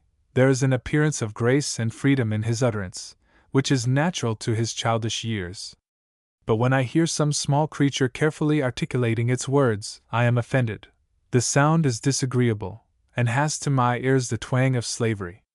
So when I hear a man lisping, or see him playing like a child, his behavior appears to me ridiculous and unmanly and worthy of stripes. And I have the same feeling about students of philosophy. When I see a youth thus engaged, the study appears to me to be in character, and becoming a man of liberal education, and him who neglects philosophy I regard as an inferior man, who will never aspire to anything great or noble. But if I see him continuing the study in later life, and not leaving off, I should like to beat him, Socrates, for, as I was saying, such a one, even though he have good natural parts, becomes effeminate. He flies from the busy center and the marketplace, in which, as the poet says, men become distinguished. He creeps into a corner for the rest of his life, and talks in a whisper with 3 or 4 admiring youths, but never speaks out like a freeman in a satisfactory manner. Now I, Socrates, am very well inclined towards you, and my feeling may be compared with that of Zethus towards Amphion, in the play of Euripides, whom I was mentioning just now, for I am disposed to say to you much what Zethus said to his brother, that you, Socrates, are careless about the things of which you ought to be careful, and that you, who have a soul so noble, are remarkable for a puerile exterior. Either in a court of justice could you state a case, or give any reason or proof, or offer valiant counsel on another's behalf. And you must not be offended, my dear Socrates, for I am speaking out of goodwill towards you, if I ask whether you are not ashamed of being thus defenseless, which I affirm to be the condition not of you only but of all those who will carry the study of philosophy too far. For suppose that someone were to take you, or any one of your sort, off to prison, declaring that you had done wrong when you had done no wrong, you must allow that you would not know what to do. There you would stand giddy and gaping, and not having a word to say, and when you went up before the court, even if the accuser were a poor creature and not good for much, you would die if he were disposed to claim the penalty of death. And yet, Socrates, what is the value of who is helpless, and has no power to save either himself or others, when he is in the greatest danger and is going to be despoiled by his enemies of all his goods, and has to live, simply deprived of his rights of citizenship, he being a man who, if I may use the expression, may be boxed on the ears with impunity? Then, my good friend, take my advice, and refute no more. Learn the philosophy of business, and acquire the reputation of wisdom. But leave to others these niceties, whether they are to be described as follies or absurdities. For they will only give you poverty for the inmate of your dwelling. Cease, then, emulating these paltry splitters of words, and emulate only the man of substance and honor, who is well to do. Socrates, if my soul, Callicles, were made of gold, should I not rejoice to discover one of those stones with which they test gold, and the very best possible one to which I might bring my soul? And if the stone and I agreed in approving of her training, then I should know that I was in a satisfactory state, and that no other test was needed by me. Callicles, what is your meaning, Socrates? Socrates, I will tell you. I think that I have found in you the desired touchstone. Callicles, why? Socrates, because I am sure that if you agree with me in any of the opinions which my soul forms, I have at last found the truth indeed. For I consider that if a man is to make a complete trial of the good or evil of the soul, he ought to have 3 qualities, knowledge, goodwill, outspokenness, which are all possessed by you.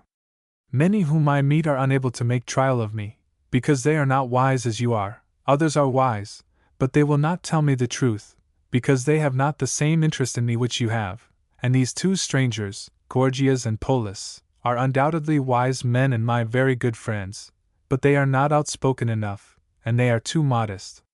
Why, their modesty is so great that they are driven to contradict themselves, first one and then the other of them, in the face of a large company, on matters of the highest moment.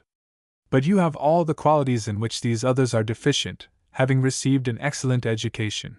To this many Athenians can testify. And you are my friend. Shall I tell you why I think so? I know that you, Callicles, and Tisander of Aphene, and Andron the son of Androtion, and Nausicides of the Demi of Collarges studied together. There were 4 of you, and I once heard you advising with one another as to the extent to which the pursuit of philosophy should be carried, and, as I know, you came to the conclusion that the study should not be pushed too much into detail. You were cautioning one another not to be overwise. You were afraid that too much wisdom might unconsciously to yourselves be the ruin of you. And now when I hear you giving the same advice to me which you then gave to your most intimate friends, I have a sufficient evidence of your real goodwill to me. And of the frankness of your nature and freedom from modesty I am assured by yourself, and the assurance is confirmed by your last speech. Well then, the inference in the present case clearly is, that if you agree with me in an argument about any point, that point will have been sufficiently tested by us, and will not require to be submitted to any further test. For you could not have agreed with me, either from lack of knowledge or from superfluity of modesty, nor yet from a desire to deceive me, for you are my friend, as you tell me yourself. And therefore when you and I are agreed, the result will be the attainment of perfect truth. Now there is no nobler inquirer, Callicles, than that which you censure me for making. What ought the character of a man to be, and what his pursuits, and how far is he to go, both in mature years and in youth? For be assured that if I err in my own conduct I do not err intentionally, but from ignorance.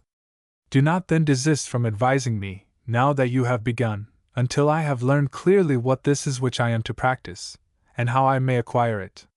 And if you find me assenting to your words, and hereafter not doing that to which I assented, call me dolt, and deem me unworthy of receiving further instruction.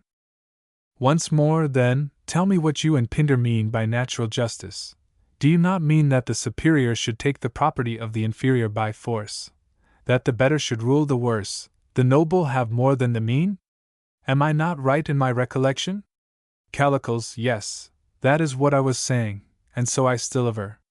Socrates, and do you mean by the better the same as the superior? For I could not make out what you were saying at the time, whether you meant by the superior the stronger, and that the weaker must obey the stronger, as you seemed to imply when you said that great cities attack small ones in accordance with natural right, because they are superior and stronger, as though the superior and stronger and better were the same, or whether the better may be also the inferior and weaker, and the superior the worse, or whether better is to be defined in the same way as superior. This is the point which I want to have cleared up. Are the superior and better and stronger the same or different? Callicles, I say unequivocally that they are the same. Socrates, then the many are by nature superior to the one, against whom, as you were saying, they make the laws? Callicles, certainly. Socrates, then the laws of the many are the laws of the superior? Callicles, very true. Socrates, then they are the laws of the better, for the superior class are far better, as you were saying? Callicles, yes. Socrates, and since they are superior, the laws which are made by them are by nature good. Callicles, yes. Socrates, and are not the many of opinion, as you were lately saying, that justice is equality, and that to do is more disgraceful than to suffer injustice? Is that so or not? Answer, Callicles, and let no modesty be found to come in the way. Do the many think, or do they not think thus? I must beg of you to answer, in order that if you agree with me I may fortify myself by the assent of so competent an authority. Callicles, yes, the opinion of the many is what you say. Socrates, then not only custom but nature also affirms that to do is more disgraceful than to suffer injustice, and that justice is equality, so that you seem to have been wrong in your former assertion. When accusing me, you said that nature and custom are opposed, and that I, knowing this, was dishonestly playing between them, appealing to custom when the argument is about nature, and to nature when the argument is about custom? Callicles, this man will never cease talking nonsense. At your age, Socrates, are you not ashamed to be catching at words and chuckling over some verbal slip? Do you not see, have I not told you already, that by superior I mean better? Do you imagine me to say, that if a rabble of slaves and nondescripts, who are of no use except perhaps for their physical strength, get together, their ipsissima verba are laws? Socrates, ho! My philosopher, is that your line? Callicles, certainly. Socrates, I was thinking, Callicles, that something of the kind must have been in your mind, and that is why I repeated the question, what is the superior? I wanted to know clearly what you meant, for you surely do not think that two men are better than one, or that your slaves are better than you because they are stronger? Then please to begin again, and tell me who the better are, if they are not the stronger, and I will ask you, great sir, to be a little milder in your instructions, or I shall have to run away from you. Callicles, you are ironical. Socrates, no, by the hero Zethus, Callicles, by whose aid you were just now saying many ironical things against me, I am not. Tell me, then, whom you mean by the better? Callicles, I mean the more excellent. Socrates, do you not see that you are yourself using words which have no meaning and that you are explaining nothing? Will you tell me whether you mean by the better and superior the wiser, or if not, whom? Callicles, most assuredly, I do mean the wiser. Socrates, then according to you, one wise man may often be superior to 10,000 fools, and he ought to rule them, and they ought to be his subjects, and he ought to have more than they should. This is what I believe that you mean, and you must not suppose that I am word-catching, if you allow that the one is superior to the 10,000? Callicles, yes, that is what I mean, and that is what I conceive to be natural justice, that the better and wiser should rule and have more than the inferior. Socrates, stop there, and let me ask you what you would say in this case. Let us suppose that we are all together as we are now, there are several of us, and we have a large common store of meats and drinks, and there are all sorts of persons in our company having various degrees of strength and weakness, and one of us, being a physician, is wiser in the matter of food than all the rest. And he is probably stronger than some and not so strong as others of us. Will he not, being wiser, be also better than we are, and are superior in this matter of food? Callicles, certainly. Socrates, either then, he will have a larger share of the meats and drinks, because he is better, or he will have the distribution of all of them by reason of his authority, but he will not expend or make use of a larger share of them on his own person, or if he does, he will be punished. His share will exceed that of some, and be less than that of others, and if he be the weakest of all, he being the best of all will have the smallest share of all. Callicles, am I not right, my friend? Callicles, you talk about meats and drinks and physicians and other nonsense. I am not speaking of them. Socrates, well, but do you admit that the wiser is the better? Answer yes or no. Callicles, yes. Socrates, and ought not the better to have a larger share? Callicles, not of meats and drinks. Socrates, I understand, then, perhaps of coats. The skillfulest weaver ought to have the largest coat, and the greatest number of them, and go about clothed in the best and finest of them? Callicles, fudge about coats. Socrates, then the skillfulest and best in making shoes ought to have the advantage in shoes. The shoemaker, clearly, should walk about in the largest shoes, and have the greatest number of them? Callicles, fudge about shoes. What nonsense are you talking? Socrates, or if this is not your meaning, perhaps you would say that the wise and good and true husbandman should actually have a larger share of seeds, and have as much seed as possible for his own land? Callicles, how you go on, always talking in the same way, Socrates. Socrates, yes, Callicles, and also about the same things. Callicles, yes, by the gods, you are literally always talking of cobblers and fullers and cooks and doctors, as if this had to do with our argument. Socrates, But why will you not tell me in what a man must be superior and wiser in order to claim a larger share? Will you either accept a suggestion, nor offer one? Callicles, I have already told you. In the first place, I mean by superiors not cobblers or cooks, but wise politicians who understand the administration of a state, and who are not only wise, but also valiant and able to carry out their designs, and not the men to faint from want of soul. Socrates, see now, most excellent Callicles, how different my charge against you is from that which you bring against me, for you reproach me with always saying the same, but I reproach you with never saying the same about the same things, for at one time you were defining the better and the superior to be the stronger, then again as the wiser, and now you bring forward a new notion. The superior and the better are now declared by you to be the more courageous. I wish, my good friend, that you would tell me, once for all, whom you affirm to be the better and superior, and in what they are better. Callicles, I have already told you that I mean those who are wise and courageous in the administration of a state. They ought to be the rulers of their states, and justice consists in their having more than their subjects. Socrates, but whether rulers or subjects will they or will they not have more than themselves, my friend? Callicles, what do you mean? Socrates, I mean that every man is his own ruler, but perhaps you think that there is no necessity for him to rule himself. He is only required to rule others. Callicles, what do you mean by his ruling over himself? Socrates, a simple thing enough, just what is commonly said, that a man should be temperate and master of himself, and ruler of his own pleasures and passions. Callicles, what innocence! You mean those fools, the temperate? Socrates, certainly, any one may know that to be my meaning. Callicles, quite so, Socrates, and they are really fools, for how can a man be happy who is the servant of anything? On the contrary, I plainly assert that he who would truly live ought to allow his desires to wax to the uttermost, and not to chastise them, but when they have grown to their greatest he should have courage and intelligence to minister to them and to satisfy all his longings.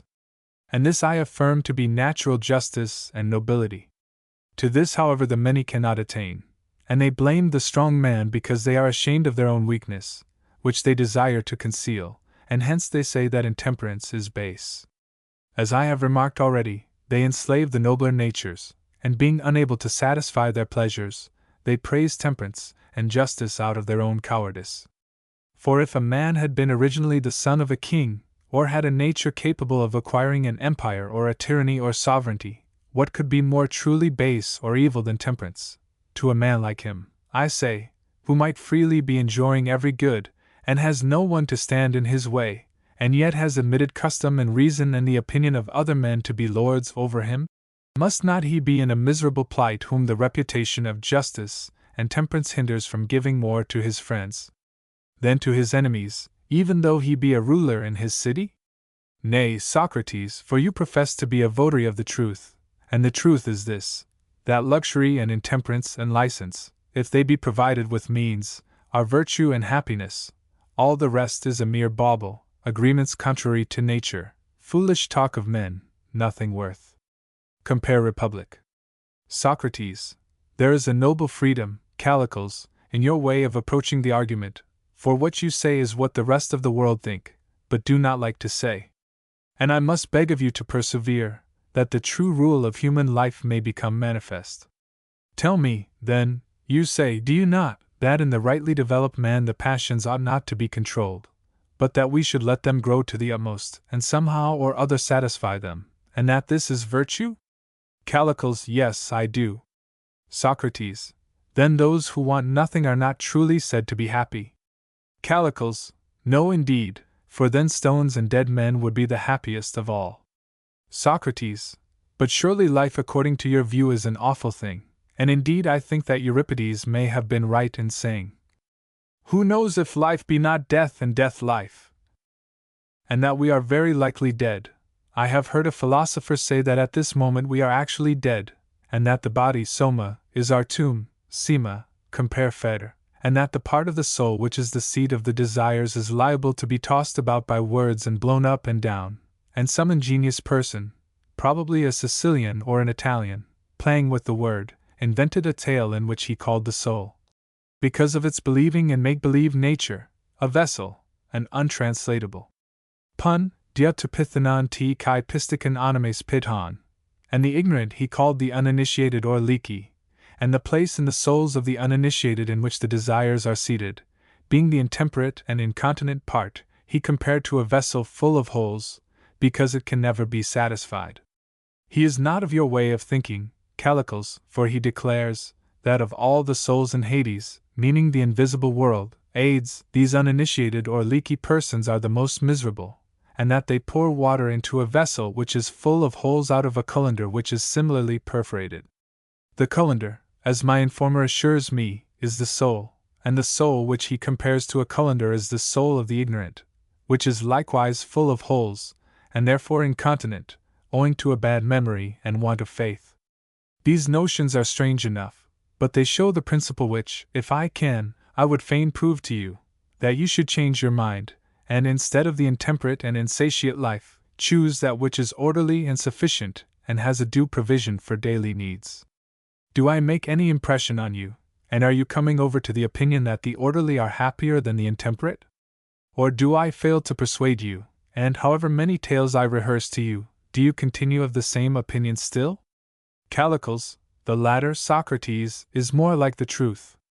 Socrates, well, I will tell you another image, which comes out of the same school. Let me request you to consider how far you would accept this as an account of the two lives of the temperate and intemperate in a figure. There are two men, both of whom have a number of casks. The one man has his cask sound and full, one of wine, another of honey, and a third of milk, besides others filled with other liquids. And the streams which fill them are few and scanty, and he can only obtain them with a great deal of toil and difficulty. But when his casks are once filled, he has no need to feed them any more, and has no further trouble with them or care about them. The other, in like manner, can procure streams, though not without difficulty, but his vessels are leaky and unsound, and night and day he is compelled to be filling them, and if he pauses for a moment, he is in an agony of pain. Such are their respective lives. And now would you say that the life of the intemperate is happier than that of the temperate? Do I not convince you that the opposite is the truth? Callicles, you do not convince me, Socrates, for the one who has filled himself has no longer any pleasure left, and this, as I was just now saying, is the life of a stone. He has neither joy nor sorrow after he is once filled, but the pleasure depends on the superabundance of the influx. Socrates, but the more you pour in, the greater the waste, and the holes must be large for the liquid to escape. Callicles, certainly. Socrates, the life which you are now depicting is not that of a dead man, or of a stone, but of a cormorant. You mean that he is to be hungering and eating? Callicles, yes. Socrates, and he is to be thirsting and drinking? Callicles, yes, that is what I mean. He is to have all his desires about him, and to be able to live happily in the gratification of them. Socrates, capital, excellent. Go on as you have begun, and have no shame. I, too, must disencumber myself of shame. And first, will you tell me whether you include itching and scratching, provided you have enough of them and pass your life in scratching, in your notion of happiness? Callicles, what a strange being you are, Socrates! A regular mob orator. Socrates, that was the reason, Callicles, why I scared Polus and Gorgias, until they were too modest to say what they thought. But you will not be too modest and will not be scared, for you are a brave man. And now, answer my question. Callicles, I answer that even the scratcher would live pleasantly. Socrates, and if pleasantly, then also happily? Callicles, to be sure. Socrates, but what if the itching is not confined to the head? Shall I pursue the question? And here, Callicles, I would have you consider how you would reply if consequences are pressed upon you, especially if in the last resort you are asked whether the life of a catamite is not terrible, foul, miserable? Or would you venture to say that they too are happy, if they only get enough of what they want? Callicles, are you not ashamed, Socrates, of introducing such topics into the argument? Socrates, well, my fine friend, but am I the introducer of these topics, or he who says without any qualification that all who feel pleasure in whatever manner are happy, and who admits of no distinction between good and bad pleasures. And I would still ask, whether you say that pleasure and good are the same, or whether there is some pleasure which is not a good. Callicles, well then, for the sake of consistency, I will say that they are the same. Socrates, you are breaking the original agreement, Callicles, and will no longer be a satisfactory companion in the search after truth, if you say what is contrary to your real opinion. Callicles, why, that is what you are doing too, Socrates. Socrates, then we are both doing wrong. Still, my dear friend, I would ask you to consider whether pleasure, from whatever source derived, is the good, for, if this be true, then the disagreeable consequences which have been darkly intimated must follow, and many others. Callicles, that, Socrates, is only your opinion. Socrates, and do you, Callicles, seriously maintain what you are saying? Callicles, indeed I do. Socrates, then, as you are in earnest, shall we proceed with the argument? Callicles, by all means. Or, I am in profound earnest. Socrates, well, if you are willing to proceed, determine this question for me. There is something, I presume, which you would call knowledge? Callicles, there is. Socrates, and were you not saying just now that some courage implied knowledge? Callicles, I was. Socrates, and you were speaking of courage and knowledge as two things different from one another? Callicles, certainly I was.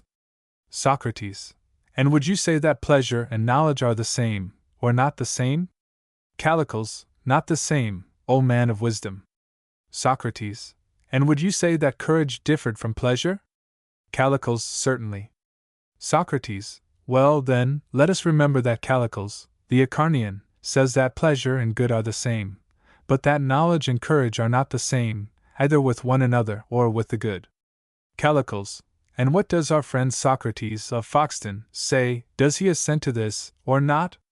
Socrates, he does not assent, either will Callicles, when he sees himself truly. You will admit, I suppose, that good and evil fortune are opposed to each other? Callicles, yes. Socrates, and if they are opposed to each other, then, like health and disease, they exclude one another. A man cannot have them both, or be without them both, at the same time? Callicles, what do you mean? Socrates, take the case of any bodily affection. A man may have the complaint in his eyes which is called ophthalmia? Callicles, to be sure. Socrates, but he surely cannot have the same eyes well and sound at the same time? Callicles, certainly not. Socrates, and when he has got rid of his ophthalmia, has he got rid of the health of his eyes too? Is the final result that he gets rid of them both together? Callicles, certainly not. Socrates, that would surely be marvelous and absurd. Callicles, very. Socrates, I suppose that he is affected by them, and gets rid of them in turns? Callicles, yes. Socrates, and he may have strength and weakness in the same way, by fits? Callicles, yes. Socrates, or swiftness and slowness? Callicles, certainly. Socrates, and does he have and not have good and happiness, and their opposites, evil and misery, in a similar alternation? Compare Republic. Callicles, certainly he has. Socrates, if then there be anything which a man has and has not at the same time, clearly that cannot be good and evil. Do we agree? Please not to answer without consideration. Callicles, I entirely agree. Socrates, go back now to our former admissions. Did you say that to hunger, I mean the mere state of hunger, was pleasant or painful? Callicles, I said painful, but that to eat when you are hungry is pleasant. Socrates, I know, but still the actual hunger is painful, am I not right? Callicles, yes. Socrates, and thirst, too, is painful? Callicles, yes, very. Socrates, need I adduce any more instances, or would you agree that all wants or desires are painful? Callicles, I agree, and therefore you need not adduce any more instances. Socrates, very good. And you would admit that to drink, when you are thirsty, is pleasant? Callicles, yes. Socrates, and in the sentence which you have just uttered, the word thirsty implies pain? Callicles, yes. Socrates, And the word drinking is expressive of pleasure and of the satisfaction of the want? Callicles, yes. Socrates, there is pleasure in drinking? Callicles, certainly. Socrates, when you are thirsty? Socrates, and in pain? Callicles, yes. Socrates, do you see the inference, that pleasure and pain are simultaneous, when you say that being thirsty you drink?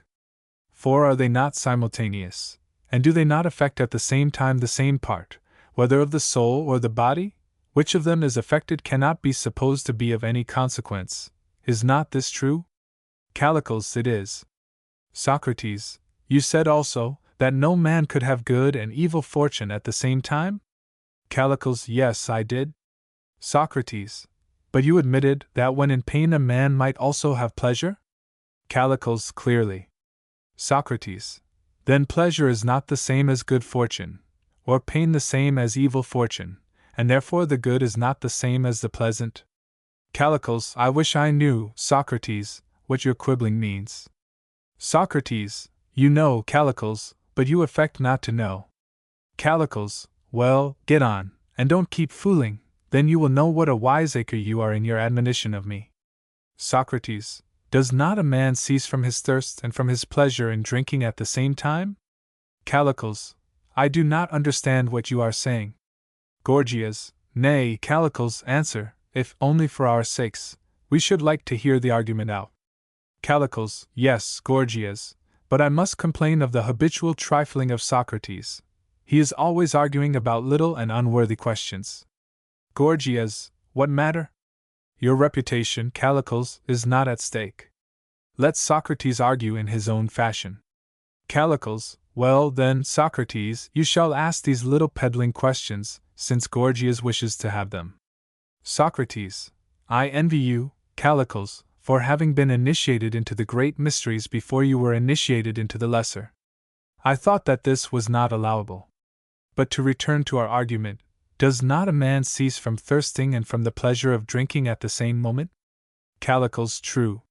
Socrates, and if he is hungry, or has any other desire, does he not cease from the desire and the pleasure at the same moment?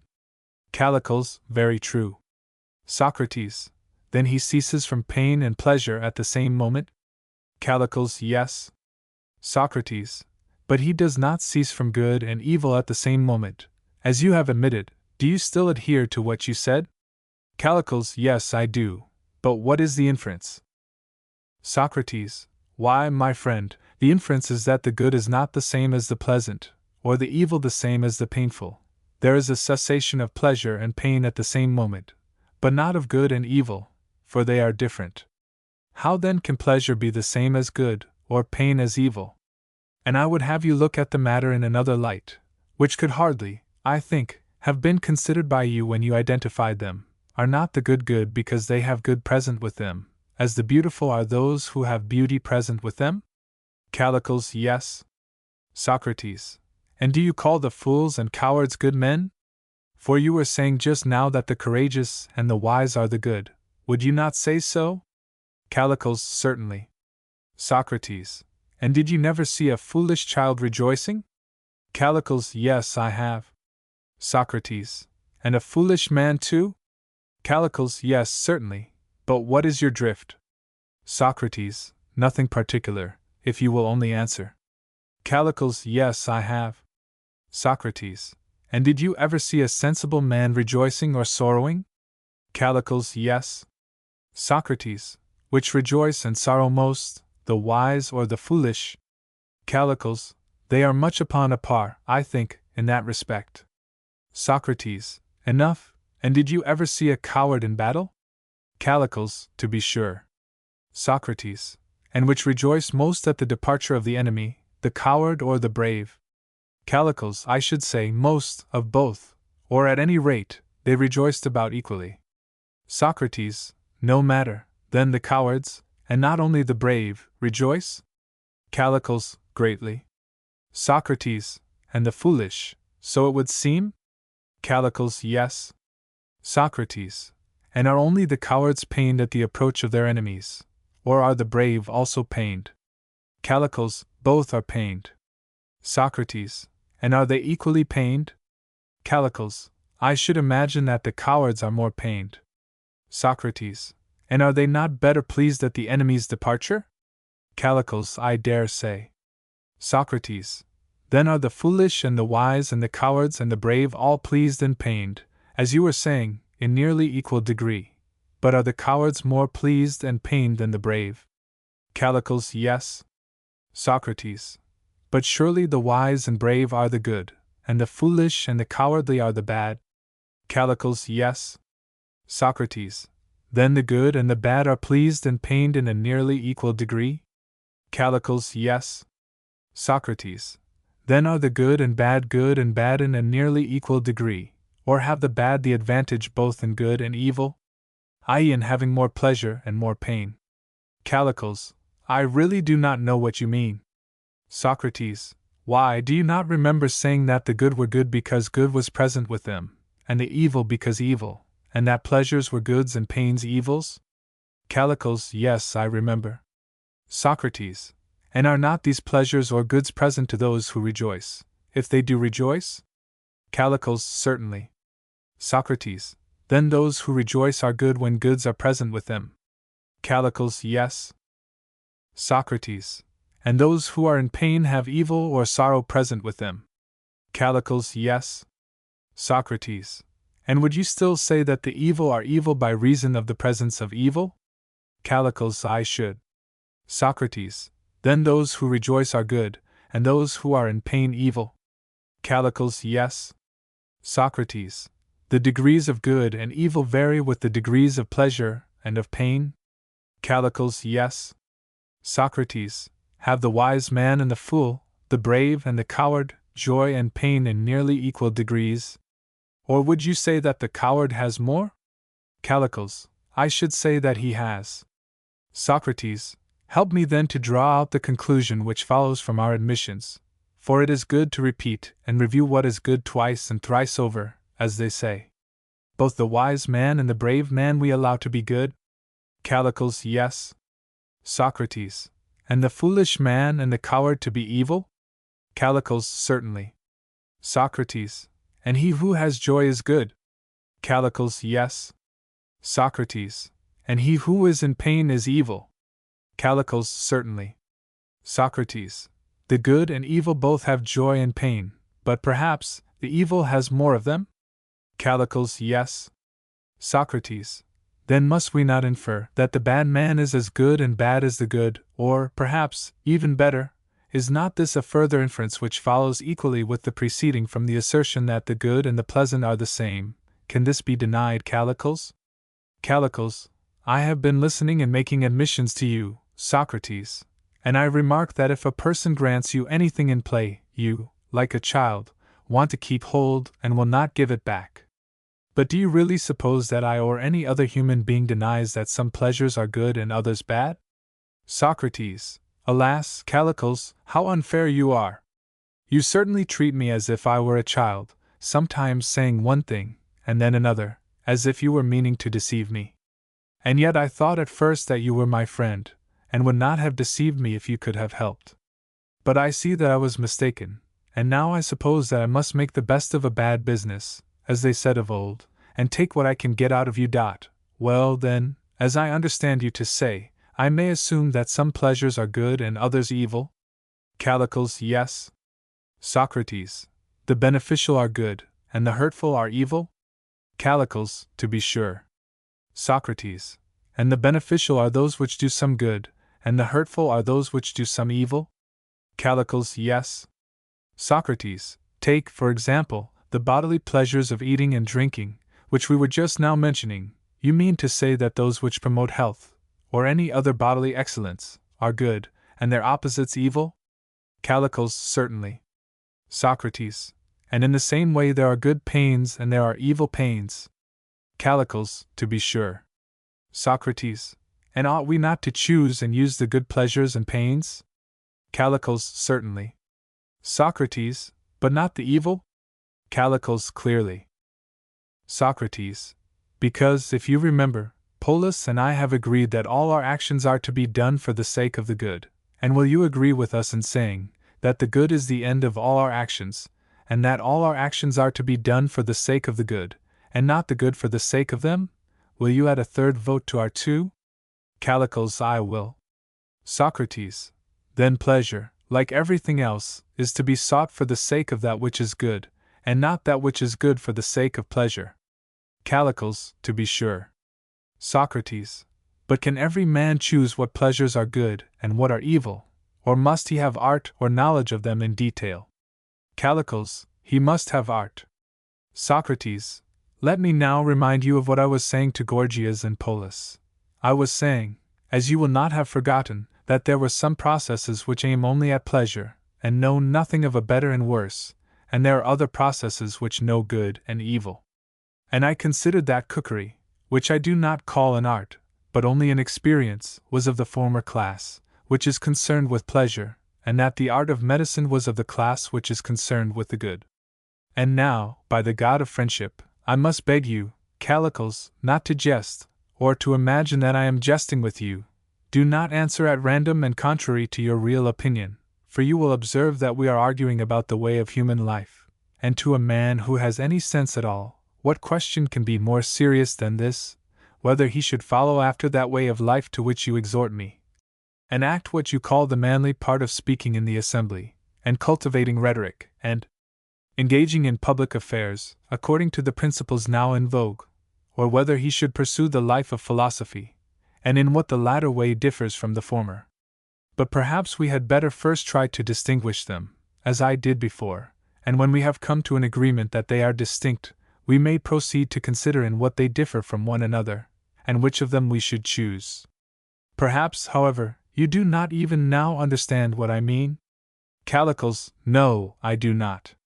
Socrates, then I will explain myself more clearly, seeing that you and I have agreed that there is such a thing as good, and that there is such a thing as pleasure, and that pleasure is not the same as good, and that the pursuit and process of acquisition of the one, that is pleasure, is different from the pursuit and process of acquisition of the other, which is good.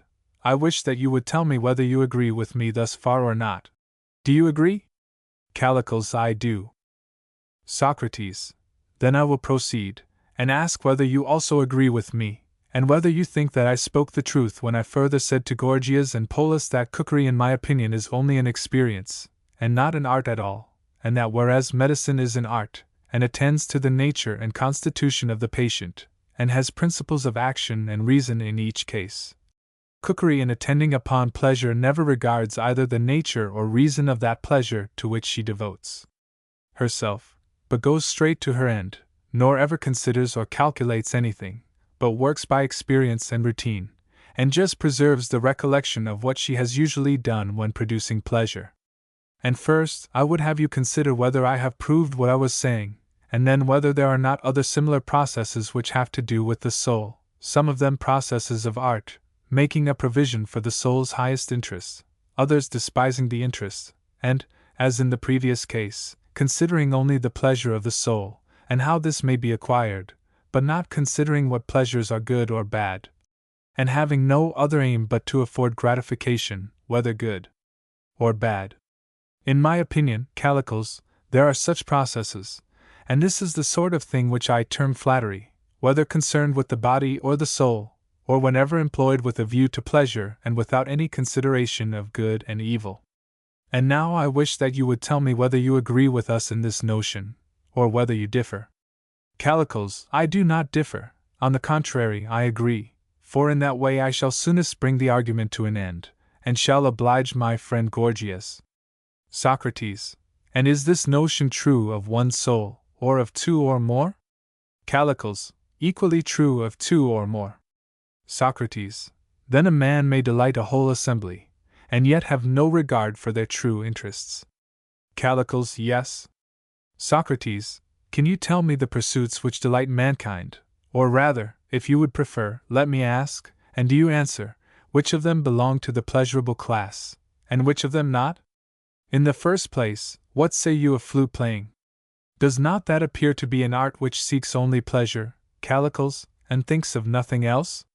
Callicles, I assent. Socrates, and is not the same true of all similar arts, as, for example, the art of playing the lyre at festivals? Callicles, yes. Socrates. And what do you say of the choral art, and of dithyrambic poetry? Are not they of the same nature? Do you imagine that Synesius the son of Meles cares about what will tend to the moral improvement of his hearers, or about what will give pleasure to the multitude? Callicles. There can be no mistake about Synesius, Socrates. Socrates. And what do you say of his father, Meles the harp player? Did he perform with any view to the good of his hearers? Could he be said to regard even their pleasure? For his singing was an infliction to his audience. And of harp playing and dithyrambic poetry in general, what would you say? Have they not been invented wholly for the sake of pleasure? Callicles. That is my notion of them. Socrates. And as for the muse of tragedy, that solemn and august personage, what are her aspirations? Is all her aim and desire only to give pleasure to the spectators, or does she fight against them and refuse to speak of their pleasant vices, and willingly proclaim in word and song truths welcome and unwelcome, which in your judgment is her character? Callicles. There can be no doubt, Socrates, that tragedy has her face turned towards pleasure and the gratification of the audience. Socrates. And is not that the sort of thing, Callicles, which we were just now describing as flattery? Callicles. Quite true. Socrates. Well now, suppose that we strip all poetry of song and rhythm and meter, there will remain speech. Compare Republic. Callicles. To be sure. Socrates. And this speech is addressed to a crowd of people? Callicles. Yes. Socrates. Then poetry is a sort of rhetoric? Callicles. True. Socrates. And do not the poets in the theatre seem to you to be rhetoricians? Callicles. Yes. Socrates. Then now we have discovered a sort of rhetoric which is addressed to a crowd of men, women, and children, freemen and slaves. And this is not much to our taste, for we have described it as having the nature of flattery. Callicles. Quite true. Socrates. Very good.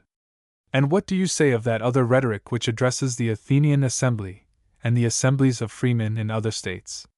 Do the rhetoricians appear to you always to aim at what is best, and do they seek to improve the citizens by their speeches, or are they too, like the rest of mankind, bent upon giving them pleasure, forgetting the public good in the thought of their own interest, playing with the people as with children, and trying to amuse them, but never considering whether they are better or worse for this? Callicles. I must distinguish. There are some who have a real care of the public in what they say, while others are such as you describe. Socrates. I am contented with the admission that rhetoric is of two sorts: one, which is mere flattery and disgraceful declamation; the other, which is noble and aims at the training and improvement of the souls of the citizens, and strives to say what is best, whether welcome or unwelcome, to the audience. But have you ever known such a rhetoric? Or if you have, and can point out any rhetorician who is of this stamp, who is he? Callicles. But, indeed, I am afraid that I cannot tell you of any such among the orators who are at present living. Socrates. Well, then, can you mention any one of a former generation, who may be said to have improved the Athenians, who found them worse and made them better, from the day that he began to make speeches? For, indeed, I do not know of such a man. Callicles. What? Did you never hear that Themistocles was a good man, and Cimon and Miltiades and Pericles, who is just lately dead, and whom you heard yourself? Socrates. Yes, Callicles, they were good men, if, as you said at first, true virtue consists only in the satisfaction of our own desires and those of others; but if not, and if, as we were afterwards compelled to acknowledge, the satisfaction of some desires makes us better, and of others, worse, and we ought to gratify the one and not the other, and there is an art in distinguishing them. Can you tell me of any of these statesmen who did distinguish them? Callicles. No, indeed I cannot. Socrates. Yet, surely, Callicles, if you look you will find such a one. Suppose that we just calmly consider whether any of these was such as I have described. Will not the good man, who says whatever he says with a view to the best, speak with a reference to some standard and not at random, just as all other artists, whether the painter, the builder, the shipwright, or any other, look all of them to their own work, and do not select and apply at random what they apply, but strive to give a definite form to it? The artist disposes all things in order, and compels the one part to harmonize and accord with the other part, until he has constructed a regular and systematic whole. And this is true of all artists. And in the same way the trainers and physicians, of whom we spoke before, give order and regularity to the body. Do you deny this? Callicles: No, I am ready to admit it. Socrates: Then the house in which order and regularity prevail is good, that in which there is disorder evil? Callicles: Yes. Socrates: And the same is true of a ship? Callicles: Yes. Socrates: And the same may be said of the human body? Callicles: Yes. Socrates: And what would you say of the soul? Will the good soul be that in which disorder is prevalent, or that in which there is harmony and order? Callicles: The latter follows from our previous admissions. Socrates: What is the name which is given to the effect of harmony and order in the body? Callicles: I suppose that you mean health and strength.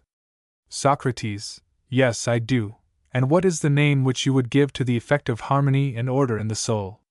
Try and discover a name for this as well as for the other. Callicles: Why not give the name yourself, Socrates? Socrates: Well, if you had rather that I should, I will, and you shall say whether you agree with me, and if not, you shall refute and answer me. Healthy, as I conceive, is the name which is given to the regular order of the body, whence comes health and every other bodily excellence. Is that true or not? Callicles: True. Socrates: And lawful, and law, are the names which are given to the regular order and action of the soul, and these make men lawful and orderly. And so we have temperance and justice, have we not? Callicles: Granted.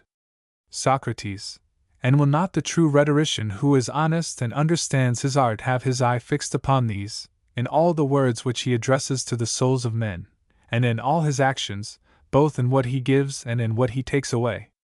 Will not his aim be to implant justice in the souls of his citizens and take away injustice, to implant temperance and take away intemperance, to implant every virtue and take away every vice? Do you not agree? Callicles: I agree. Socrates: For what use is there, Callicles, in giving to the body of a sick man who is in a bad state of health a quantity of the most delightful food or drink, or any other pleasant thing, which may be really as bad for him as if you gave him nothing, or even worse if rightly estimated? Is not that true? Callicles: I will not say no to it. Socrates: For in my opinion there is no profit in a man's life if his body is in an evil plight. In that case his life also is evil. Am I not right? Callicles: Yes. Socrates: When a man is in health the physicians will generally allow him to eat when he is hungry and drink when he is thirsty, and to satisfy his desires as he likes. But when he is sick they hardly suffer him to satisfy his desires at all. Even you will admit that. Callicles: Yes. Socrates: And does not the same argument hold of the soul, my good sir? While she is in a bad state and is senseless and intemperate and unjust and unholy, her desires ought to be controlled, and she ought to be prevented from doing anything which does not tend to her own improvement. Callicles: Yes. Socrates: Such treatment will be better for the soul herself? Callicles: To be sure.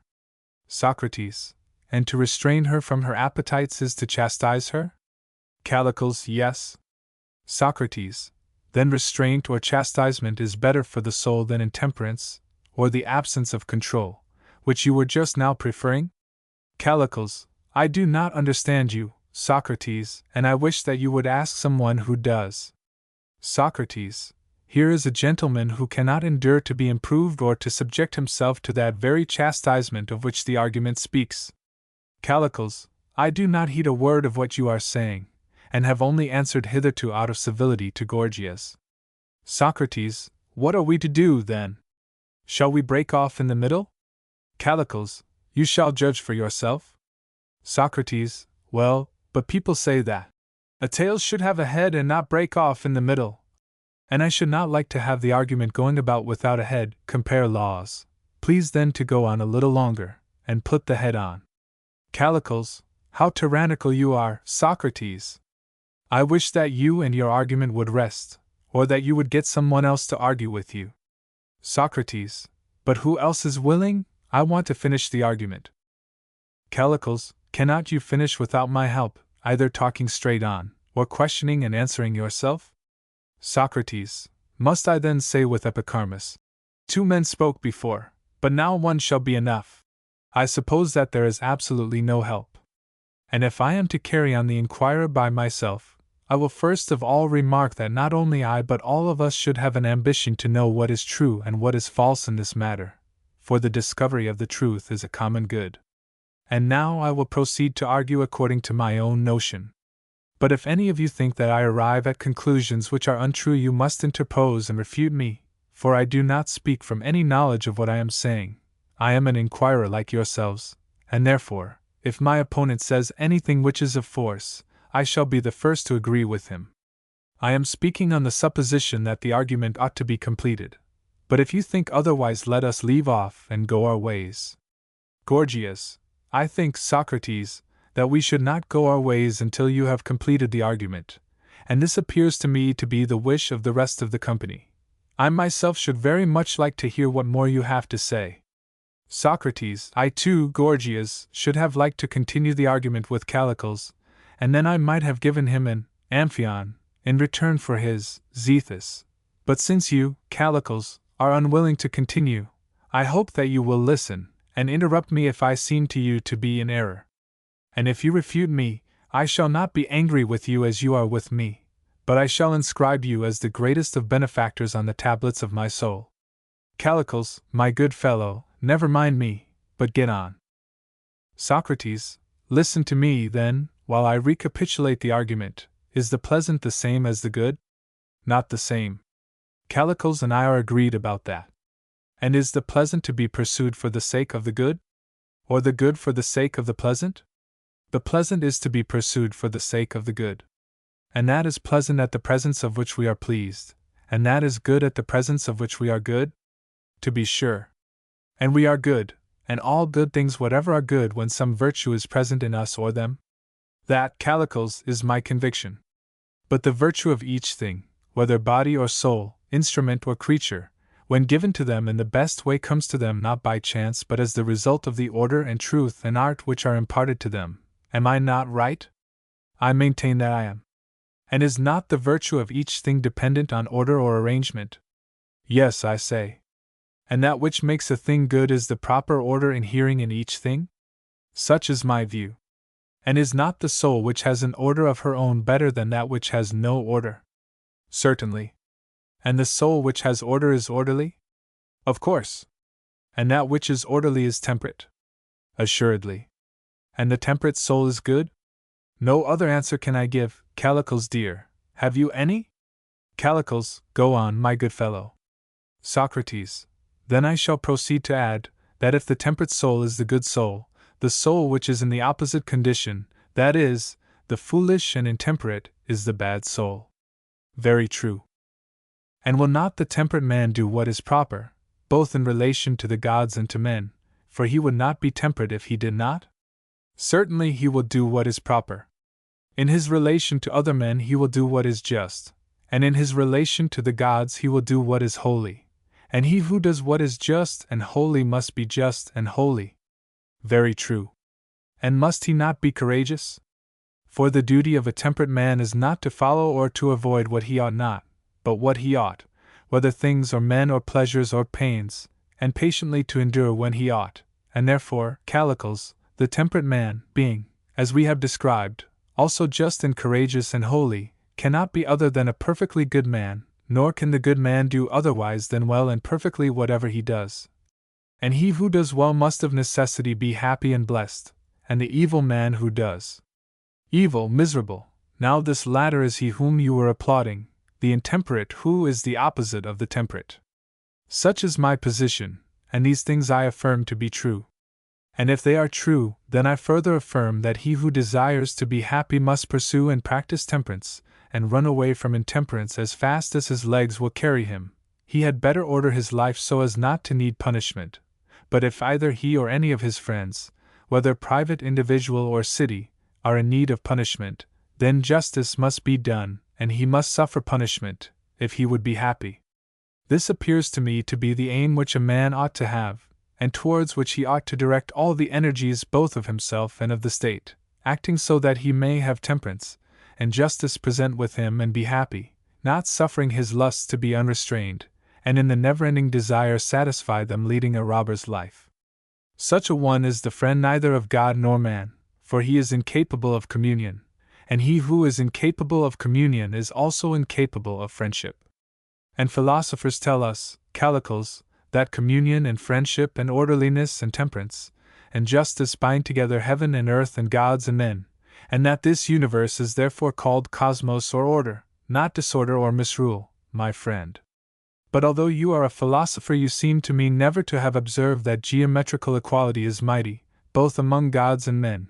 You think that you ought to cultivate inequality or excess, and do not care about geometry.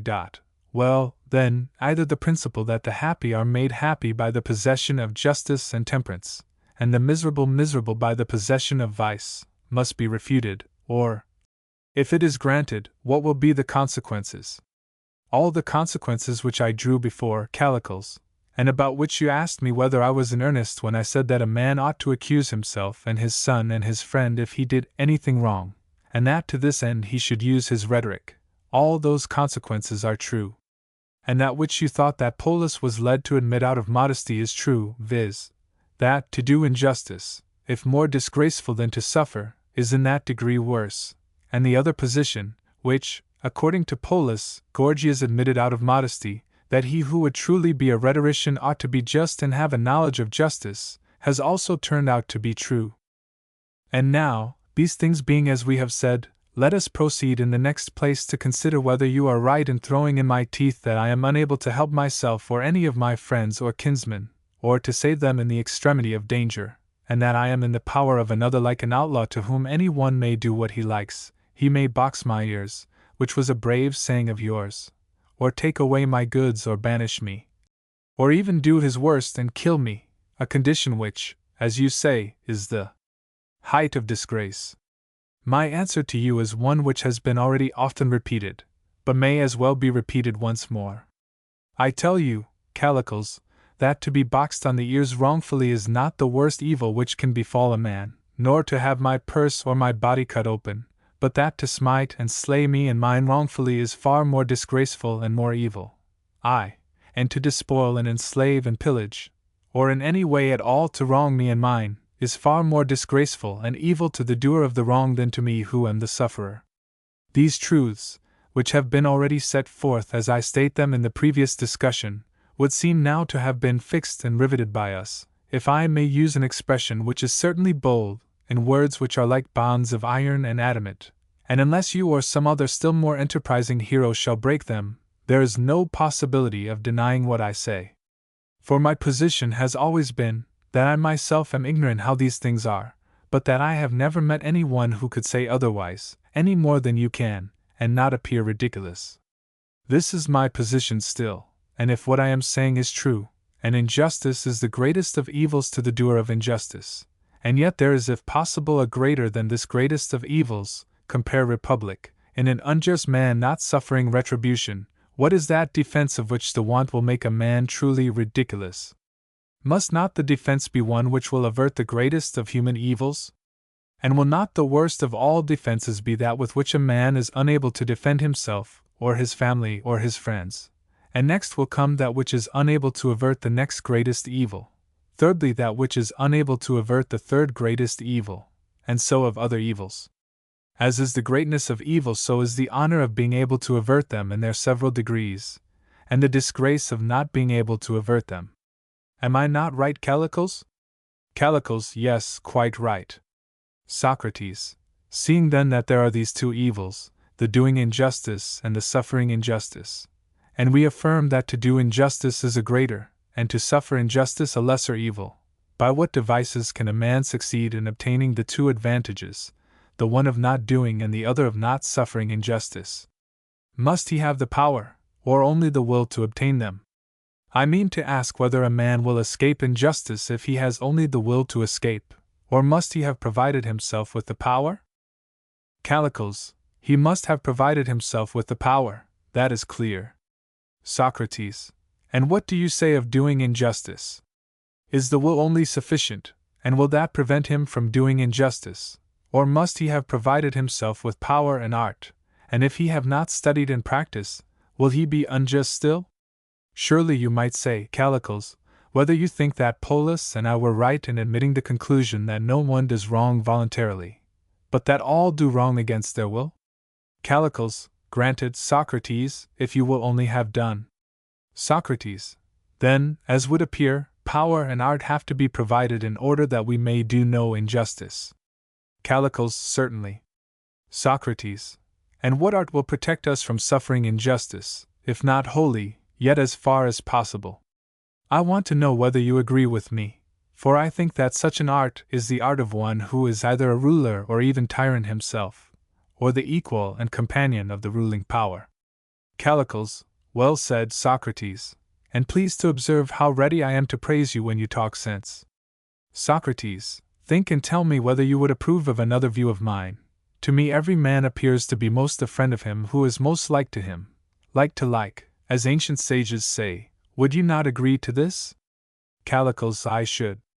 Socrates, but when the tyrant is rude and uneducated, he may be expected to fear any one who is his superior in virtue, and will never be able to be perfectly friendly with him. Callicles, that is true. Socrates, either will he be the friend of any one who is greatly his inferior, for the tyrant will despise him, and will never seriously regard him as a friend. Callicles, that again is true.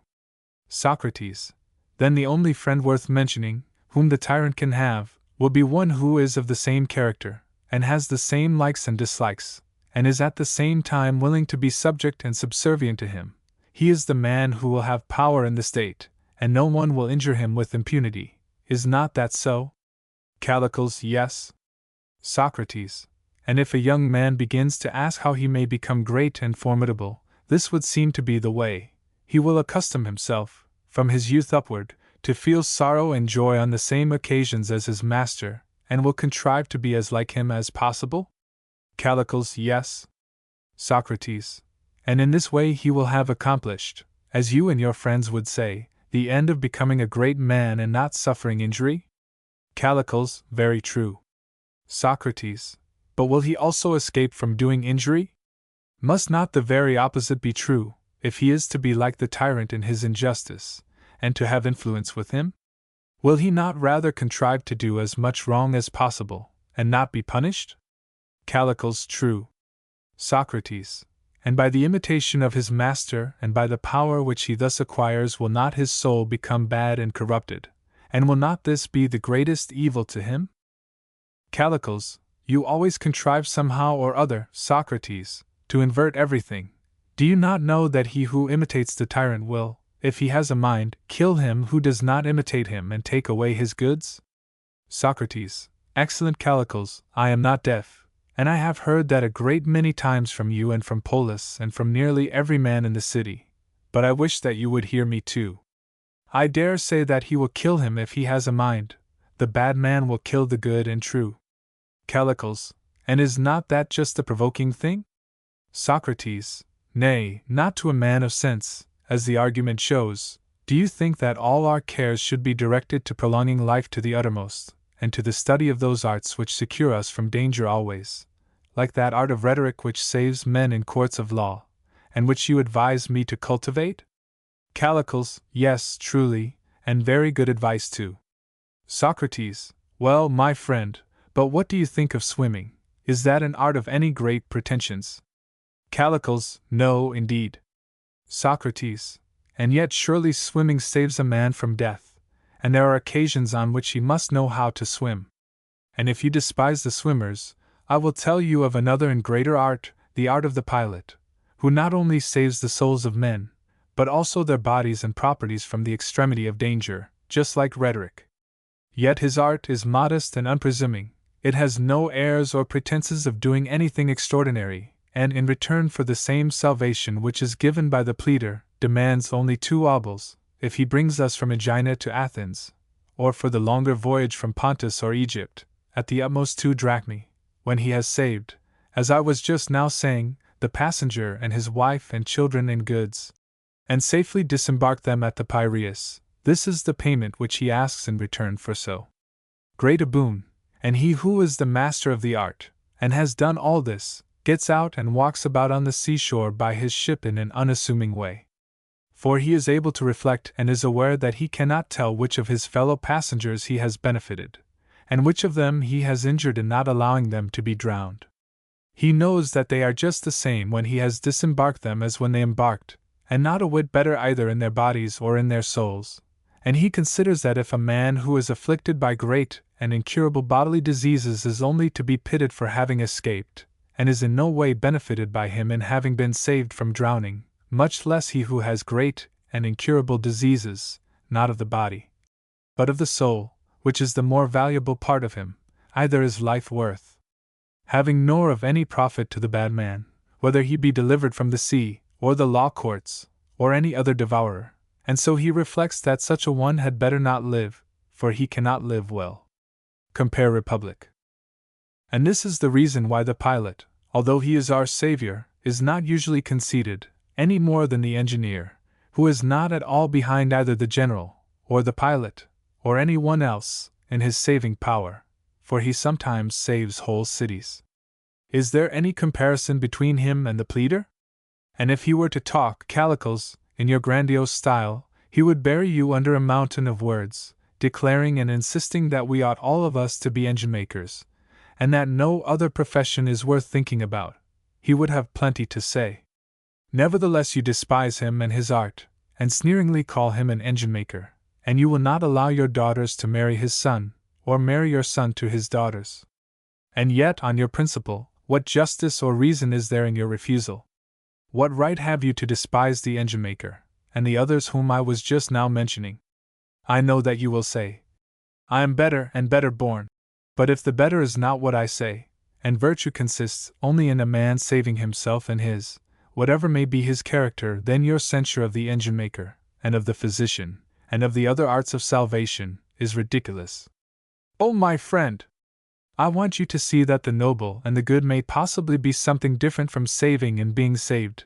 May not he who is truly a man cease to care about living a certain time?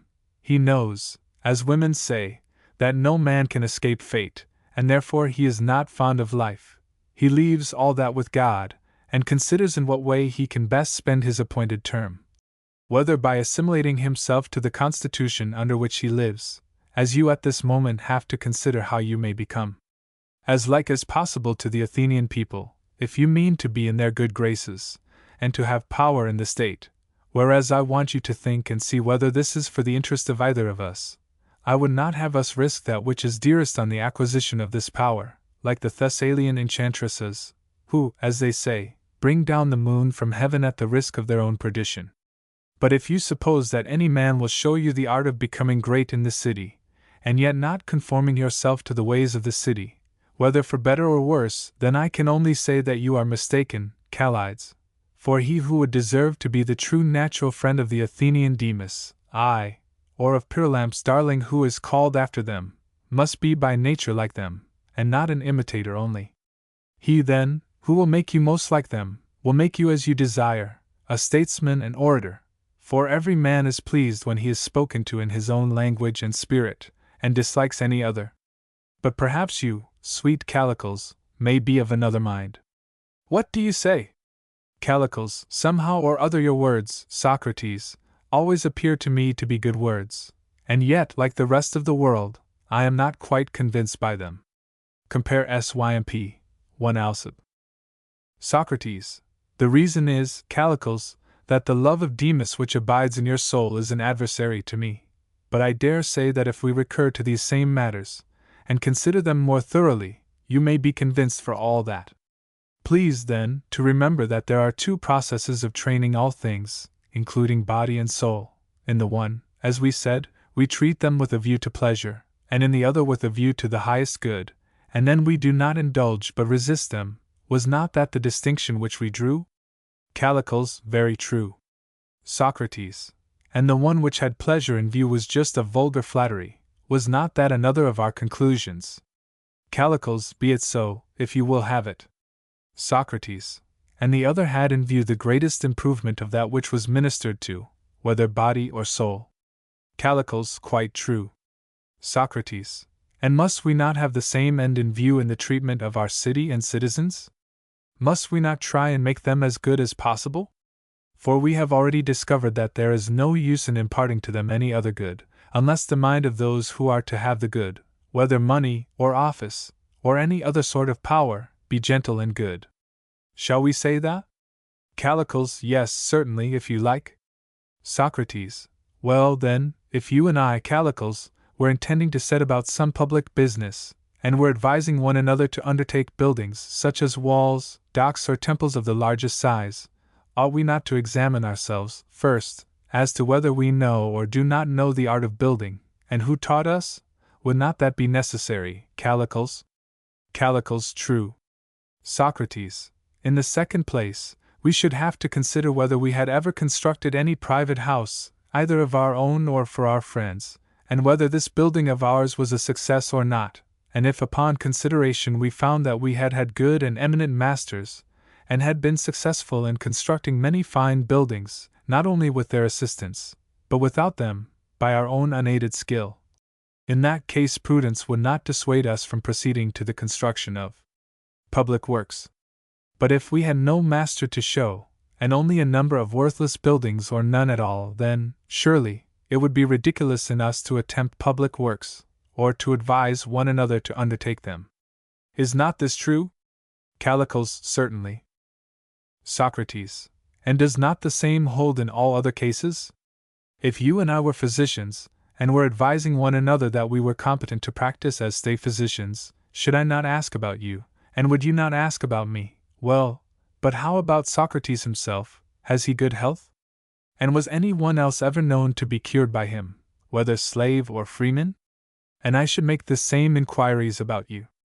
And if we arrived at the conclusion that no one, whether citizen or stranger, man or woman, had ever been any the better for the medical skill of either of us, then, by heaven, Callicles, what an absurdity to think that we or any human being should be so silly as to set up as state physicians and advise others like ourselves to do the same, without having first practiced in private, whether successfully or not, and acquired experience of the art.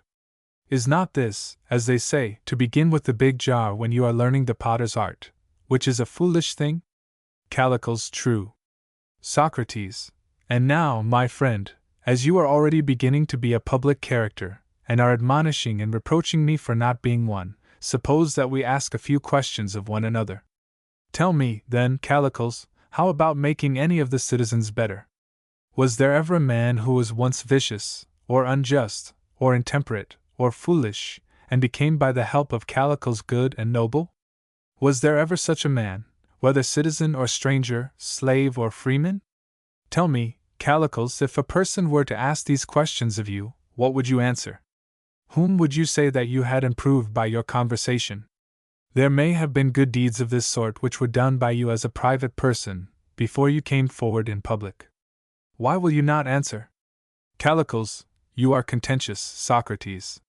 Socrates, nay, I ask you, not from a love of contention, but because I really want to know in what way you think that affairs should be administered among us, whether, when you come to the administration of them, you have any other aim but the improvement of the citizens? Have we not already admitted many times over that such is the duty of a public man?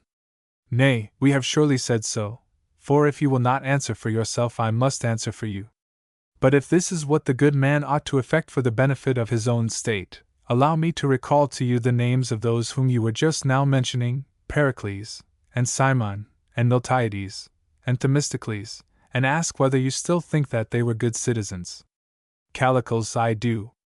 Socrates, but if they were good, then clearly each of them must have made the citizens better instead of worse?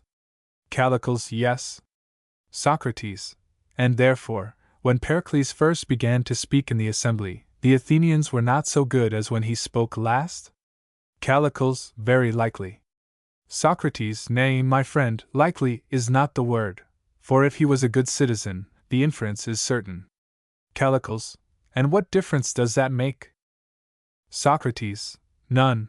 Only I should like further to know whether the Athenians are supposed to have been made better by Pericles, or, on the contrary, to have been corrupted by him. for I hear that he was the first who gave the people pay, and made them idle and cowardly, and encouraged them in the love of talk and money. Callicles, you heard that, Socrates, from the laconizing set who bruised their ears. Socrates. But what I am going to tell you now is not mere hearsay, but well known both to you and me, that at first, Pericles was glorious and his character unimpeached by any verdict of the Athenians. This was during the time when they were not so good, yet afterwards, when they had been made good and gentle by him, at the very end of his life they convicted him of theft, and almost put him to death. Clearly under the notion that he was a malefactor. Callicles. Well, but how does that prove Pericles' badness? Socrates. Why, surely you would say that he was a bad manager of asses or horses or oxen, who had received them originally neither kicking nor butting nor biting him, and implanted in them all these savage tricks. Would he not be a bad manager of any animals who received them gentle, and made them fiercer than they were when he received them? What do you say? Callicles. I will do you the favor of saying, yes. Socrates. And will you also do me the favor of saying whether man is an animal? Callicles. Certainly he is. Socrates. And was not Pericles a shepherd of men? Callicles. Yes. Socrates. And if he was a good political shepherd, ought not the animals who were his subjects, as we were just now acknowledging, to have become more just, and not more unjust? Callicles. Quite true. Socrates. And are not just men gentle, as Homer says, or are you of another mind? Callicles. I agree. Socrates. And yet he really did make them more savage than he received them, and their savageness was shown towards himself, which he must have been very far from desiring. Callicles. Do you want me to agree with you? Socrates. Yes, if I seem to you to speak the truth. Callicles. Granted then. Socrates. And if they were more savage, must they not have been more unjust and inferior? Callicles. Granted again. Socrates. Then upon this view, Pericles was not a good statesman. Callicles. That is, upon your view. Socrates. Nay, the view is yours, after what you have admitted. Take the case of Cimon again. Did not the very persons whom he was serving ostracize him, in order that they might not hear his voice for 10 years?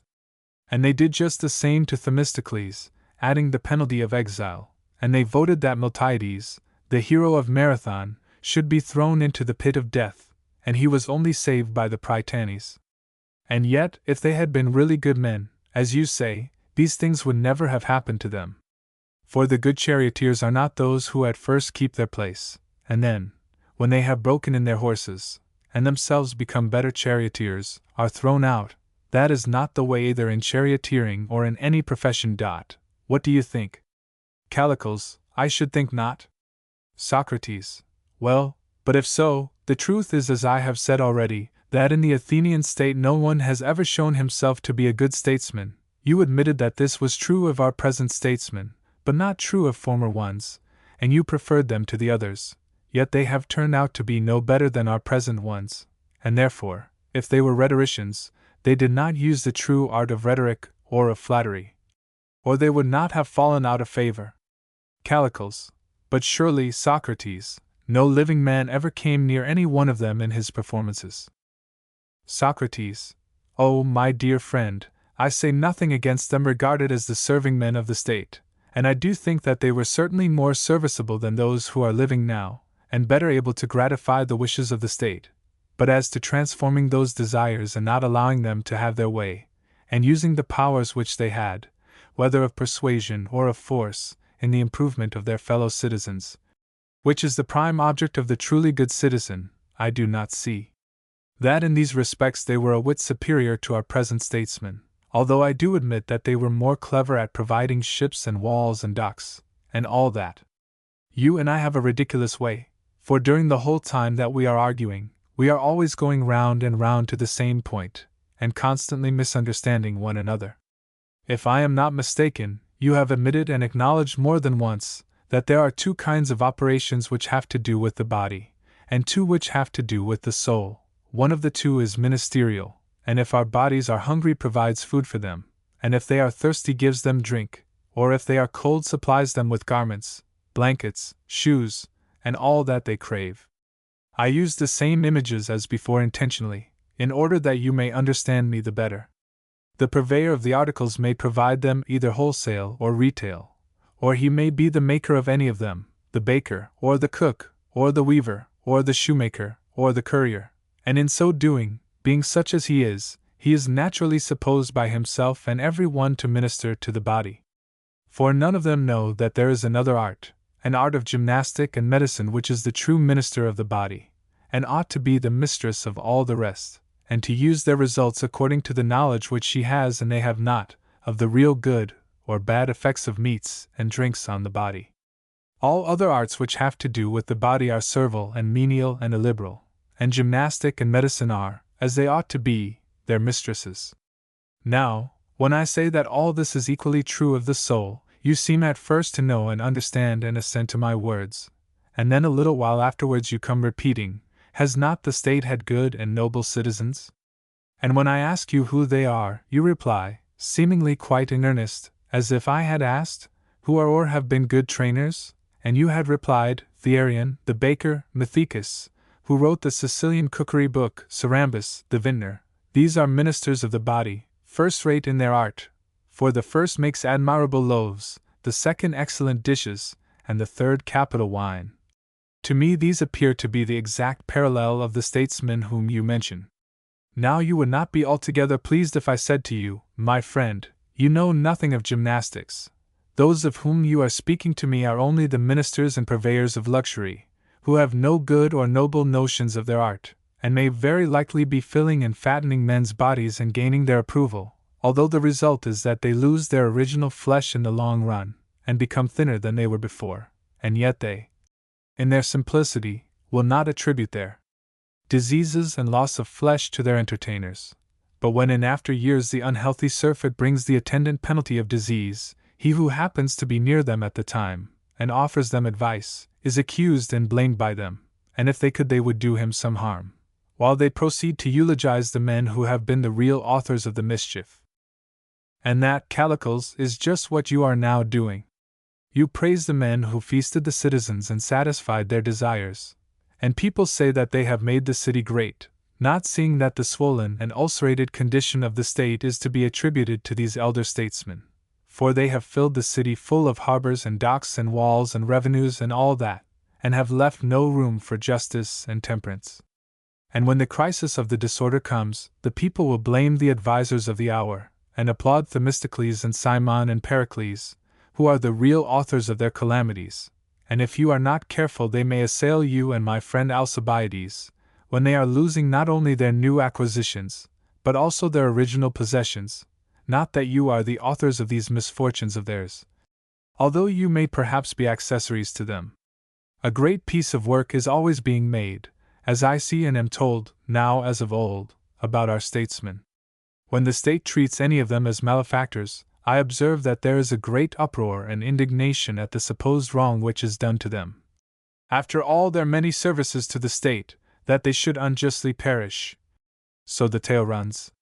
But the cry is all a lie, for no statesman ever could be unjustly put to death by the city of which he is the head. The case of the professed statesman is, I believe, very much like that of the professed sophist, for the sophists, although they are wise men, are nevertheless guilty of a strange piece of folly.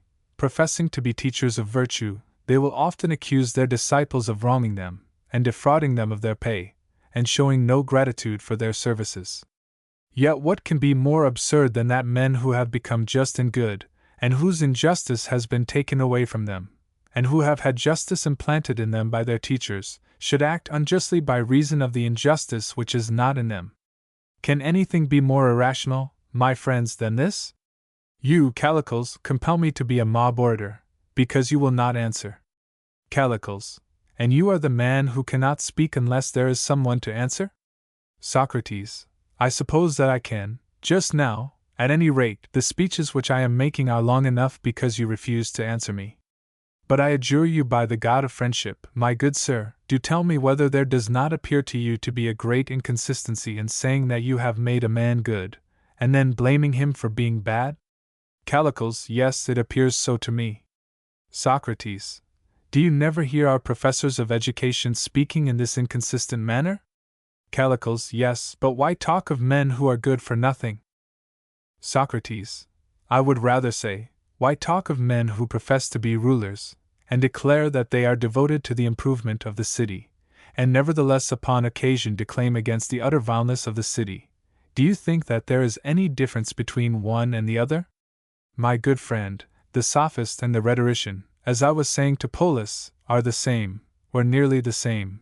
But you ignorantly fancy that rhetoric is a perfect thing, and sophistry a thing to be despised, whereas the truth is, that sophistry is as much superior to rhetoric as legislation is to the practice of law, or gymnastic to medicine.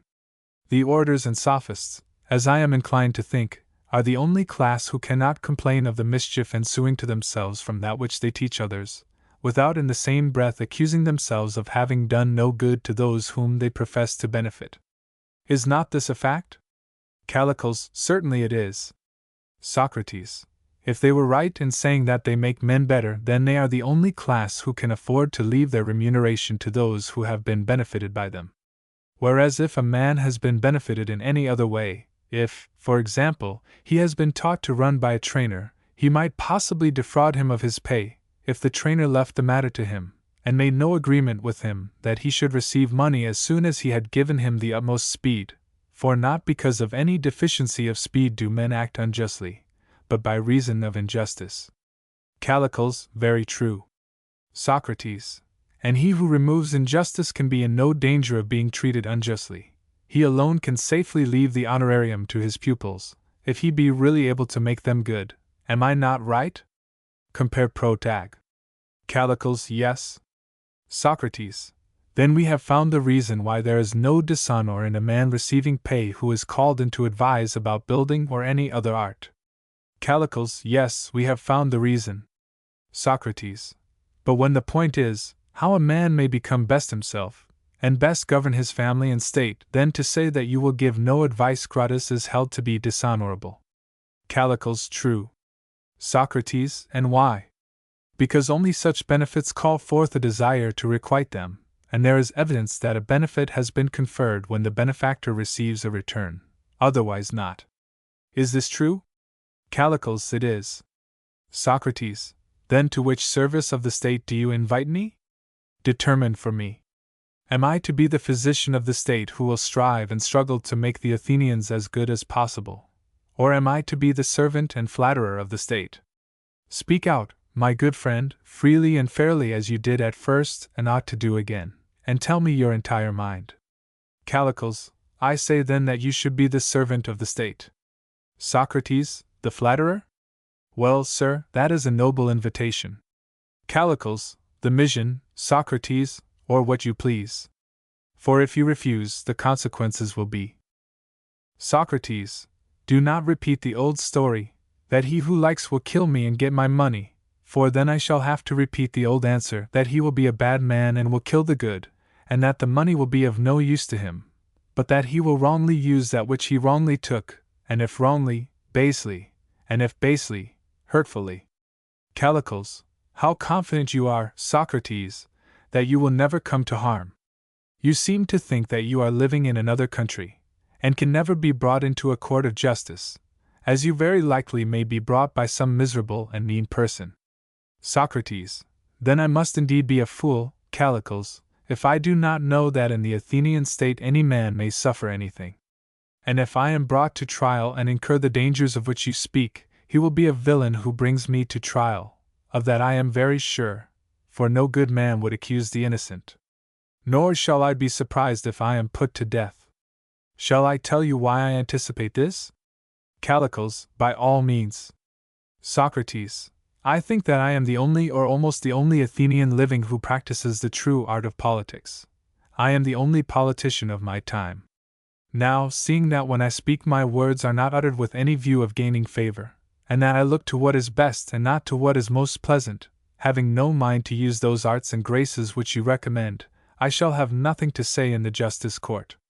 And you might argue with me, as I was arguing with Polus. I shall be tried just as a physician would be tried in a court of little boys at the indictment of the cook. What would he reply under such circumstances, if someone were to accuse him, saying, "O my boys, many evil things has this man done to you, he is the death of you, especially of the younger ones among you, cutting and burning and starving and suffocating you, until you know not what to do. He gives you the bitterest potions, and compels you to hunger and thirst. How unlike the variety of meats and sweets on which I feasted you!" What do you suppose that the physician would be able to reply when he found himself in such a predicament? If he told the truth, he could only say, "All these evil things, my boys, I did for your health." And then would there not just be a clamor among a jury like that? How they would cry out! Callicles, I dare say. Socrates, would he not be utterly at a loss for a reply? Callicles, he certainly would. Socrates, and I too shall be treated in the same way, as I well know, if I am brought before the court. For I shall not be able to rehearse to the people the pleasures which I have procured for them, and which, although I am not disposed to envy either the procurers or enjoyers of them, are deemed by them to be benefits and advantages.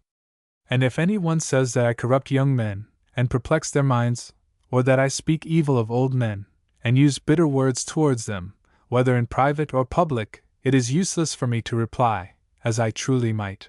All this I do for the sake of justice, and with a view to your interest, my judges, and to nothing else.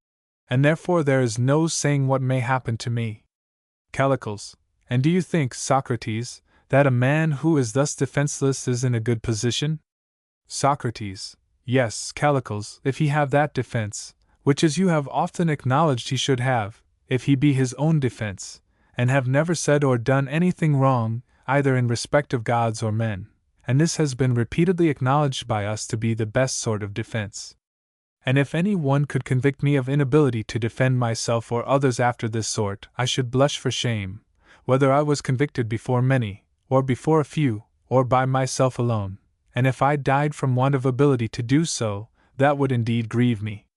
But if I died because I have no powers of flattery or rhetoric, I am very sure that you would not find me repining at death.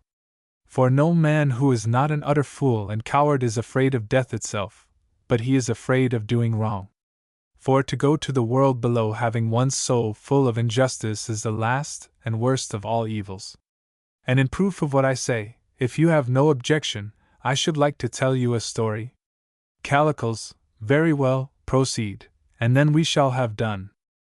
Socrates, listen, then, as storytellers say, to a very pretty tale, which I dare say that you may be disposed to regard as a fable only, but which, as I believe, is a true tale, for I mean to speak the truth. Homer tells us, how Zeus and Poseidon and Pluto divided the empire which they inherited from their father. Now in the days of Cronos there existed a law respecting the destiny of man, which has always been, and still continues to be in heaven, that he who has lived all his life in justice and holiness shall go, when he is dead, to the islands of the blessed, and dwell there in perfect happiness out of the reach of evil, but that he who has lived unjustly and impiously shall go to the house of vengeance and punishment, which is called Tartarus. And in the time of Cronos, and even quite lately in the reign of Zeus, the judgment was given on the very day on which the men were to die. The judges were alive, and the men were alive, and the consequence was that the judgments were not well given. Then Pluto and the authorities from the islands of the blessed came to Zeus, and said that the souls found their way to the wrong places. Zeus said, "I shall put a stop to this. The judgments are not well given, because the persons who are judged have their clothes on, for they are alive, and there are many who, having evil souls, are apparelled in fair bodies, or encased in wealth or rank, and when the day of judgment arrives, numerous witnesses come forward and testify on their behalf that they have lived righteously. The judges are awed by them, and they themselves too have their clothes on when judging. Their eyes and ears and their whole bodies are interposed as a veil before their own souls. All this is a hindrance to them. There are the clothes of the judges and the clothes of the judge. What is to be done? I will tell you, in the first place, I will deprive men of the foreknowledge of death, which they possess at present. This power which they have Prometheus has already received my orders to take from them. In the second place, they shall be entirely stripped before they are judged, for they shall be judged when they are dead, and the judge too shall be naked, that is to say, dead.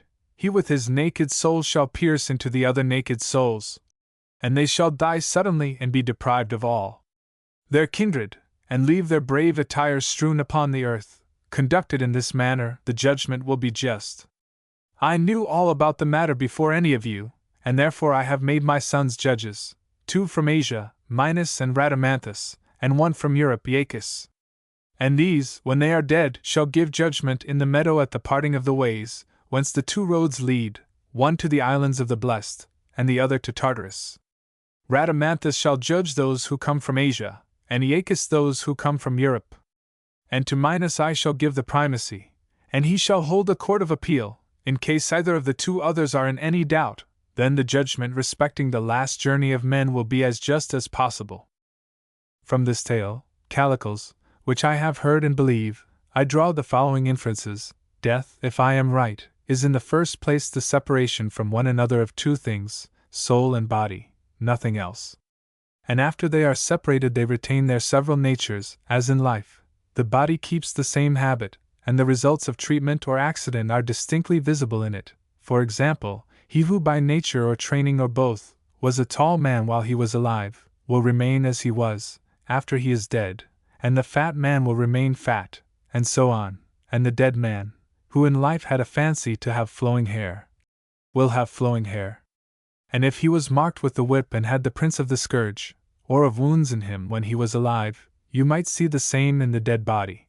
And if his limbs were broken or misshapen when he was alive, the same appearance would be visible in the dead. And in a word, whatever was the habit of the body during life would be distinguishable after death, either perfectly, or in a great measure and for a certain time. And I should imagine that this is equally true of the soul, Callicles. When a man is stripped of the body, all the natural or acquired affections of the soul are laid open to view. And when they come to the judge, as those from Asia come to Rhadamanthus, he places them near him and inspects them quite impartially, not knowing whose the soul is. Perhaps he may lay hands on the soul of the great king, or of some other king or potentate, who has no soundness in him, but his soul is marked with the whip, and is full of the prints and scars of perjuries and crimes with which each action has stained him, and he is all crooked with falsehood and imposture, and has no straightness, because he has lived without truth. Him Rhadamanthus beholds, full of all deformity and disproportion, which is caused by license and luxury and insolence and incontinence, and dispatches him ignominiously to his prison, and there he undergoes the punishment which he deserves. Now the proper office of punishment is twofold. He who is rightly punished ought either to become better and profit by it, or he ought to be made an example to his fellows, that they may see what he suffers, and fear and become better. Those who are improved when they are punished by gods and men, are those whose sins are curable, and they are improved, as in this world so also in another, by pain and suffering, for there is no other way in which they can be delivered from their evil. But they who have been guilty of the worst crimes, and are incurable by reason of their crimes, are made examples, for, as they are incurable, the time has passed at which they can receive any benefit. They get no good themselves, but others get good when they behold them enduring forever the most terrible and painful and fearful sufferings as the penalty of their sins. There they are, hanging up as examples, in the prison house of the world below, a spectacle and a warning to all unrighteous men who come thither. And among them, as I confidently affirm, will be found Archelaus, if Polus truly reports of him, and any other tyrant who is like him. Of these fearful examples, most, as I believe, are taken from the class of tyrants and kings and potentates and public men, for they are the authors of the greatest and most impious crimes, because they have the power. And Homer witnesses to the truth of this, for they are always kings and potentates whom he has described as suffering everlasting punishment in the world below. Such were Tantalus and Sisyphus and Titius. But no one ever described the Scythes, or any private person who was a villain, as suffering everlasting punishment, or as incurable. For to commit the worst crimes, as I am inclined to think, was not in his power, and he was happier than those who had the power. No, Callicles, the very bad men come from the class of those who have power, compare Republic. And yet in that very class there may arise good men, and worthy of all admiration they are, for where there is great power to do wrong, To live and to die justly is a hard thing, and greatly to be praised, and few there are who attain to this. Such good and true men, however, there have been, and will be again, at Athens and in other states, who have fulfilled their trust righteously, and there is one who is quite famous all over Hellas, Aristides, the son of Lysimachus. But in general, great men are also bad, my friend. As I was saying, Rhadamanthus, when he gets a soul of the bad kind, knows nothing about him, either who he is, nor who his parents are. He knows only that he has got hold of a villain, and seeing this, he stamps him as curable or incurable, and sends him away to Tartarus, whither he goes and receives his proper recompense. Or, again, he looks with admiration on the soul of some just one who has lived in holiness and truth. He may have been a private man or not, and I should say, Callicles, that he is most likely to have been a philosopher who has done his own work, and not troubled himself with the doings of other men in his lifetime. Him Rhadamanthus sends to the islands of the blessed. Aeacus does the same, and they both have scepters, and judge. But Minos alone has a golden scepter, and is seated looking on, as Odysseus in Homer declares that he saw him, holding a scepter of gold, and giving laws to the dead. Now I, Callicles, am persuaded of the truth of these things, and I consider how I shall present my soul whole and undefiled before the judge in that day. Renouncing the honors at which the world aims, I desire only to know the truth, and to live as well as I can, and when I die, to die as well as I can. And, to the utmost of my power, I exhort all other men to do the same. And, in return for your exhortation of me, I exhort you also to take part in the great combat, which is the combat of life, and greater than every other earthly conflict. And I retort your reproach of me, and say, that you will not be able to help yourself when the day of trial and judgment, of which I was speaking, comes upon you. You will go before the judge, the son of Aegina, and when he has got you in his grip and is carrying you off, you will gape and your head will swim round, just as mine would in the courts of this world, and very likely someone will shamefully box you on the ears, and put upon you any sort of insult. Perhaps this may appear to you to be only an old wife's tale, which you will contemn. And there might be reason in your contemning such tales, if by searching we could find out anything better or truer. But now you see that you and Polus and Gorgias, who are the three wisest of the Greeks of our day, are not able to show that we ought to live any life which does not profit in another world as well as in this. And of all that has been said, nothing remains unshaken but the saying, that to do injustice is more to be avoided than to suffer injustice, and that the reality and not the appearance of virtue is to be followed above all things, as well in public as in private life, and that when any one has been wrong in anything, he is to be chastised, and that the next best thing to a man being just is that he should become just, and be chastised and punished, also that he should avoid all flattery of himself as well as of others, of the few or of the many, and rhetoric and any other art should be used by him, and all his actions should be done always, with a view to justice. Follow me then, and I will lead you where you will be happy in life and after death, as the argument shows. And never mind if someone despises you as a fool, and insults you, if he has a mind, let him strike you, by Zeus, and do you be of good cheer, and do not mind the insulting blow, for you will never come to any harm in the practice of virtue, if you are a really good and true man. When we have practiced virtue together, we will apply ourselves to politics, if that seems desirable, or we will advise about whatever else may seem good to us, for we shall be better able to judge then.